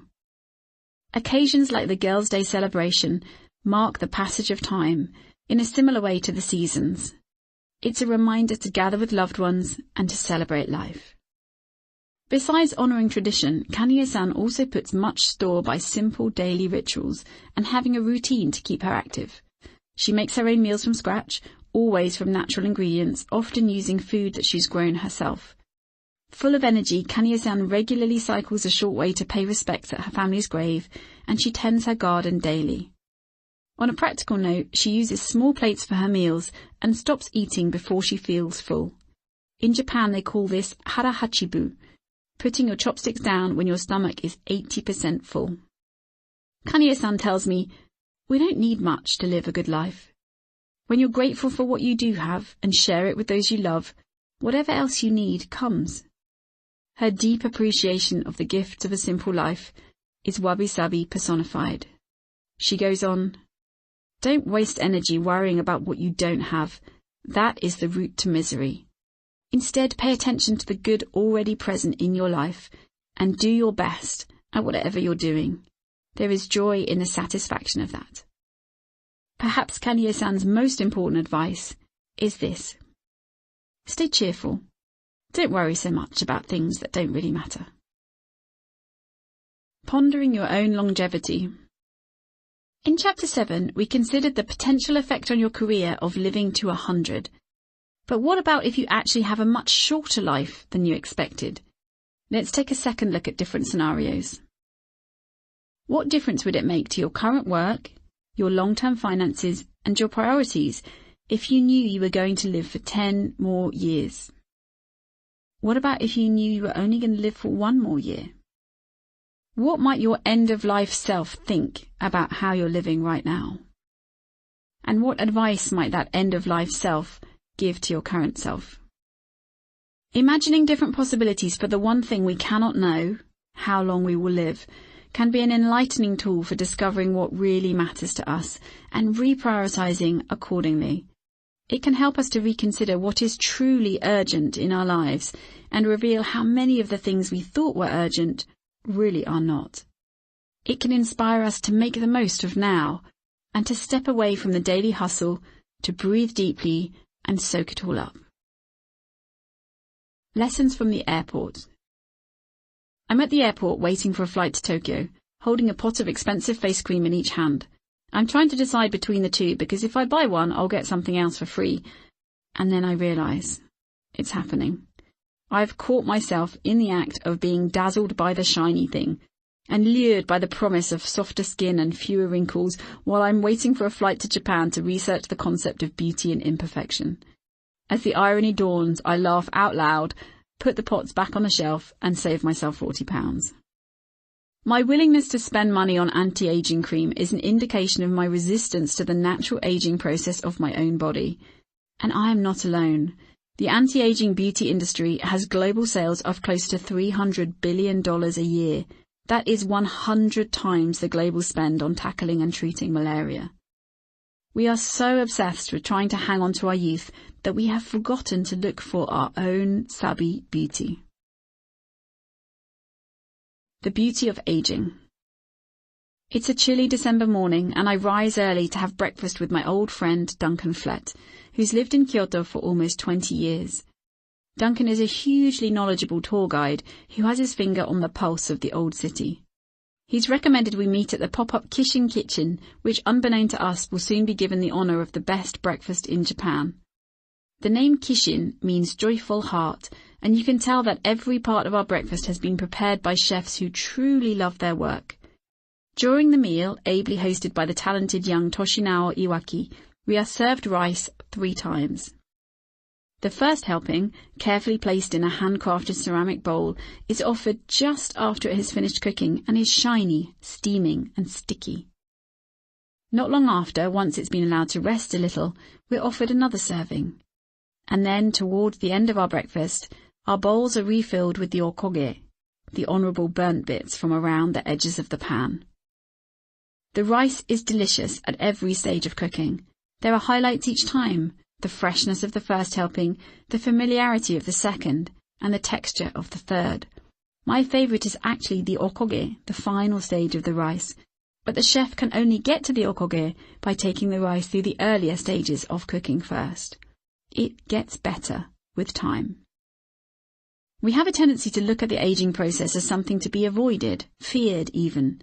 But everything about Wabi Sabi tells us that it is to be embraced, that we bloom and ripen with time, that our character develops and our wisdom deepens as we age, that we have more to offer the world with every experience we go through. If you think about who you truly admire, it's likely that you'll include someone older than you in your list. And yet we find it hard to see the value of aging in ourselves. We spend valuable time and money trying to cling on to our youth on the surface, while ignoring the beauty and wisdom of age underneath. Reverend Takafumi Kawakami, deputy head priest of the Shunko-in temple in Kyoto, told me, "If you look at the wabi-sabi concept, you see an aging process. This is connected to the Buddhist concept of mujo, impermanence." I was recently on a panel of global health experts where everyone was discussing how to keep ourselves younger for longer, as if we've somehow forgotten that aging is part of the natural cycle of life. We fear getting older. We fear dying. We want to hold on to our youth and our own existence for as long as possible. But Wabi Sabi teaches us to enjoy the aging process and to relax into it as the most natural of things. It's okay to get old. We're supposed to get old.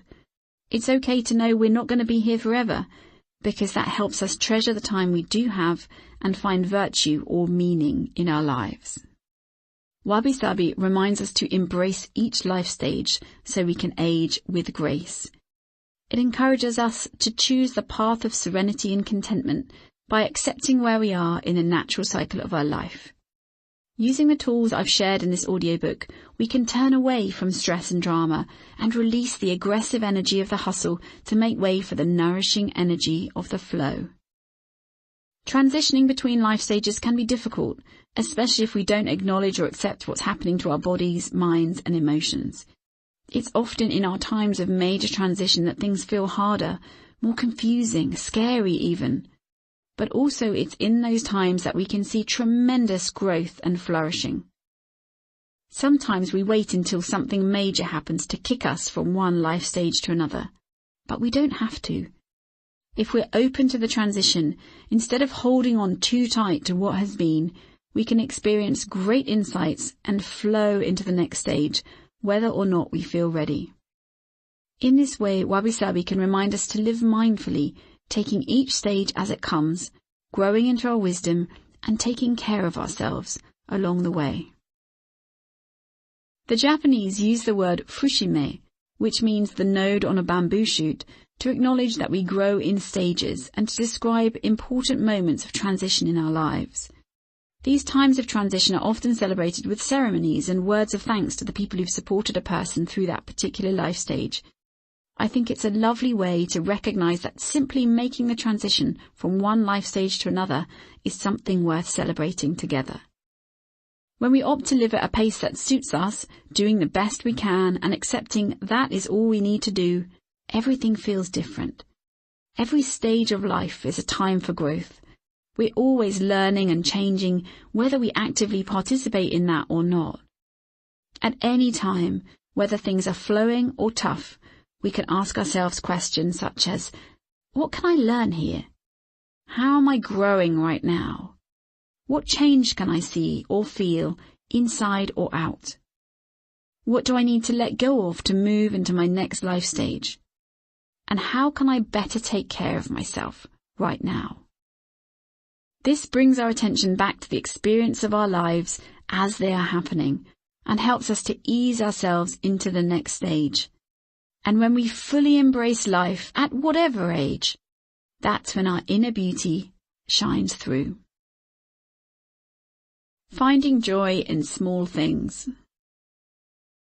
Without exception, all the older people I spoke to in researching this audiobook talked about the importance of finding beauty in everyday life. We can do this simply by slowing down and looking for things to appreciate. Watering flowers, baking cakes, watching the sunset, counting the stars, reading a poem, taking a walk, making something. Even chores can be a meditation if we choose to make them so. We can create rituals to bring us into the present. Before I sit down to write, I boil the kettle for tea and ponder the Hamlet quote on my favourite mug, "To thine own self be true." This is my writing ritual. It reminds me that I'm investing time in something I care about, and it makes the tea taste better. We can also be open to the unexpected. My memories of travels in Japan are punctuated with the kindness of strangers.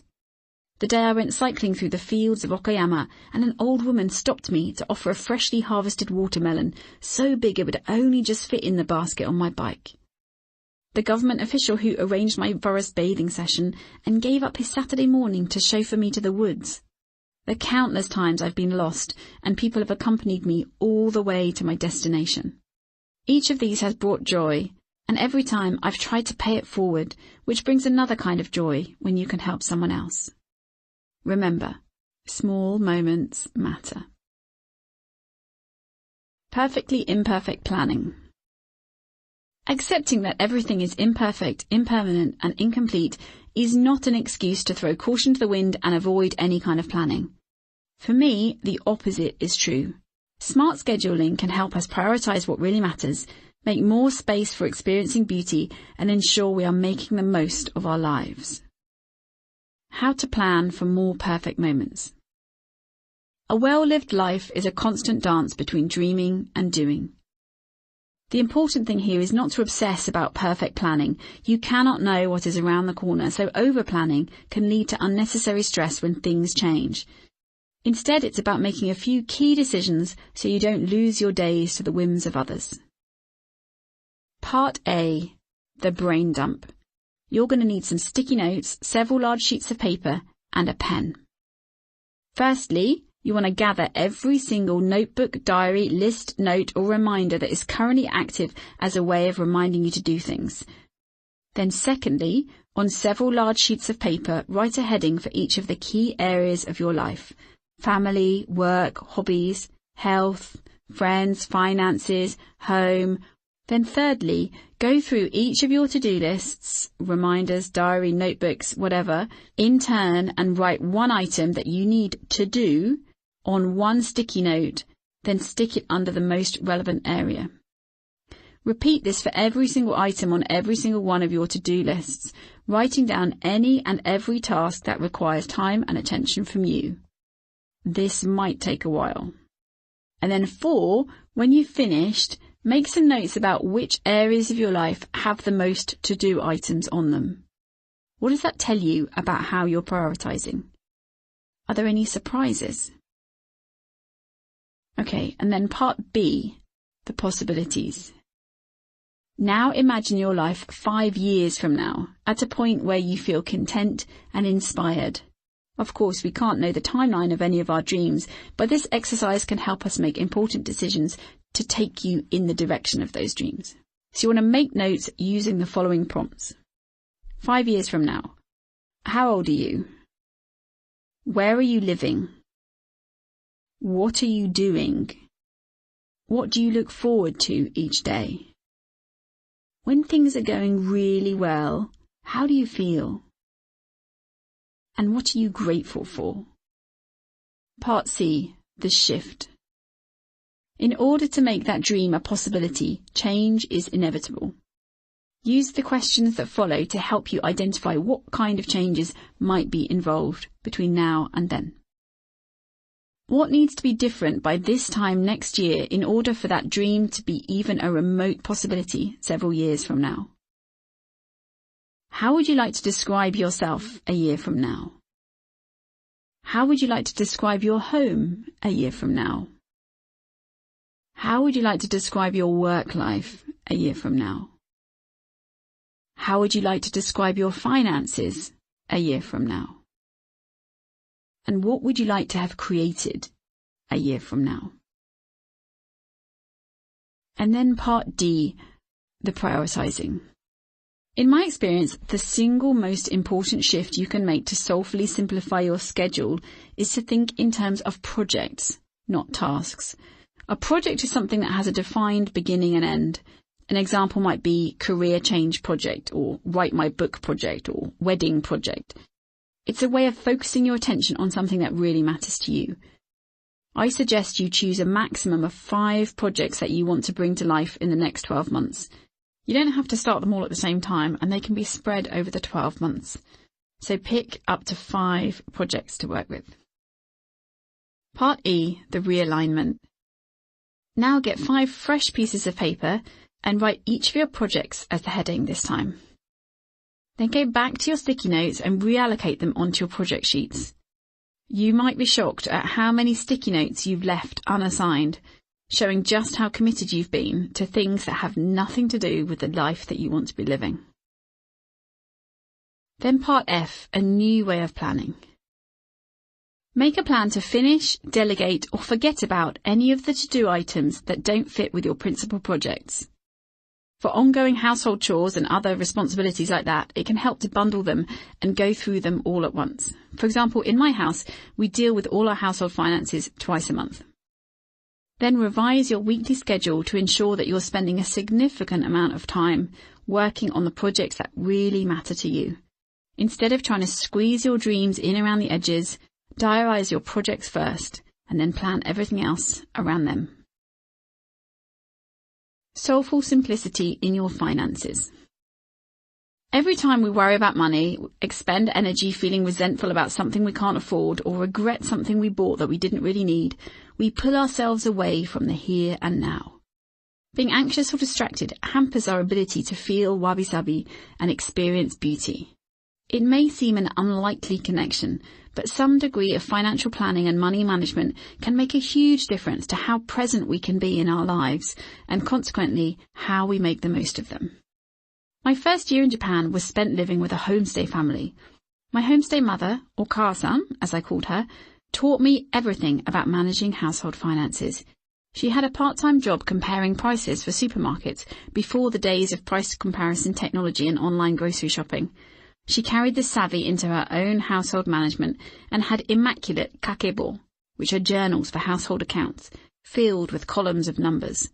She was aware of every yen that came in and out of her house.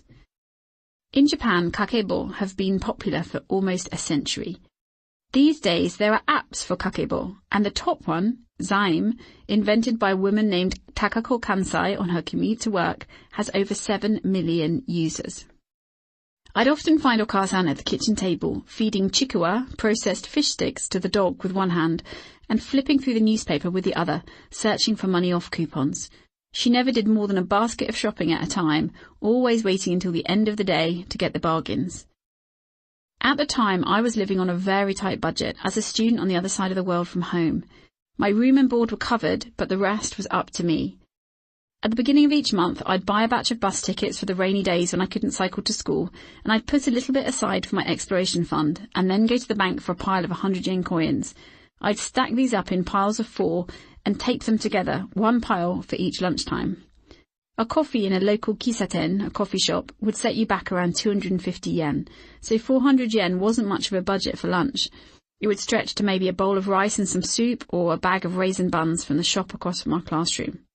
Sometimes I sacrificed my lunch for a new pen or some cute stickers, Japanese stationery being a guilty pleasure of mine that remains to this day. What I learned from my Japanese Oka-san was the importance of clarity, priority, and practice around finances. Keeping a kakebo of my income and expenditure helped me understand what I had access to. I also kept notes of my savings, so I always knew where I was. I prioritised what mattered to me, getting to school, having adventures, and lunch or stationery, mostly in that order, and then I made it a habit checking in weekly. These are habits I have carried with me ever since, and I still keep my own version of akakebo to this day. Mindful spending, mindful saving, mindful living. Decluttering finances. To declutter your finances in a soulfully simple way, ask yourself these questions. Clarity. What exactly is coming in? What exactly is going out, and where is it going? What are your net assets? In the broadest terms, this is the saleable value of everything significant that you own, including savings and investments, minus everything that you owe. If you're in a long-term relationship, what's your shared position? And then, are there any places that you've been spending money based on a vision of an elusive, perfect life, which you no longer feel the need to chase? And then, how do you feel about what you've discovered in answering these questions? Whatever you discover, remember, you are where you are. Use your self-acceptance tools from Chapter 2 to respond to any feelings of regret or anxiety that arise based on how you've been spending money. What matters is what you do next. And then under the theme of priority, what do you really value? What are you actively prioritizing in the way that you're using your money? Does that fit with what you actually value? If not, what do you need to change? Where are you spending money on things you don't really care about? What's stopping you from cutting out this expenditure altogether? And how could you better use your money as a tool to invest in your current and future well-being and happiness? And then finally, practice. What do you need to change to make this happen? How can you make this part of your daily, weekly or monthly routine so mindful spending and saving become a habit? And please remember, these questions are intended to give you a fresh perspective on your finances. Please seek the support of a professional debt counsellor or financial advisor if necessary. When you have true clarity around your financial situation and make financial decisions and plans based on what really matters to you and your family, you can reduce or remove 3 major sources of stress. Future regret about things you buy but don't need. Future resentment about things you can't afford because of the things that you bought that you didn't need. And worry about how you'll afford to support yourself and your family in the future. This makes room for you to carve out your own perfectly imperfect life and frees you up to look for happiness right where you are. So as we come to the end of Chapter 8, take a moment to reflect on this Wabi Sabi inspired wisdom for cherishing the moments. Embracing each life stage allows you to age with grace. You will not be here forever, neither will your loved ones. Make the most of each other and of each day. The only true perfection is found in fleeting moments of beauty. Cherish each one. And now it's your turn to try it, noticing all the things. A millennium ago, in her famous publication The Pillow Book, Japanese poetess Sei Shonagon wrote many artful lists. These lists were of things that ... for example, things that do not linger. She did this as a way of noticing the world around her and cherishing precious moments. Inspired by this, make your own lists or your own poems using either the following prompts or by making up your own. Things I only notice when I close my eyes. Things I want to keep in my pocket of treasures. Things that make my heart expand.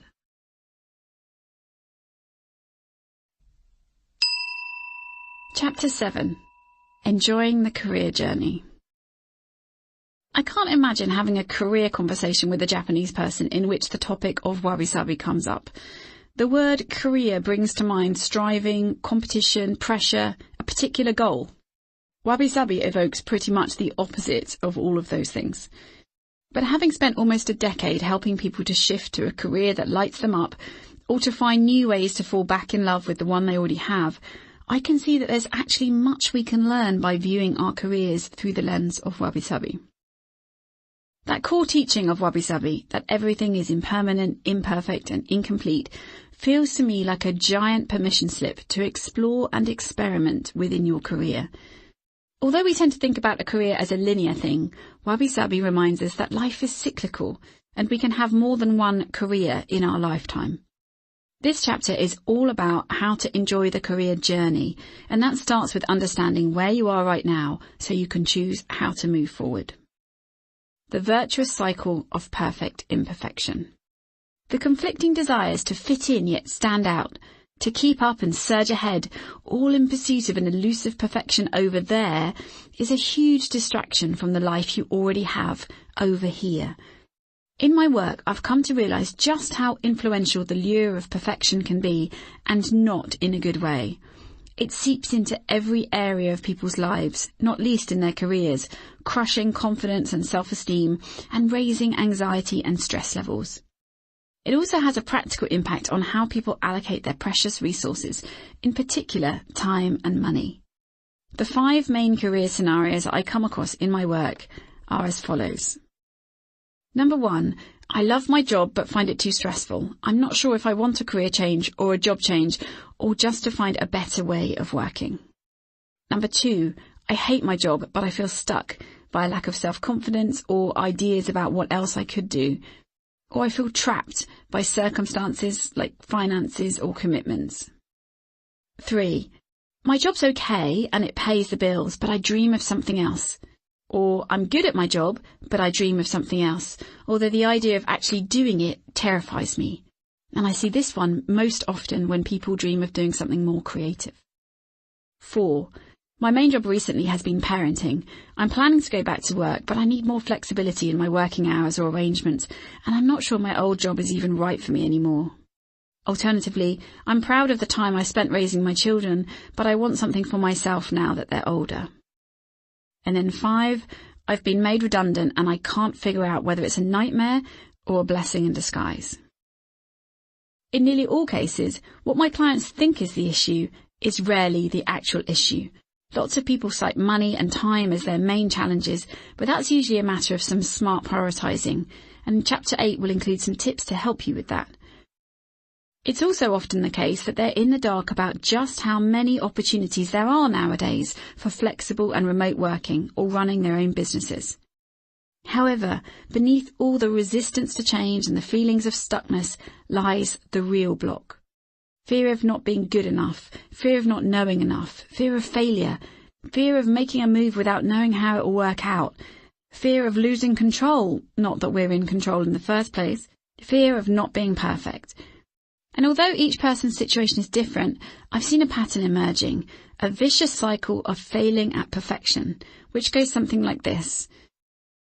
Perhaps you start with money issues based on your perception of not enoughness, and that leads to anxiety and stress, which affects your confidence and your motivation. That in itself feeds this sense of not enoughness, which results in an underuse of your own potential, and the result of that is more money issues based on that perception of not enoughness. And this vicious cycle continues until you change the way you look at perfection. We can use all the Wabi Sabi inspired wisdom and tools I've shared in this audiobook to break this cycle as we accept the idea of impermanence, imperfection and incompleteness as the natural state of all things. But there's also a huge amount to be gained by simply relaxing, being gentler on ourselves and making the choice to enjoy the journey.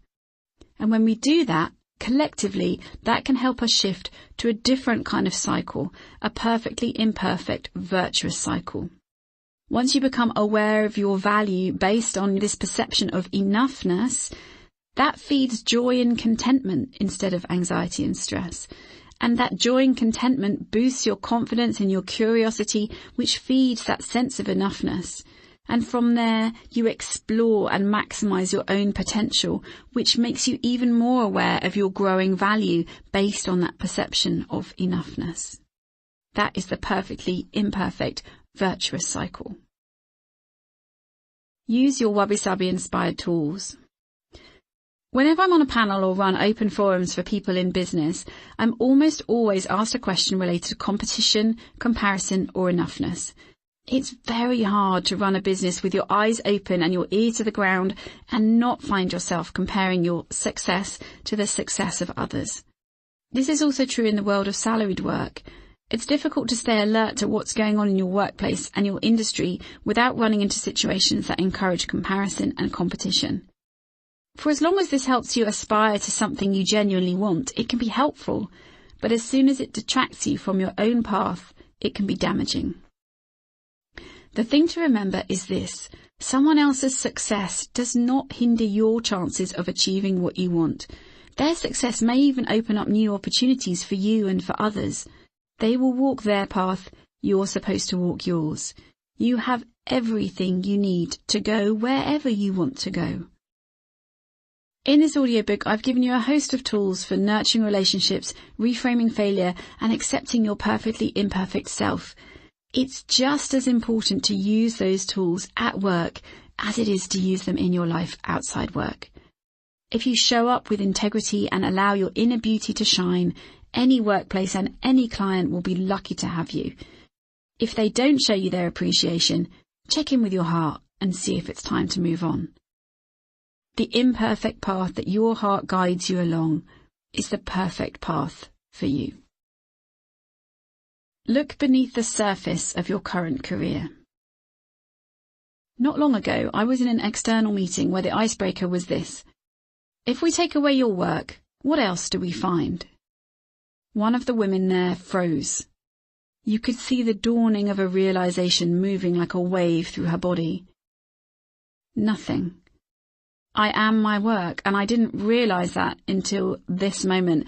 Oh wow, I was not expecting that. Something needs to change, she said. That woman is one of the most brilliant, inspiring, funny and warm people I know, and yet she couldn't come up with a single thing to say about her life that wasn't connected with work. I happen to know that she has a half-finished manuscript tucked away in her desk, a deep love of travel and a circle of lovely friends, but she had pushed all those things away in the pursuit of an elusive goal of career perfection, with the result that her work had moved in and swallowed up all the space. It had become all about what was on the surface: the achievements, the appraisals, the promotions, the salary and status, the mantle of busyness. She had, as do so many of us, forgotten that what lies beneath matters too. So let's take a moment to remind ourselves of those 4 emotional underlayers of Japanese beauty and see what happens if we layer them over our career paths. Firstly, we had mono no aware, an awareness of the fleeting beauty of life. So when we turn that into questions about your career, it goes like this. 1. What is good in your career right now? 2. Consider the life and career stage that you're in and complete this sentence. Now is the moment to... 3. What do you need to do first in order to make the most of this moment? And then we had Yugen, the depth of the world as seen with our imagination, the beauty of mystery and of realizing we're a small part of something so much greater than ourselves. So when we turn that idea towards our career, we get questions like this. 1. How much are you trying to control the direction of your career path? What might happen if you let go a little and opened up to mystery? 2. What deeper purpose are you serving or could you serve with your career? 3. If you have untended dreams that have been shelved for too long, what kind of changes could you make to your working arrangements to give them some attention? And then, of course, we had Wabi, the feeling generated by recognizing the beauty found in simplicity, the sense of quiet contentment found away from the trappings of a materialistic world. This leads us to these questions. 1. How could you simplify your work life? How could you proactively reduce your workload and streamline communications to focus only on what really matters? 2. How could you minimize the drama, avoid the politics and gossip, and invite more calm into your working day? 3. If you're overworked due to your perfectionist tendencies, What space might open up for you if you could just trust someone else with some of your work? 4. If you feel like you're just working to pay the bills, could you take a fresh look at your finances and figure out a way to live more simply so the burden on your work is not so heavy? 5. Does your work come easily to you? In what ways are you using your natural talents? How could you do this more? And then lastly, Sabi, that deep and tranquil beauty that emerges with the passage of time. 1. How has your career ripened over the years? What have you learnt? 2. Are you trying to force your career too fast? What difference would it make if you relaxed into the rhythm of it, allowing the richness to build over time? And 3. If you feel it's time for a change, what skills have you picked up that could serve you elsewhere? What have you learned in the great school of life that could serve you in the next stage of your career? Just as these emotional elements of beauty are of great importance in Japanese aesthetics, they can be important guides on your career path. They require pause, attention, tuning in, and being open to wonder. Life in contemporary Japan. For a period of over 200 years from the early 17th century to the mid-19th century, Japan was virtually closed off from the world through a national isolationist policy known as sakoku. This ended when Commodore Matthew Perry and his famous black ships arrived in Tokyo Bay from America in 1853 and forced Japan to open to trade once again. Within 5 years, Japan had signed treaties with other countries including the United Kingdom and Russia. The influx of ideas and technology that followed had an irreversible effect on the lifestyle of the Japanese. The country's subsequent rise, post-World War II, from economic insignificance to world player, brought with it westernization, Western clothes, Western style, and to some extent, Western thinking. Since then, Japan has become a high-tech, high-earnings world. The people have become affluent and a high standard of living prevails. With this newfound wealth has come the rapid growth of cities, a proliferation of skyscrapers, and the famous bullet train. Even if you've never been to Japan, you probably have an image of what working life looks like. Perhaps it involves suited salarymen or the unfortunately named OL, office ladies, packed into commuter trains by white-gloved station officials, or exhausted workers nodding off on their journey home.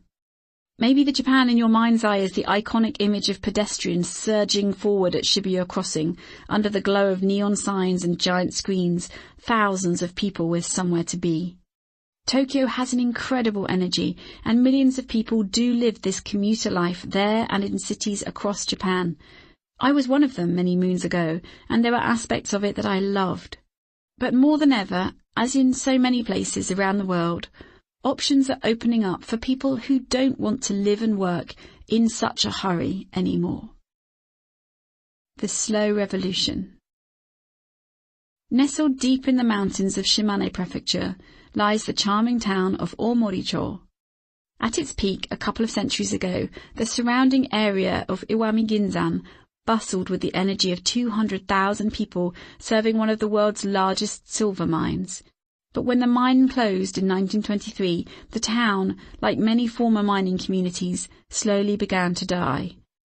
At one point, Omoricho's population dwindled and may have disappeared completely were it not for a huge local effort, including that of one pioneering couple, the Matsubas, who moved here in the early 1980s and helped breathe new life into the place. Now Iwami Ginzan is recognized as a beacon of sustainable development by UNESCO. Designer Tomi Matsuba and her husband Daikichi moved here nearly 4 decades ago with their young daughter. Omoricho was Daikichi's hometown, and they thought the gentle pace of life would better suit their young family than Nagoya, where they lived. With few opportunities for work, Tomi began making patchworks from old fabrics, which her husband sold into retail stores. This was the humble beginning of a business that has gone on to become a leader in Japan's slow clothing scene, with stores nationwide under the brand name Gungendo, which takes its name from a Chinese word meaning a place where everyone has their say. Their company now employs around 50 local residents and many more in their stores nationwide. Tommy told me, We don't see ourselves as a fashion brand.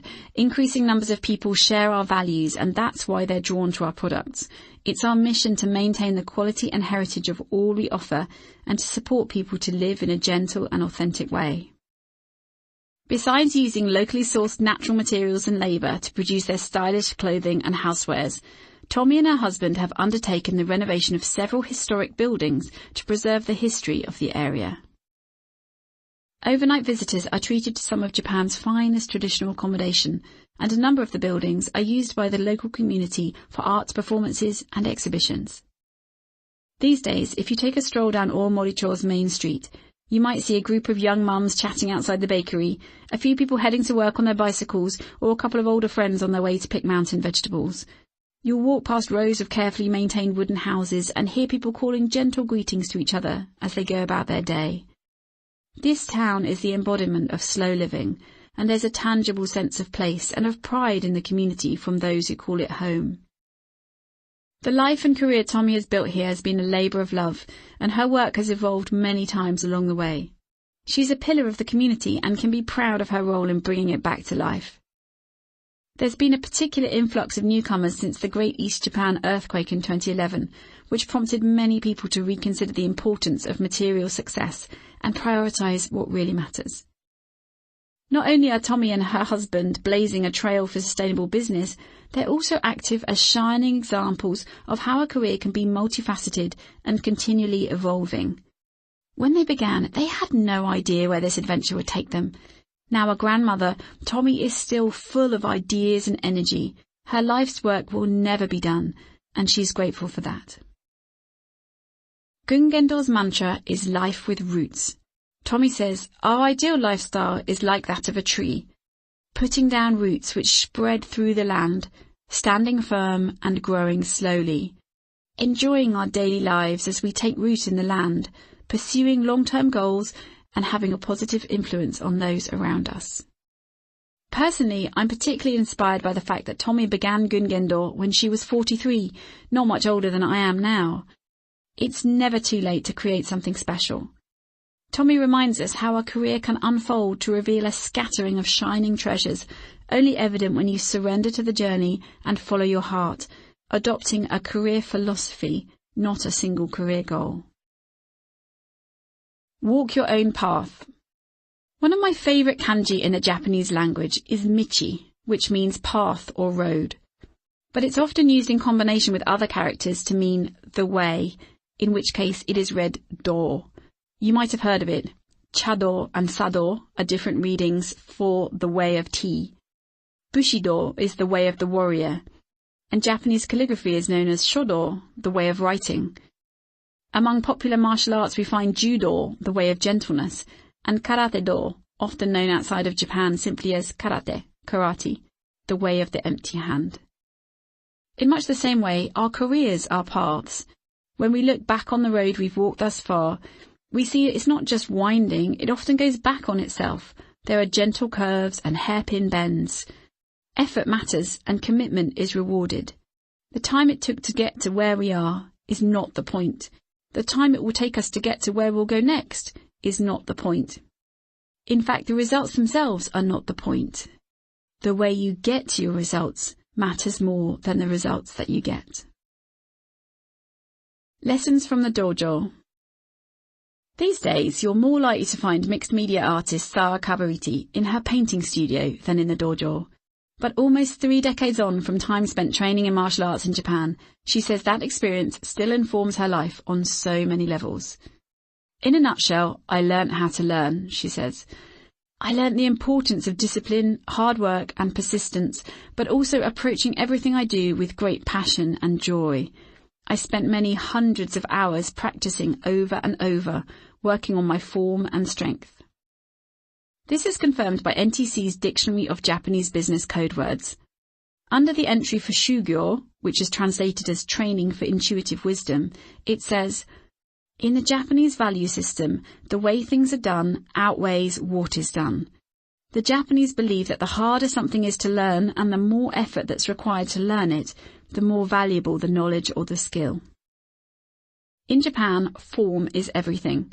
This is true both in the handcrafting of items, which explains why artisans will take decades before they truly recognize their own skill, and also in their attitude to life, which explains much of the formality and ritual in Japanese life.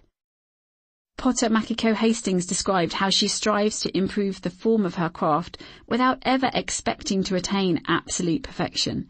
She knows that imperfection is the true nature of things, so she works at edging closer to the best she can do and be, without a false expectation of where she will end up.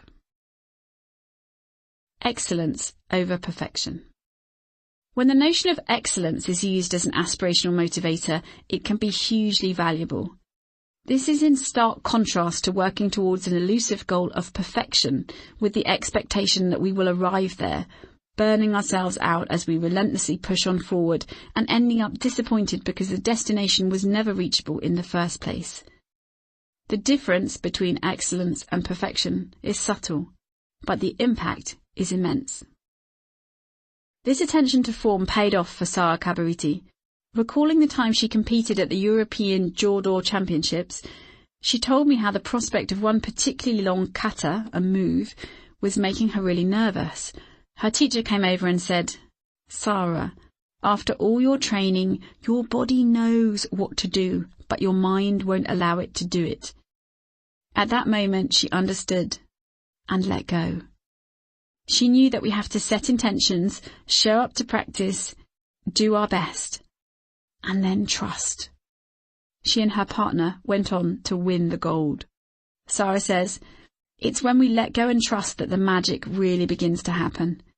The Japanese are masters at finding the line of least resistance, even if it doesn't seem like the logical route. Martial arts teach us to go with the flow of energy and motion, not against it. I also learned that the minute you think you either know it all or you think you cannot do it, you've lost it. I was shown early on the importance of being open and fully in the present moment. Letting go is both a major life lesson and a daily practice. We can set intentions and show up for practice, but there comes a point where we just have to trust and allow things to fall into place in good time. My mantra these days is surrender. Set your own pace. To make progress in the direction of your dreams within the context of your perfectly imperfect life, you will need preparation, dedication, and trust in yourself and in the process. You have to let go of the need to have all the answers or a perfect picture of the future before playing your part in creating it. A Wabi Sabi inspired worldview gives us permission to feel our way through life, paying less attention to what we think others think or what we think we should do based on what others think, and more attention to what really matters to us. Keep asking questions and keep moving, sometimes slowly, sometimes quickly, depending on the ebb and flow of life. In reading Nihonjin no Kokoro Tsutaemasu, a short book about the world of tea by former Iemoto, the head of the Urasenke School of Tea, Sen Genshutsu, I came across the word Johakyu. This refers to 3 different speeds of action: slow, a little faster, and fast. Sen Genshutsu explained how there is a tempo to the tea ceremony, and practitioners must vary the speed as required. He went on to say how they must vary their effort level too, sometimes being gentle, sometimes adding a little strength, sometimes really going for it. As he concluded, this can also be great advice for life. I've talked a fair bit about slowing down to allow yourself to notice more, sense more, see more, and experience more. This comes from a starting point of rushing, which seems to be the default pace for so many of us these days. But slowing down doesn't mean calling time on a desire to do meaningful work in the world, or having ambition, or getting involved in exciting things. Slowing down is important as a counterpoint to running fast, and sometimes it's good to vary the pace. And just as Sen Genshutsu said, varying our effort levels is vital for our well-being too. We cannot give any project, meeting, opportunity or conversation our full attention when we're trying to juggle many things at once. We have to prioritize well, get organized, and focus on one thing at a time.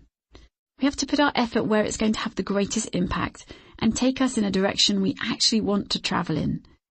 And for every time we give something our everything, we have to put other things to one side.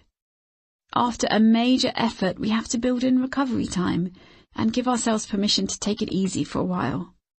Using these 3 gears of speed and 3 gears of effort can make all the difference to whether or not we enjoy our career journeys and stay well along the way. Being open to change. The world of work is changing at the fastest pace since the Industrial Revolution.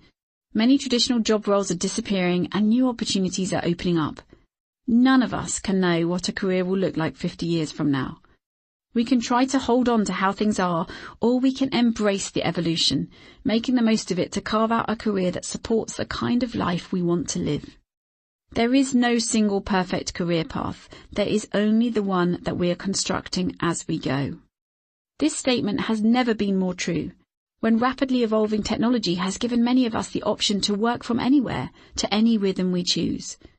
More than ever, we have to recognize that even if we don't change, the working world will. The impact on our careers will be determined by whether we embrace that or try to hold on to the status quo, even as the status quo is shifting.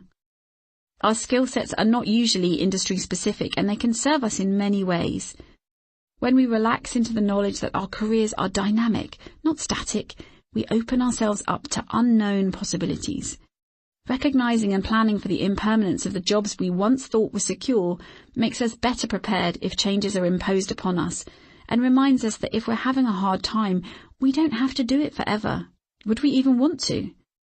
We're likely to want very different things at 20, 40, 60, and 80 years of age. All of this goes against everything many of us have been taught about how to be successful.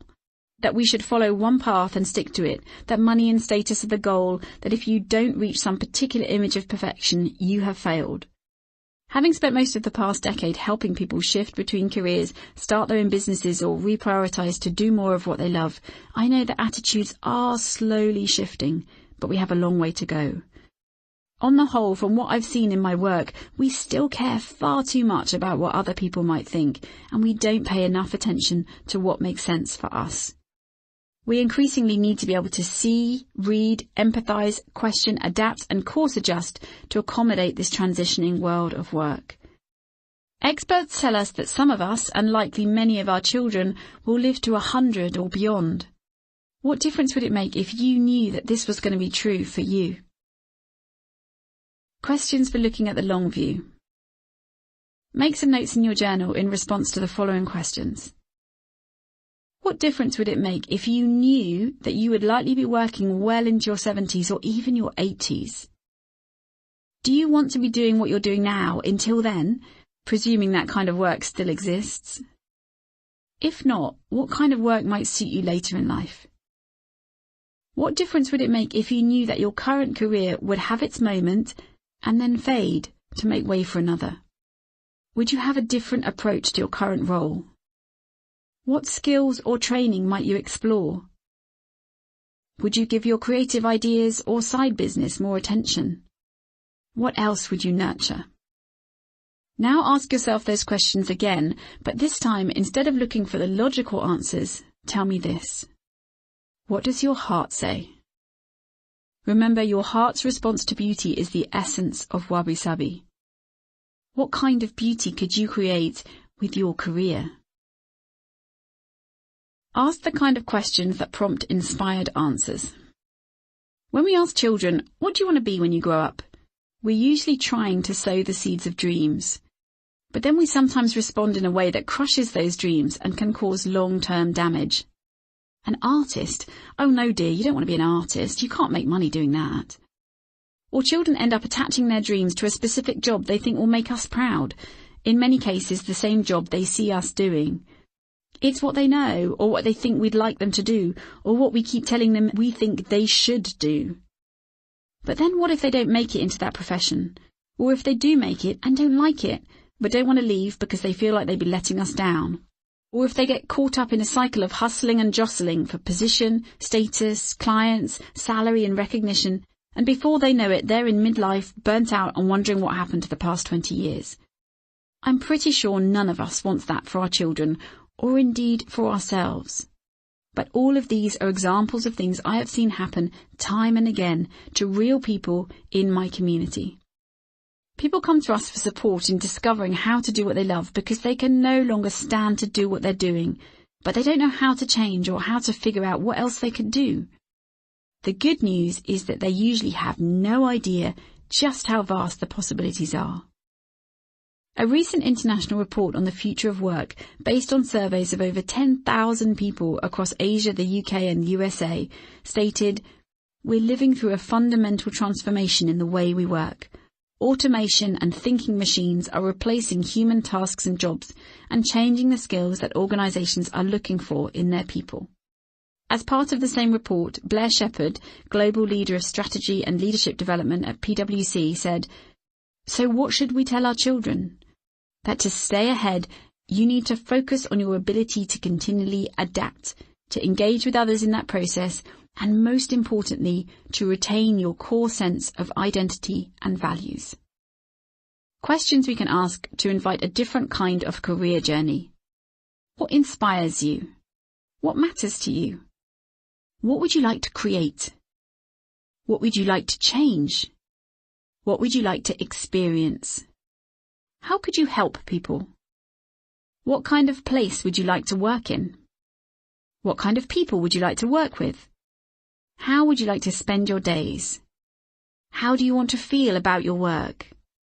What assumptions are you making about your opportunities that might not be true? It bears repeating, there is no single way to live your life. There is no single career path. There is no perfect way to build your career. There is only evolving it, and it's up to you if you choose to do that in a way that brings you delight. The waking dream.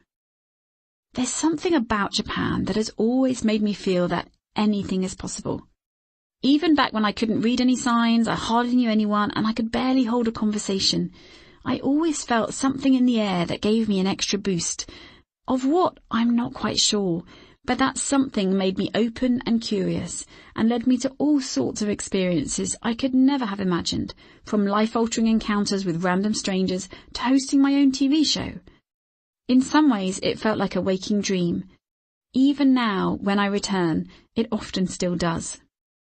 I want to gift you some of that, wrapped up like a treasure in a furoshiki cloth, to offer you inspiration and nourishment on your career path. Every time your dreams seem to be disappearing into the periphery of your life, untie the furoshiki and inhale a little of that magic. Take a moment to bring your dream into your field of vision, then bring yourself back to the present and feel your way to the next step on your path. Ask yourself, what is the one thing you could do right now to take you closer to that dream? We cannot know the timeline, we cannot predict the path, but we can be intentional in our steps and pause once in a while to experience the beauty all around. So as we come to the end of chapter 7, reflect on this Wabi Sabi inspired wisdom for enjoying your career journey.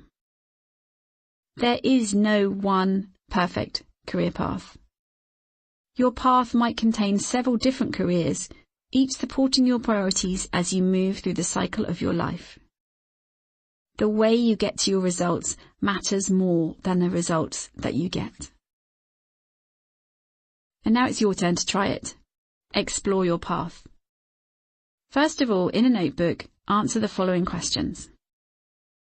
What jobs or roles have you had, either unpaid or paid, that have taught you something? Make a list of these. And then think about, what did each one of those teach you? What have you studied at any level that you found interesting? This can be absolutely anything where you've spent time to learn about something in depth, either formally or informally. What other major experiences have you had? And what particular moments of fleeting beauty stand out in your memory? Then when you've answered all those questions, on a double page, draw a horizontal timeline with vertical lines to mark each decade, or every 5 years if you're under 30. Looking at your answers to the above questions, map out the most important experiences so far in your life. Also mark any points where you've had any kind of aha moment, when you've realised something important about your life, or about life in general. Now, draw lines between the things that are connected in some way. What had to happen for something else to happen? What themes can you see? Now, with all of this information in front of you, answer these questions. What have been the most important career decisions affecting your happiness along the way? What or who are you particularly grateful for on your career path to date? What do you need right now at this moment in your career? And then finally, what is the one thing you could do to step into the next phase of your career with intention and trust, whether that's in deepening what you already do or moving in a new direction? Afterward, tying it all together. It's early March now, and I'm sitting outside a cafe on the Philosopher's Path in Kyoto. I have a hot coffee in one hand and a blanket tucked around my knees. Somewhere a wind chime is tinkling, and the few remaining green leaves are shivering on the branches of trees alongside the waterway. A few weeks from now the cherry blossom will burst forth and this path will be full of tourists, but for now I have it to myself. I'm reflecting on the conversation I had a moment ago with Hiraiwa-san, a young woman who works in the elegant Ginisho homewares shop just along the way, owned by Kiso Artec, an innovative architecture company from Nagano. I asked her why she thought customers might sense an air of wabi-sabi in her shop, where the walls are mottled, the small batch items are all honed by hand from local wood, and the colours are sublimely dark and thoughtful. Her answer had nothing to do with any of those things. She said, "I think it's because we're in a place where we experience the changing seasons intimately, and there's a blurred boundary between inside and out, with the shop set just on the edge of the waterway. It feels like we're part of nature here." I've probably been to this part of Kyoto more than 50 times, first as a teenager for weekly ikebana lessons at Mrs. Tanaka's house nearby, and more recently seeking out fireflies on summer evening cycles with Mr. K. Once as a penniless student, I took a lonely winter walk trying to figure out how to stretch my meagre budget for the rest of the month. Another time there was tea and cake in autumn, and now here I am again, at the turn of the season, reflecting on how far we've travelled and all that we have learnt in our search for the truth about wabi-sabi. What started out as an exploration into beauty became so much more than that. It became a whole new way of experiencing the world, not with the logical mind, but with the feeling heart and with all our senses. Wabi-sabi has shown us how fleeting moments of exquisite, evanescent beauty can remind us of the preciousness of life itself. A small bowl sitting in one's hand contains the whole of the universe. Rakukichi Zaimon 15, 15th century Japanese potter. For me, the greatest teaching of wabi-sabi has been the shift in perspective. Looking at the world through the lens of wabi-sabi has transformed it into a more beautiful, gentle and forgiving place, full of possibility and delight. Early on in this audiobook, I said wabi-sabi is a bit like love. What I've discovered along the way is that actually wabi-sabi is a lot like love. It's akin to loving appreciation for beauty, for nature, for ourselves, for each other, and for life itself. I hope you too have seen how wabi-sabi can be a refreshing antidote to our fast-paced, consumption-driven world, and that it's encouraged you to slow down, reconnect with nature, and be gentler on yourself. I hope you've been inspired to simplify everything and concentrate on what really matters, finding happiness right where you are. As we come to the end of our journey together, I have one final souvenir for you. Hold out your hands and imagine your gift. It's an omamori, an amulet to keep you safe as you journey forward. On the front is embroidered the character Sachi, for happiness. On the back is written a gentle reminder. You are perfectly imperfect, just as you are.